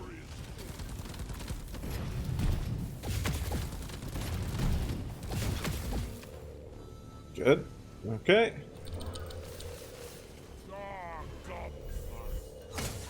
My muscle memory is coming back to me. This is good. Woo.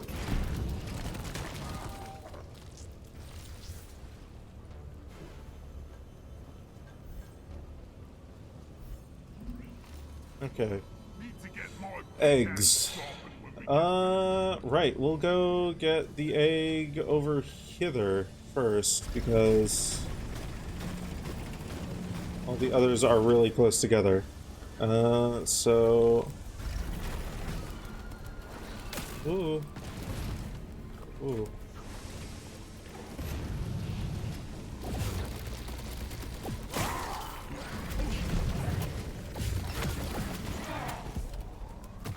Come on. Okay.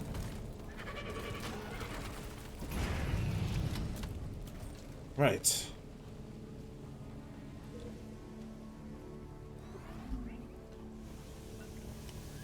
Go! Get to work! Really clean, wet. Barnacle down!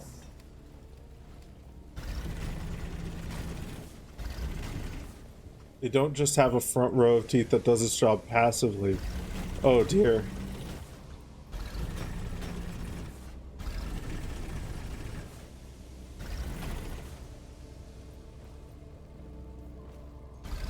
This sounds like it's going to real eldritch horror places. Okay, fuck this. Get that. Get that, Bosco.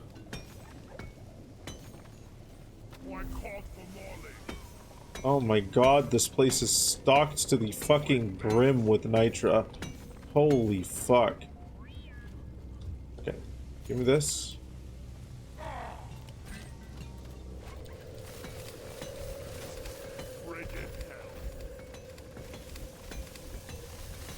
This is a flat-out obscene amount of nitra.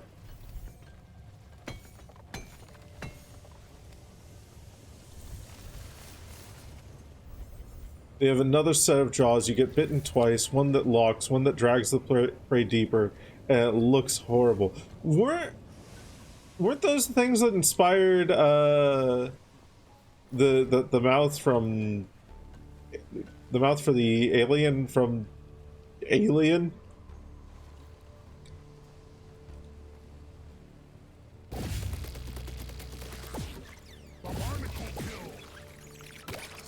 Ugh. Gross little things.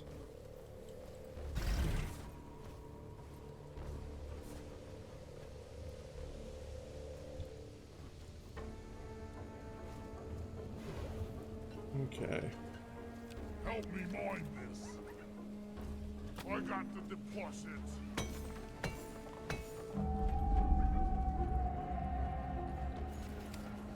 Okay. Right. Another mini swarm. If I had a credit Next one's probably going to be a proper swarm.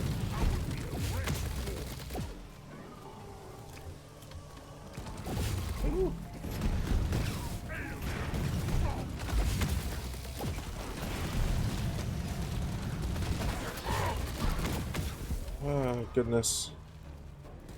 Fucking Tri-Jaw is... Ah, man.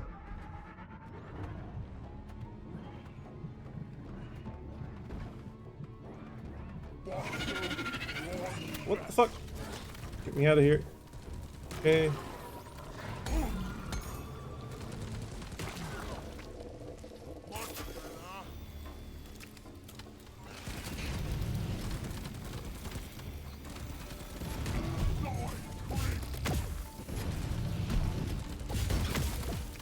Right, that's one of our revives down.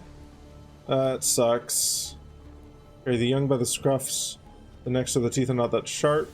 They make up for it with jaw strength. So those, they could make swallowing you be a gentle experience. The prince was not very sure. Oh, okay, yeah, yeah, yeah.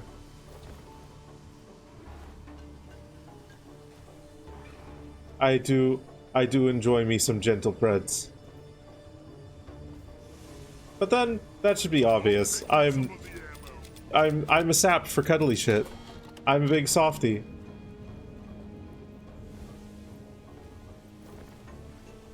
Hi, hello, yes. I would like to carry someone or be carried by the scruff of my neck. That would make my day.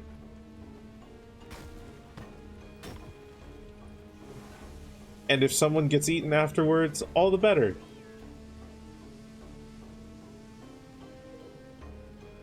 Okay. All right.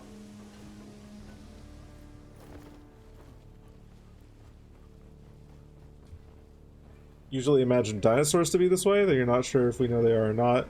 Gators are that way, but they also have a hair trigger. When was anthropomorphized, say they just can control that.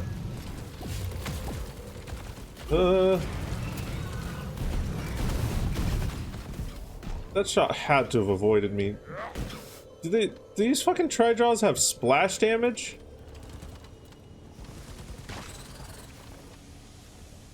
Cause I thought I dodged that shot that ended up hitting me. Which way am I fucking going? Going over there and up. So if we go up here.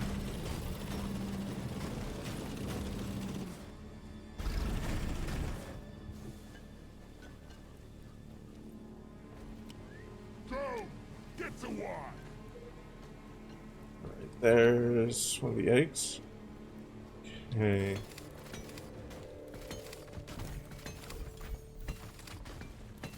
I'm probably going to fail this mission too, considering that I haven't encountered a swarm and I've already died once. Molly carries food and resupply. We shoot bugs. Supply drop has been ordered and is on the way. In a nutshell. Affection before vor and after reforming is appreciated, even if especially if the pred is dominant during the vor process. Pardon me. Aftercare is important. We love aftercare here.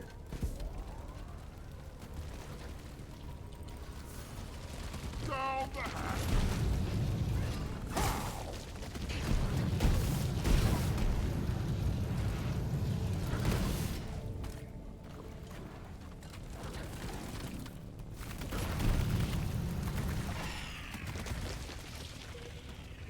They're actually ambush predators lurking out of sight in caves and under rocks.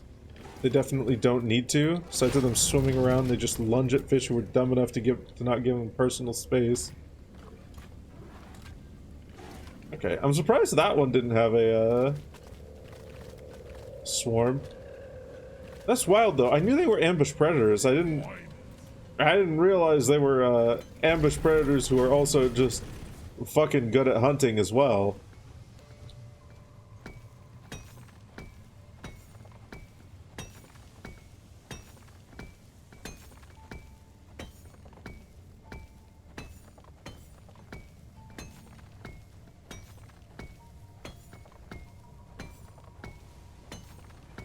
Inventory is full. Wally is on the Someone who likes domination and unwilling prey and they're just near real touchy-feely guy. Two things can be true at once. I should call for the mule. Help me mind this. There's a reason why aftercare is so important in, like, in the BDSM space and whatnot. Impositive. And it kind of holds a lot of similar sort of vibes to Vor in general.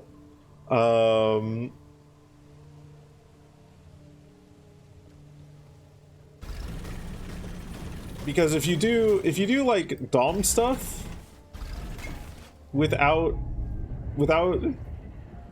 like Swarm detected. communication and aftercare and whatnot, then that's just abuse. That's just abuse. Like, Depositing mineral. I'm certain there's the case here and there where the submissive doesn't need the aftercare or what have you, but in most cases, from what I understand, that is a big part of it. Making sure that they know after the scene is over that they're loved, that everything is like hunky-dory, and that everyone had a good time, etc., etc., etc.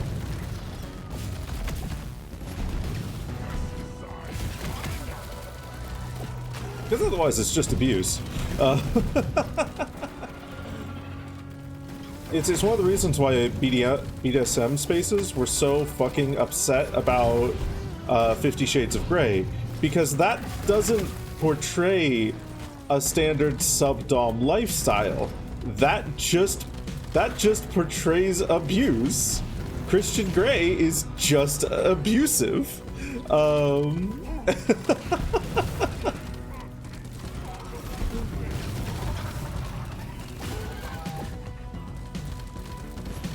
It's all fantasy. When it interacts with real life, consent's required even if the character is playing unwilling. Exactly. Exactly.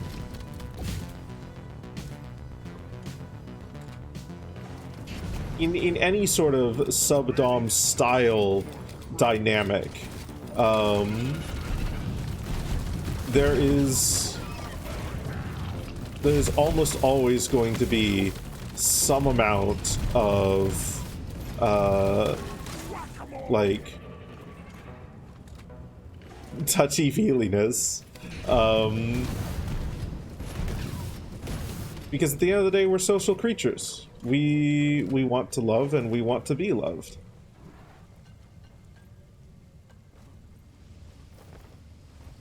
And reassuring someone that they're loved is a big, important part of everything around that. Mostly unwilling is not a concept that works for you. Even with set boundaries, you never know where the limit is. Every step you do brings you further from your goal of actually getting home. And that's fair. That's fair. I am a fan of CNC, or consensual non-consent.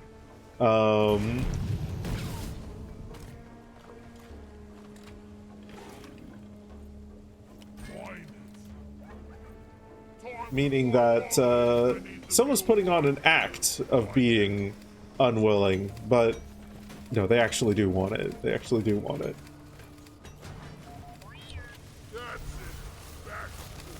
But in the case of like roleplay and whatnot, and I get the feeling Helix is already addressing this, in the case of just pure unwilling and whatnot, like, granted, valid for you if you can't put yourself into that mind space, or if you don't want to put yourself into that mind space. I generally don't want to. But it's important to note that, like, the goal of both players is for the character to end up eaten, obviously. But the goal of the character will be different from that. But you're putting together a scene where, yeah, no, it's kind of inevitable. It's gonna happen. Like, regardless of how hard they try, it's going to happen. Get to work.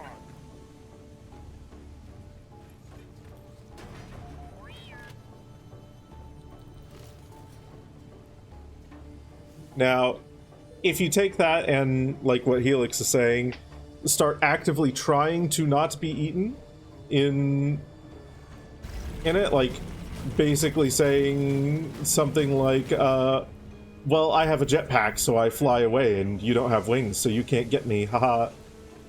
Then there's been a severe miscommunication somewhere. Someone's fucked up.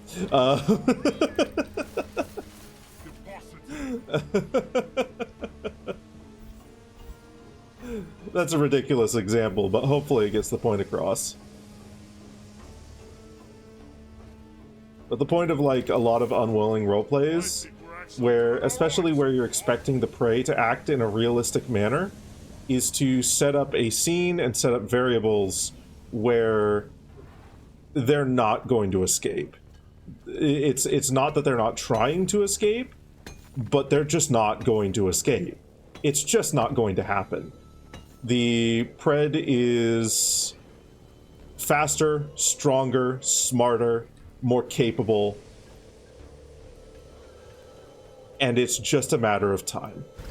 And everything in between that is just teasing for the players. Once you actually plan it out fully, which is kind of boring. You don't even need to plan it out fully. I've done a couple of unwilling scenes.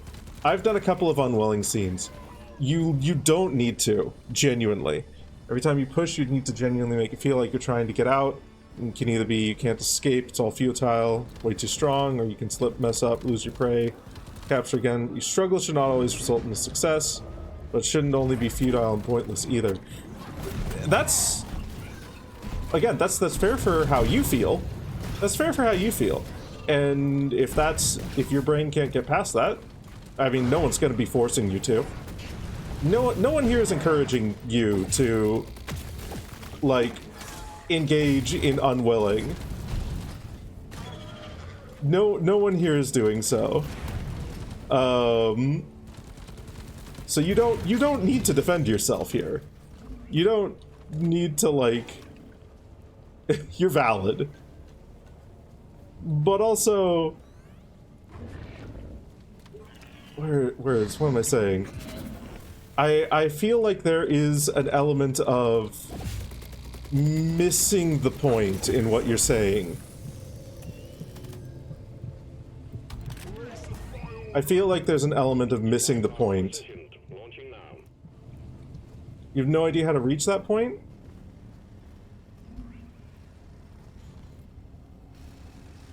I think the only thing would be you accept that if you're going into an unwilling roleplay, like, if you're the prey, then you're setting up a character that is not going to be able to escape. And if you're the pred, you're setting up a character that is going to be able to capture them. At the end of the day, the players are in control of everything. If they want that, it's going to happen.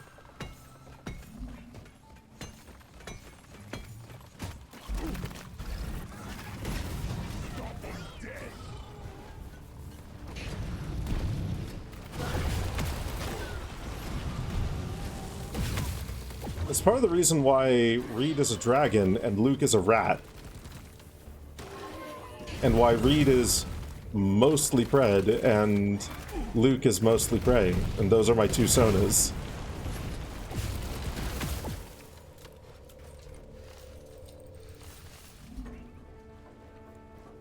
Yeah.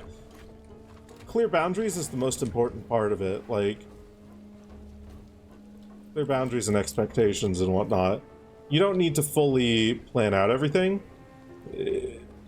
It's just learning how to yes and, I guess. It's not all that difficult. It's a lot less difficult than you make it out to be.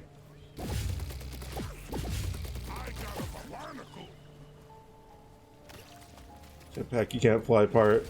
Yeah, so that's a lame kids thing. It was a ridiculous, like, sort of thing, but like hopefully it got the point across. Of like, yeah, no, you're not going to be setting that up if you want to be the prey. And if you do set it up that way, I mean, if you went in guaranteeing someone like an unwilling sort of experience, and then use the prey to do that, you're just bad at role playing. There's no two ways around it. You're just bad at role playing at that point. But then that's an absolutely ridiculous thing, and like I don't think anyone would actually be like, I have a jetpack in that situation. What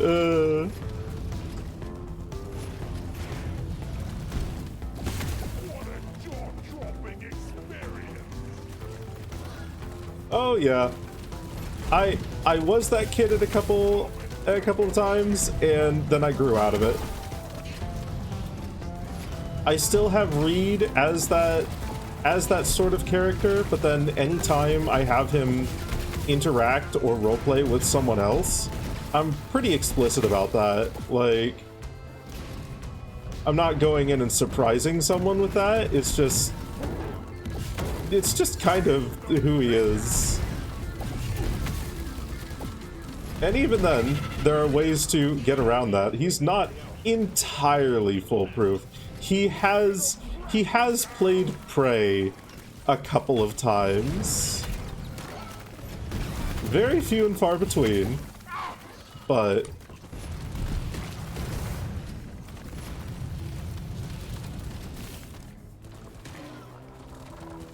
really subtle boundaries like the unwilling prey being too sad about dying, or you have to let the other player know not to do that. Yeah. It can be an open conversation too, as well. Like, you can discuss where you want the roleplay to go mid-roleplay with the person, and like that can be a valid part of the experience too. Hell, there's been times during tabletop RPG sessions where I've been like, okay, hold on, like where are you aiming to take this scene so that I can help? Like, where do you want your character to go with this? Why are you taking this cursed object here, or why are you doing this thing that doesn't make sense to me? Help me help you. Even in situations where the player will live or be reformed, them being really sad because they think they're going to die is a huge turn-off for me. And that is valid. And I'm assuming this is coming from a place of like, you have had to put a pause on a roleplay at one point and basically say, hey, can we redirect this a little bit?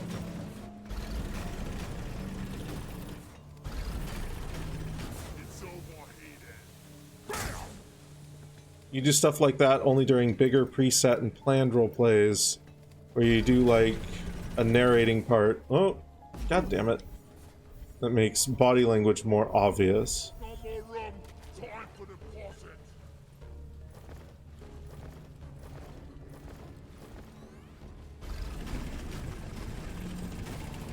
Oh, as in like explaining what the character's body language is and whatnot?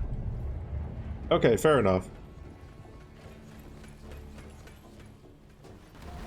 I mean, there's even times where, like, you wouldn't get something through body language, where it's like, okay, as players, it might be better for us all to understand what your character is trying to do and why. Not so that we can undercut you, but because if we don't know, we're probably going to undercut you. And everyone's gonna end up sad here, because we don't understand what you're doing or why. It's not often that I have to do that, thankfully. It's not often that I have to do that, but it is a healthy tool to have on the table. It also exists in Vor stories. Vor stories unexpectedly crossing your boundaries is so common that you straight up don't read them. Fair enough. Fair enough. More of like as if a third person were to interpret what is happening, how that person does that. I think I get you. I think I get what you mean. But mind you, you're talking about... It sounds like you're talking about character depictions, whereas the subject I'm kind of going on about is more player-to-player communication. and having that line of communication open.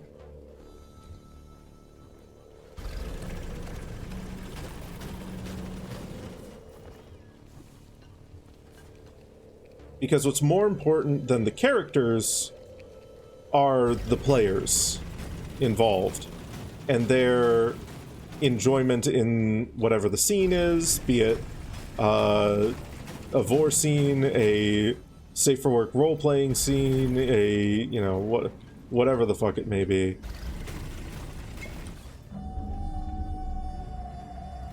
Swarm detected. Light 'em up. Ah, boy.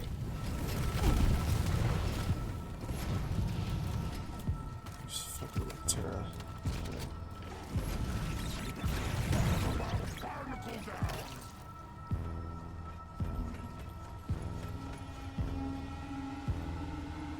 Swarm. I repeat, swarm.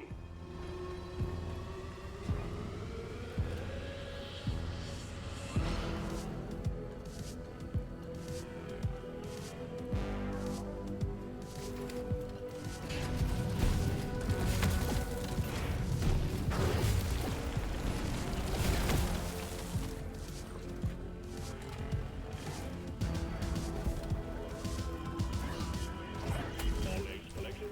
Management will be pleased. Escape pod button is active.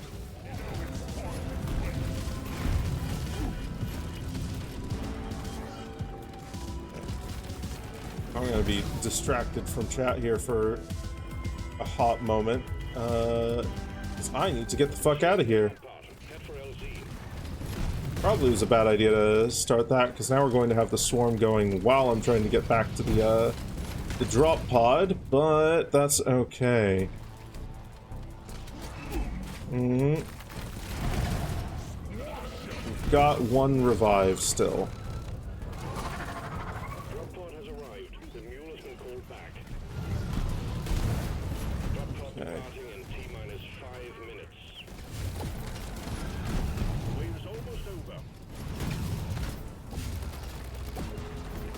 Fuck. Okay.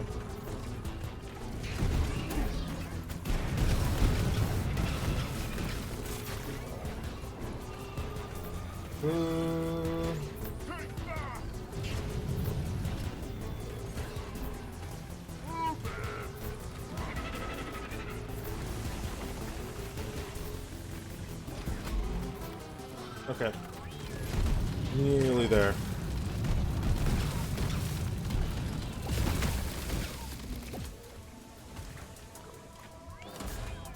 Try to avoid that as long as the other partner gets your intention. Extraction commencing. Good work. The mule has docked. Initiating launch sequence.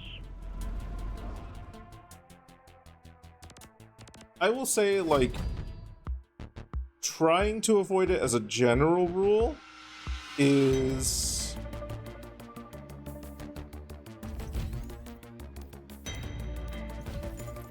generally a good idea, because it can break the flow, but I'm also it's also just generally a good tool to have on the table. Being able to talk frankly with people and being able to set boundaries and expectations is important, and normalizing that and being okay with that is very important. Yeah, Helix fucking beautifully said, if you're resisting something happening in an RP because you as a person don't want it, you need to stop doing that ASAP and learn to communicate out of characters in parentheses. If you don't want something to happen to your character, you communicate that to your roleplay partner. Like, period, end of statement. Like... because at the end of the day, when you're doing something like in an unwilling roleplay or what have you, like, or when you're doing something in any sort of roleplay, there is so fucking much possibility or capability for, like, misinterpretation Yeah, if you know the person well enough, you need it less and less. Exactly. Which is why you do the out of character early and, like, bring it up when it comes up. And if they become a long-term roleplay partner, then yeah, you'll need it less and less.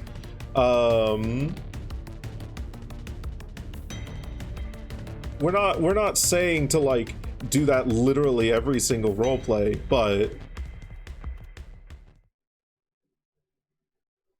I'm really confused about some of the pushback there, I guess. Because this is just like role-playing and improv 101 to me. Like, straight up, in my campaigns, session 0, I say, like, okay, are there any, like, hard no's or anything like that? Okay, maybe I misread some things then. Maybe I misread some things.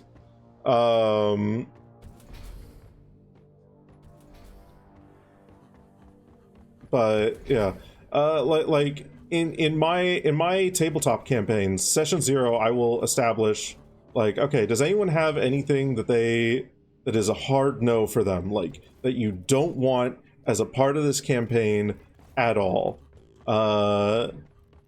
And like, if one of their things happens to be something that's like a core theme of the campaign, then I'll say to them, okay, this might not be a campaign for you then. But otherwise, like, it becomes a discussion of, like, okay, like, are there any more specifics to that? You know, and beyond that, okay, cool, yeah, it gets added to a list, and that doesn't happen in the campaign. And then I have specific buttons that are like, one for raising your hand when you want to speak in the virtual tabletop that I use, and then one for a stop the scene, we need to add another hard no to the list, which is like the red X button. And those are tools that they don't get used often. They don't get used very often, but I encourage my players to be comfortable with using them. Because their comfort and having everyone on the same page is far, far, far more important to me than the scene, quote unquote.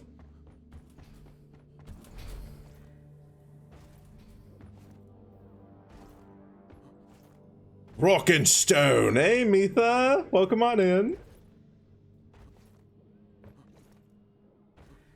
So yeah, that's why I at least am, like, being maybe a little bit more aggressive than I should be about this.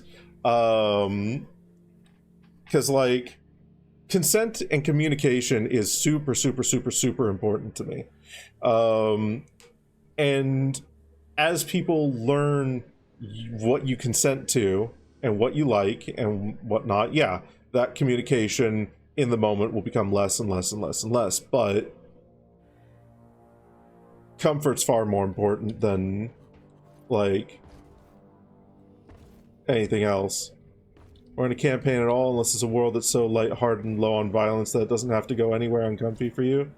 You don't know any TTRPGs like that? There's a couple here and there that you could probably homebrew for into. But yeah, I generally don't include vor in my campaigns as a kink thing. Like, if there's a creature that would eat other creatures, like a fucking giant toad or what have you, then sure.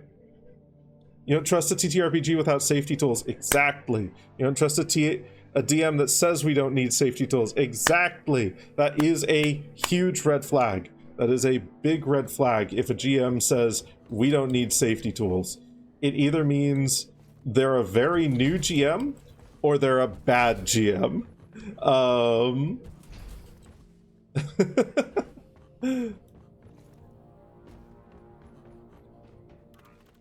But yeah, like, even all that being said, I think we had this discussion, like, yesterday on like Vor and whatnot, if you happen to be in one of my campaigns, since Vor is a hard no for you, like unless it was somehow central to the campaign that I wanted to tell, at which point, knowing that it's a hard no for you, I wouldn't invite you to the campaign anyway. Like but if it was just like, okay, there might be some incidental creatures that I would use that would have Vor as a mechanic, or rather Swallow Whole as a mechanic. It's on how many Pathfinder 2e monsters? Simultaneously more than you'd think and less than you'd think, which is really weird to say.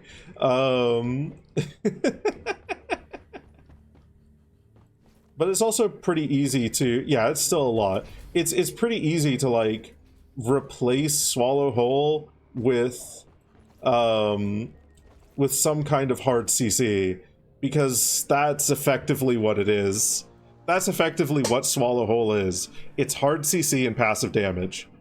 You don't like the trope of cutting your way on a monster's belly? That's valid. That's valid.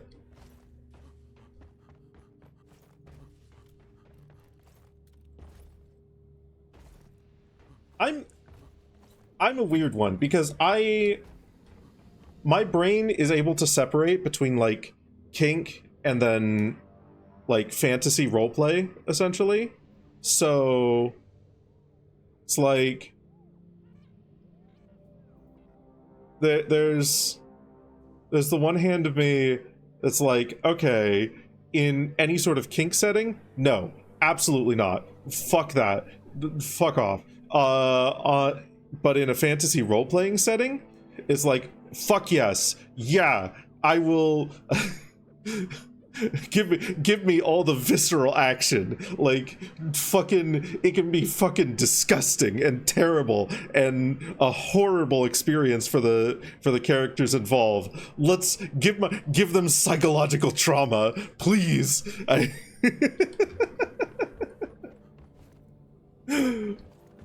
But yeah, no, that, like, as you say, you're not able to separate it from kink at all. That's valid. That's fair.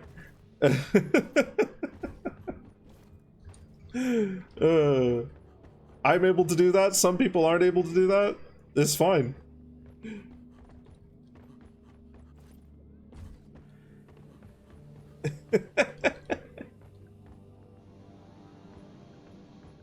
Okay.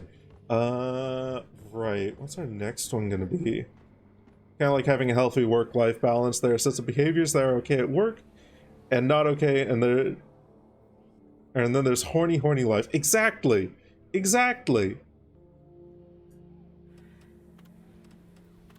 There's multiple different modes of Laveau. Right, I'm definitely not doing an escort on Has4. Mission selected. Powering up. That'll be pain. On board, team. That would be pain.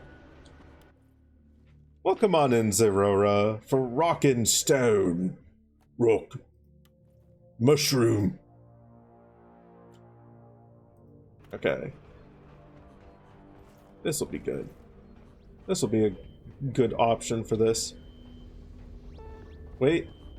I need my emotional support barrel.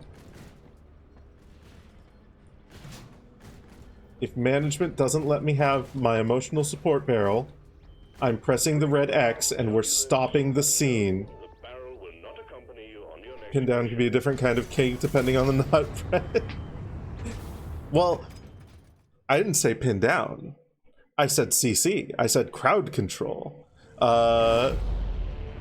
Because there's paralyze as an option. There's screaming so loud it stuns you for a bit as an option. There's what else? There's spitting a gob of gunk on your shoes, and then you can't get your shoes out of the gob of gunk, so you have to abandon your shoes. You have to abandon your shoes. You have to leave your shoes behind on the battlefield. You don't have any shoes anymore. The monster takes your shoes.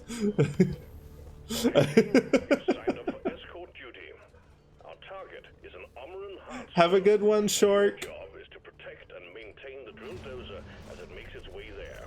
Get ready. Or can be either or kink or may still be. You can see it as totally non-ERP related.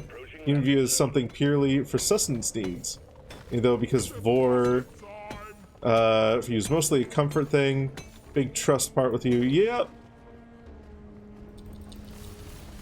Though for me, it's all of that, but then also the sexual aspect. Not the foot fetish. No, it's not a foot fetish. They're just losing their shoes. They're just losing their shoes, and we're definitely not going to put their shoeless feet up on WikiFeet.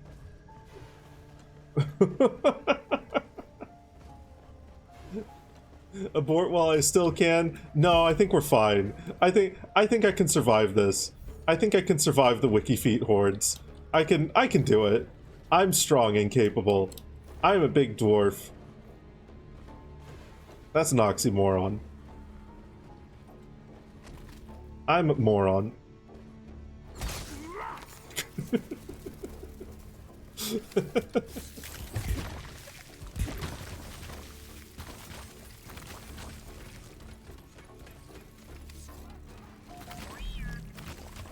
It crosses your boundaries and you get really uncomfortable and possibly is set. When it doesn't cross your boundaries, you can be a giant pervert about it.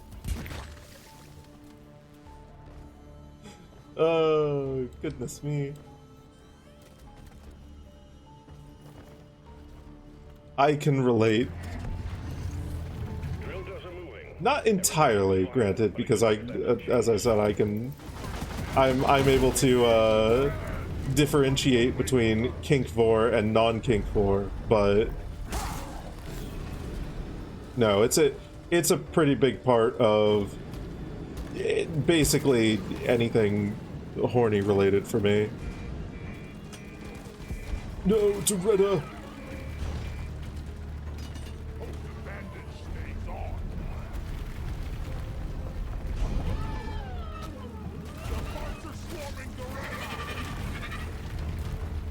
The bugs need to stop. Contact. Swarm approaching the drill dozer. Hunker down and load up. Okay. Probably not going to get all 14 Ebonets, but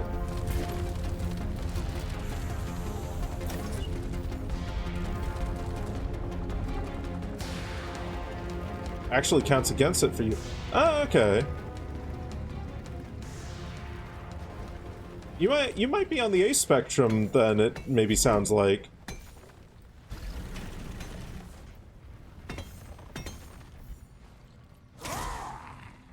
I said that as if defining it to you. That's probably not good of me to do.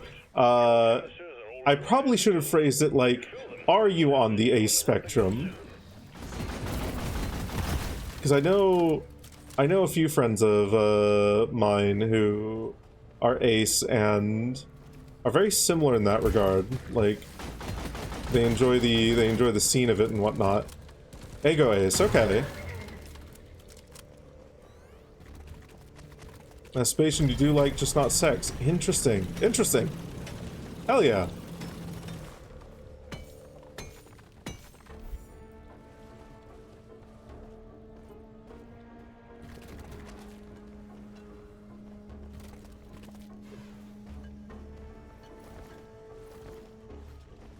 Sometimes where you like the sex, it's just not, or it's just rare. No, that's pretty common too. My partner, Sammy. They are ace as well.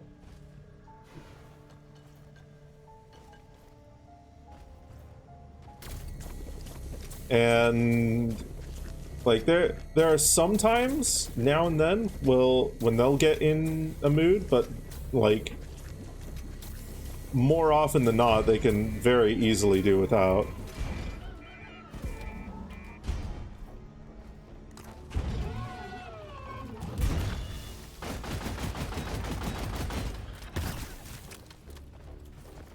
We gotta fix Donnie! Drill dozer fixed! But they also do like their gay romance. More so for the romance part than any sexual things that end up happening. Struggle to call yourself ace because you love when a pred has a specific boner. The asexuality and aromantic portion is more, you're not attracted to anything that exists in the real world, which puts you under ego. Okay. Okay.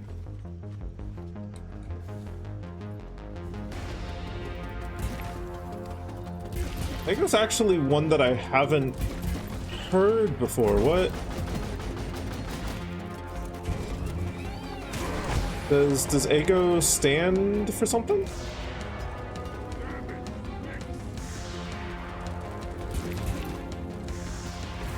Because I know asex obviously stands for asexual.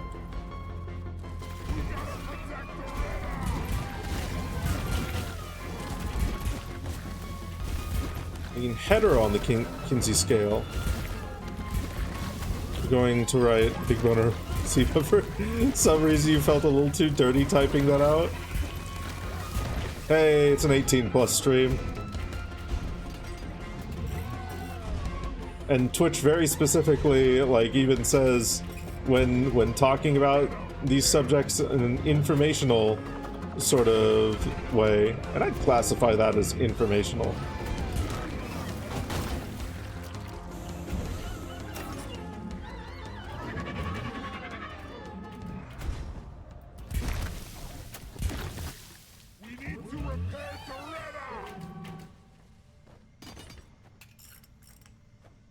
Beautiful.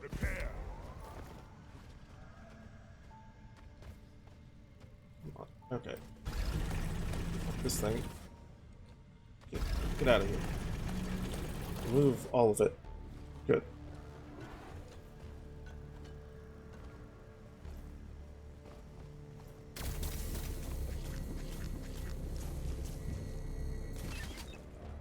Okay.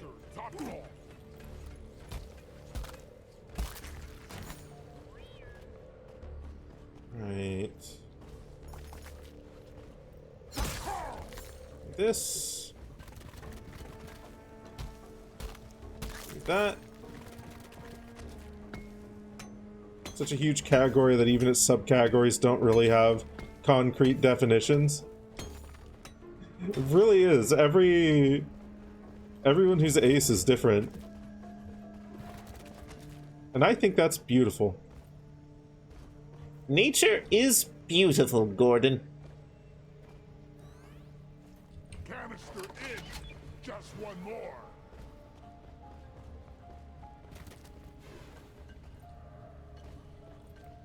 Only attracted to furries, sapient animals which don't exist. Don't really have your own category, though there's a lot of you.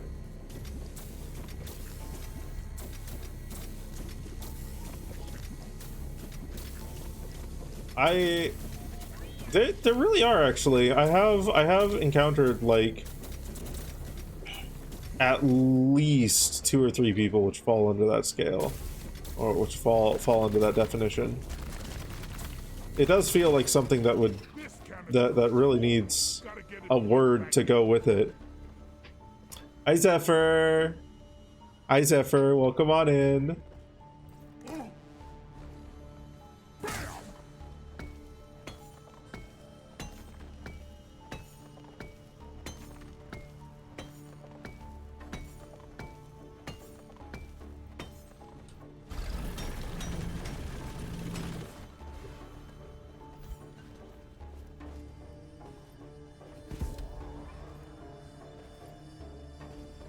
Whole subset of anime fans too. No interest in women, but perfectly fine with anime women. Well, see, they like anime, so they're inherently incorrect. No, I'm kidding. They're valid too. They're valid too.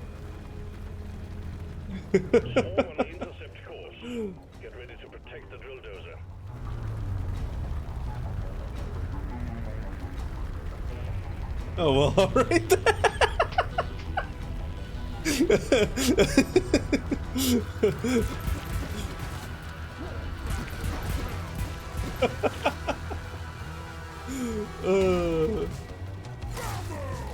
I am kidding. I am kidding. I'm being a shit.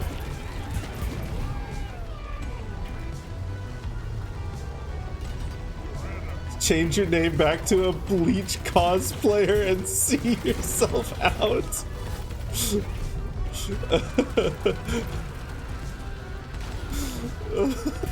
Wait, no, I didn't mean it.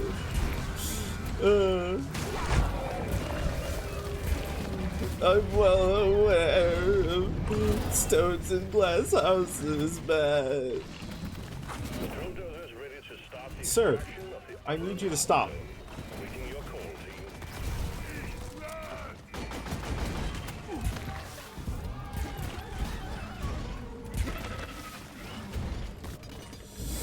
Repair this thing. Unless that anime character is like Renamon, of course. Exactly. Exactly. See, Renamon and Pokemon, they get a pass. They get a pass. They get a pass. But if you like... If you like normal anime, there's something wrong with you.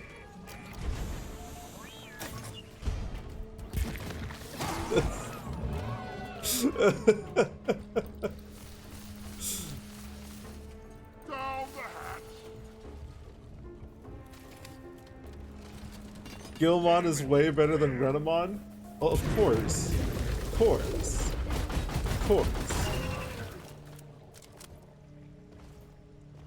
Just because Guilmon enjoyers are more correct than Renamon enjoyers doesn't mean that Renamon enjoyers aren't correct.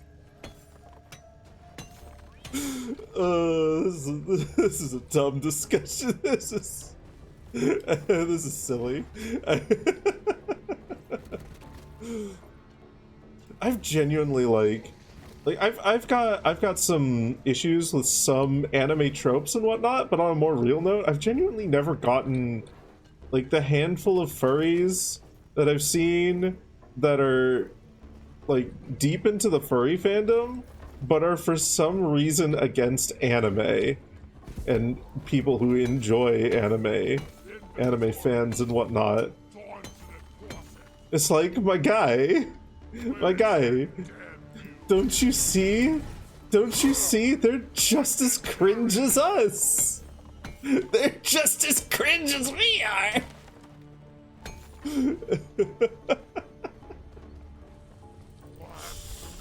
Wow. What kind of fiendish technology makes Molly constantly get in the way? I'm asking different questions about the fiendish technology. Species, but you're not referring to the personality in specific from the, Oh, okay. He has such a boopable snoot. He does. He does. He's also just very cute in general.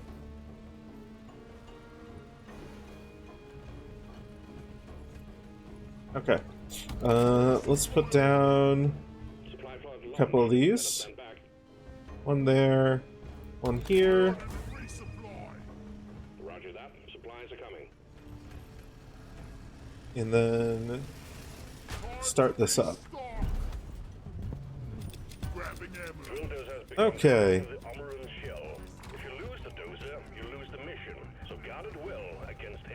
Yeah, Gilmon the character? No. Because, obviously. Gilmon the species? Yes.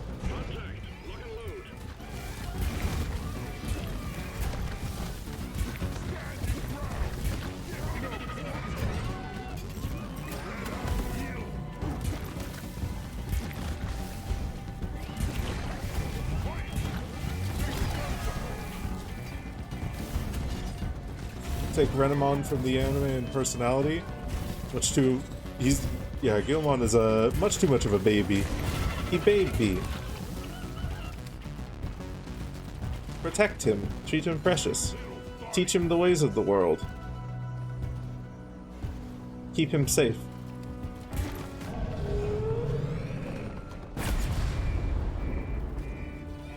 Says the red dragon, your flabbers remain ungasted. So far, so good. I know, I'm so predictable. I'm so predictable. Put a red lizard in front of me and I will say, yeah.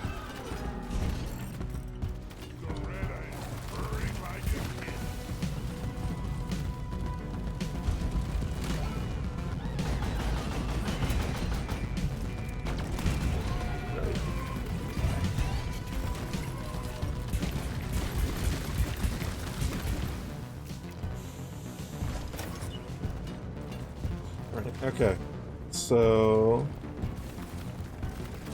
flying rocks are going to be a pain in the ass, but there are other aspects of this that are going to be really easy.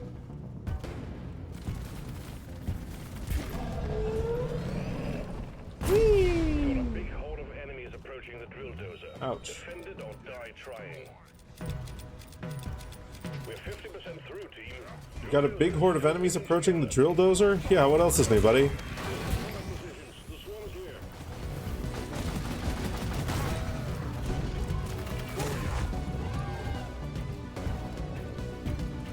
Probably should have ran gunner on this.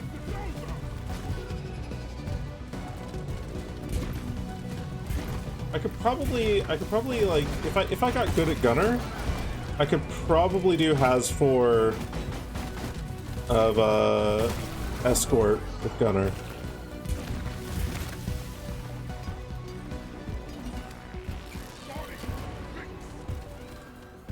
Germany, there was a male person behind Renamon. Interesting.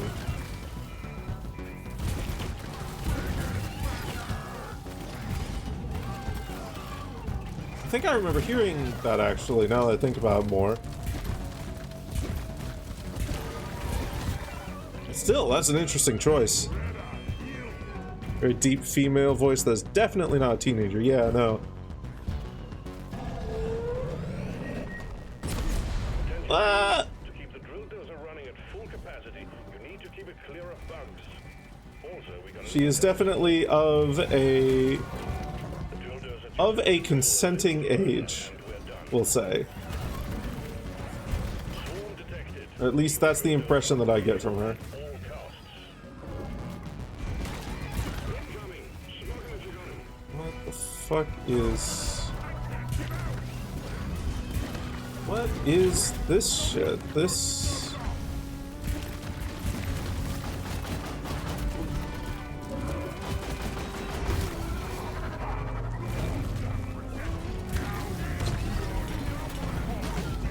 That's new. That's new and interesting. That's cool.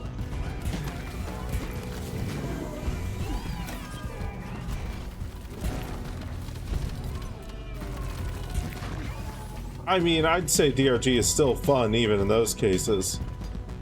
It's just a different kind of fun. Voiced as a younger adult who's maybe like 20 tops. Interesting.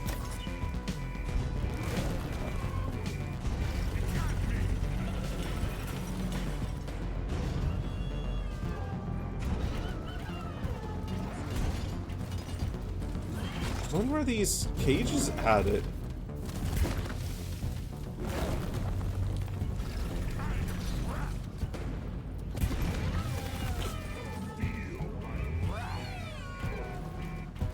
Those are new and cool as fuck. I like these. This is cool.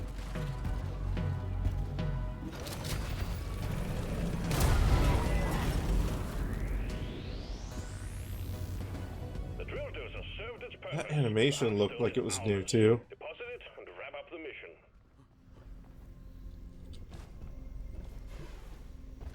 Okay. I haven't played Meat of the Hollower yet. It's on my list of games to play. It's on my list of games to play.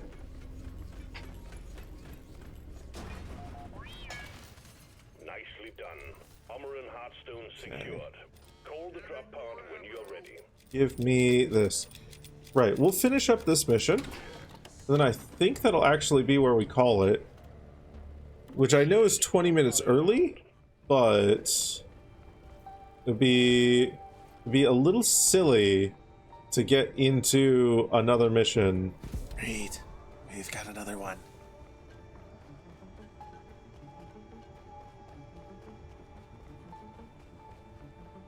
Minor side thing that's not plot important, just an unimportant side NPC.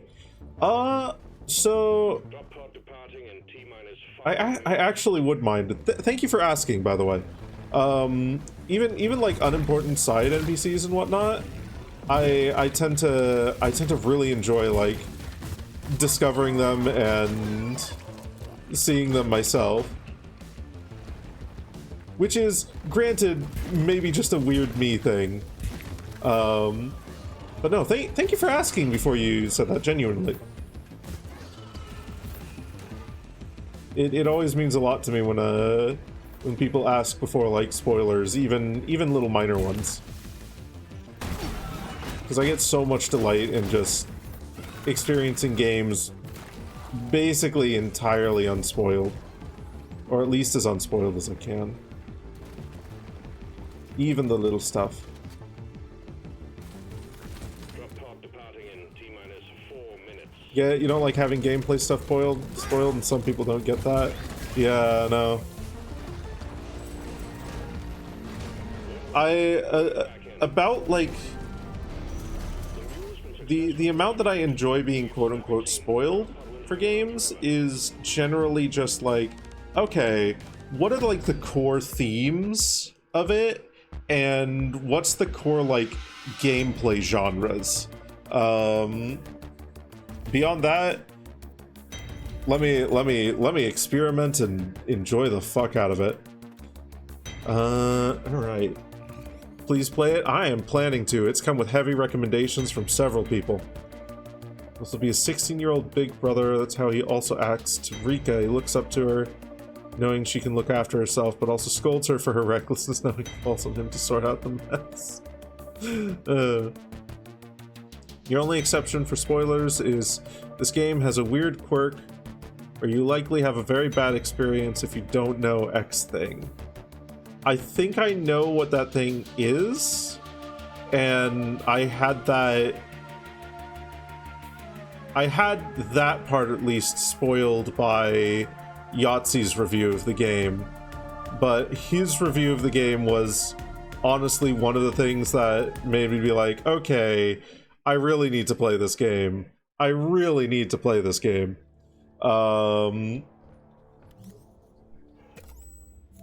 Dragon Dogma's 2 save system, or an easily missed early thing that fucks up the game if you don't do it. The first 2 items in the shop of Wonderful 101, yeah. I think I know what you're talking about. Either way, though. Either way. I think we're going to call that a stream. How far did we get in the performance pass? Because one of the things I eventually want to do with this game is 100% all these. I want to get all the seasons done. I want to get all of it. I want to get all the things.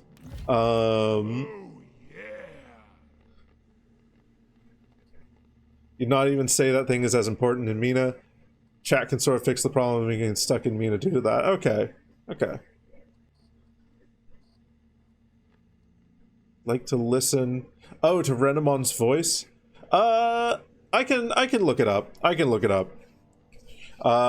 only say that because I kind of want to call stream here. Because I really need to go pee. And I've got like loads of other videos that I need to watch off stream. So we're gonna go to the end screen here. Whoa, we're here. Dodge and counter in the Wonderful 101 is your first 2 recommended items. In the original Wii U version, you can just not buy them, and it absolutely ruins the... Oh, goodness. Okay.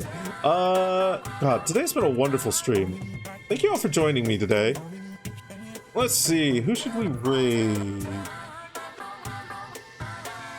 should we raid? Oh goodness. Oh goodness. Okay. I know we just recently raided her. But what? I'm getting coffee for some reason.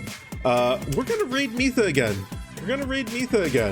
Because she's playing Deep Rock Galactic, so I've gotta. Mitha is a wonderful tigress. She's playing with Zetsun Alpha and Yami Shirakami. But yeah, we're gonna go raid a tigress. We're gonna go say hi to Mitha. If there were any time for Stone 4 and Rock. Stone 4 and Rock. Stone 4 and Rock. Stone 4 and Rock? Question mark. Feel free to shuffle up that order however you want. Just shuffle up the order for Rock and Stone however you like, and that's going to be our raid message today. I'm going to see you all again on Friday. Probably going to be playing Cursed Halo. We might be doing something else. It depends on if Sammy is feeling like streaming that day. Anyway, I love you all. Have a lovely day. Enjoy your time with Mitha. I'll see you on Friday. Bye-bye. Bye-bye. Bye-bye. Bye-bye.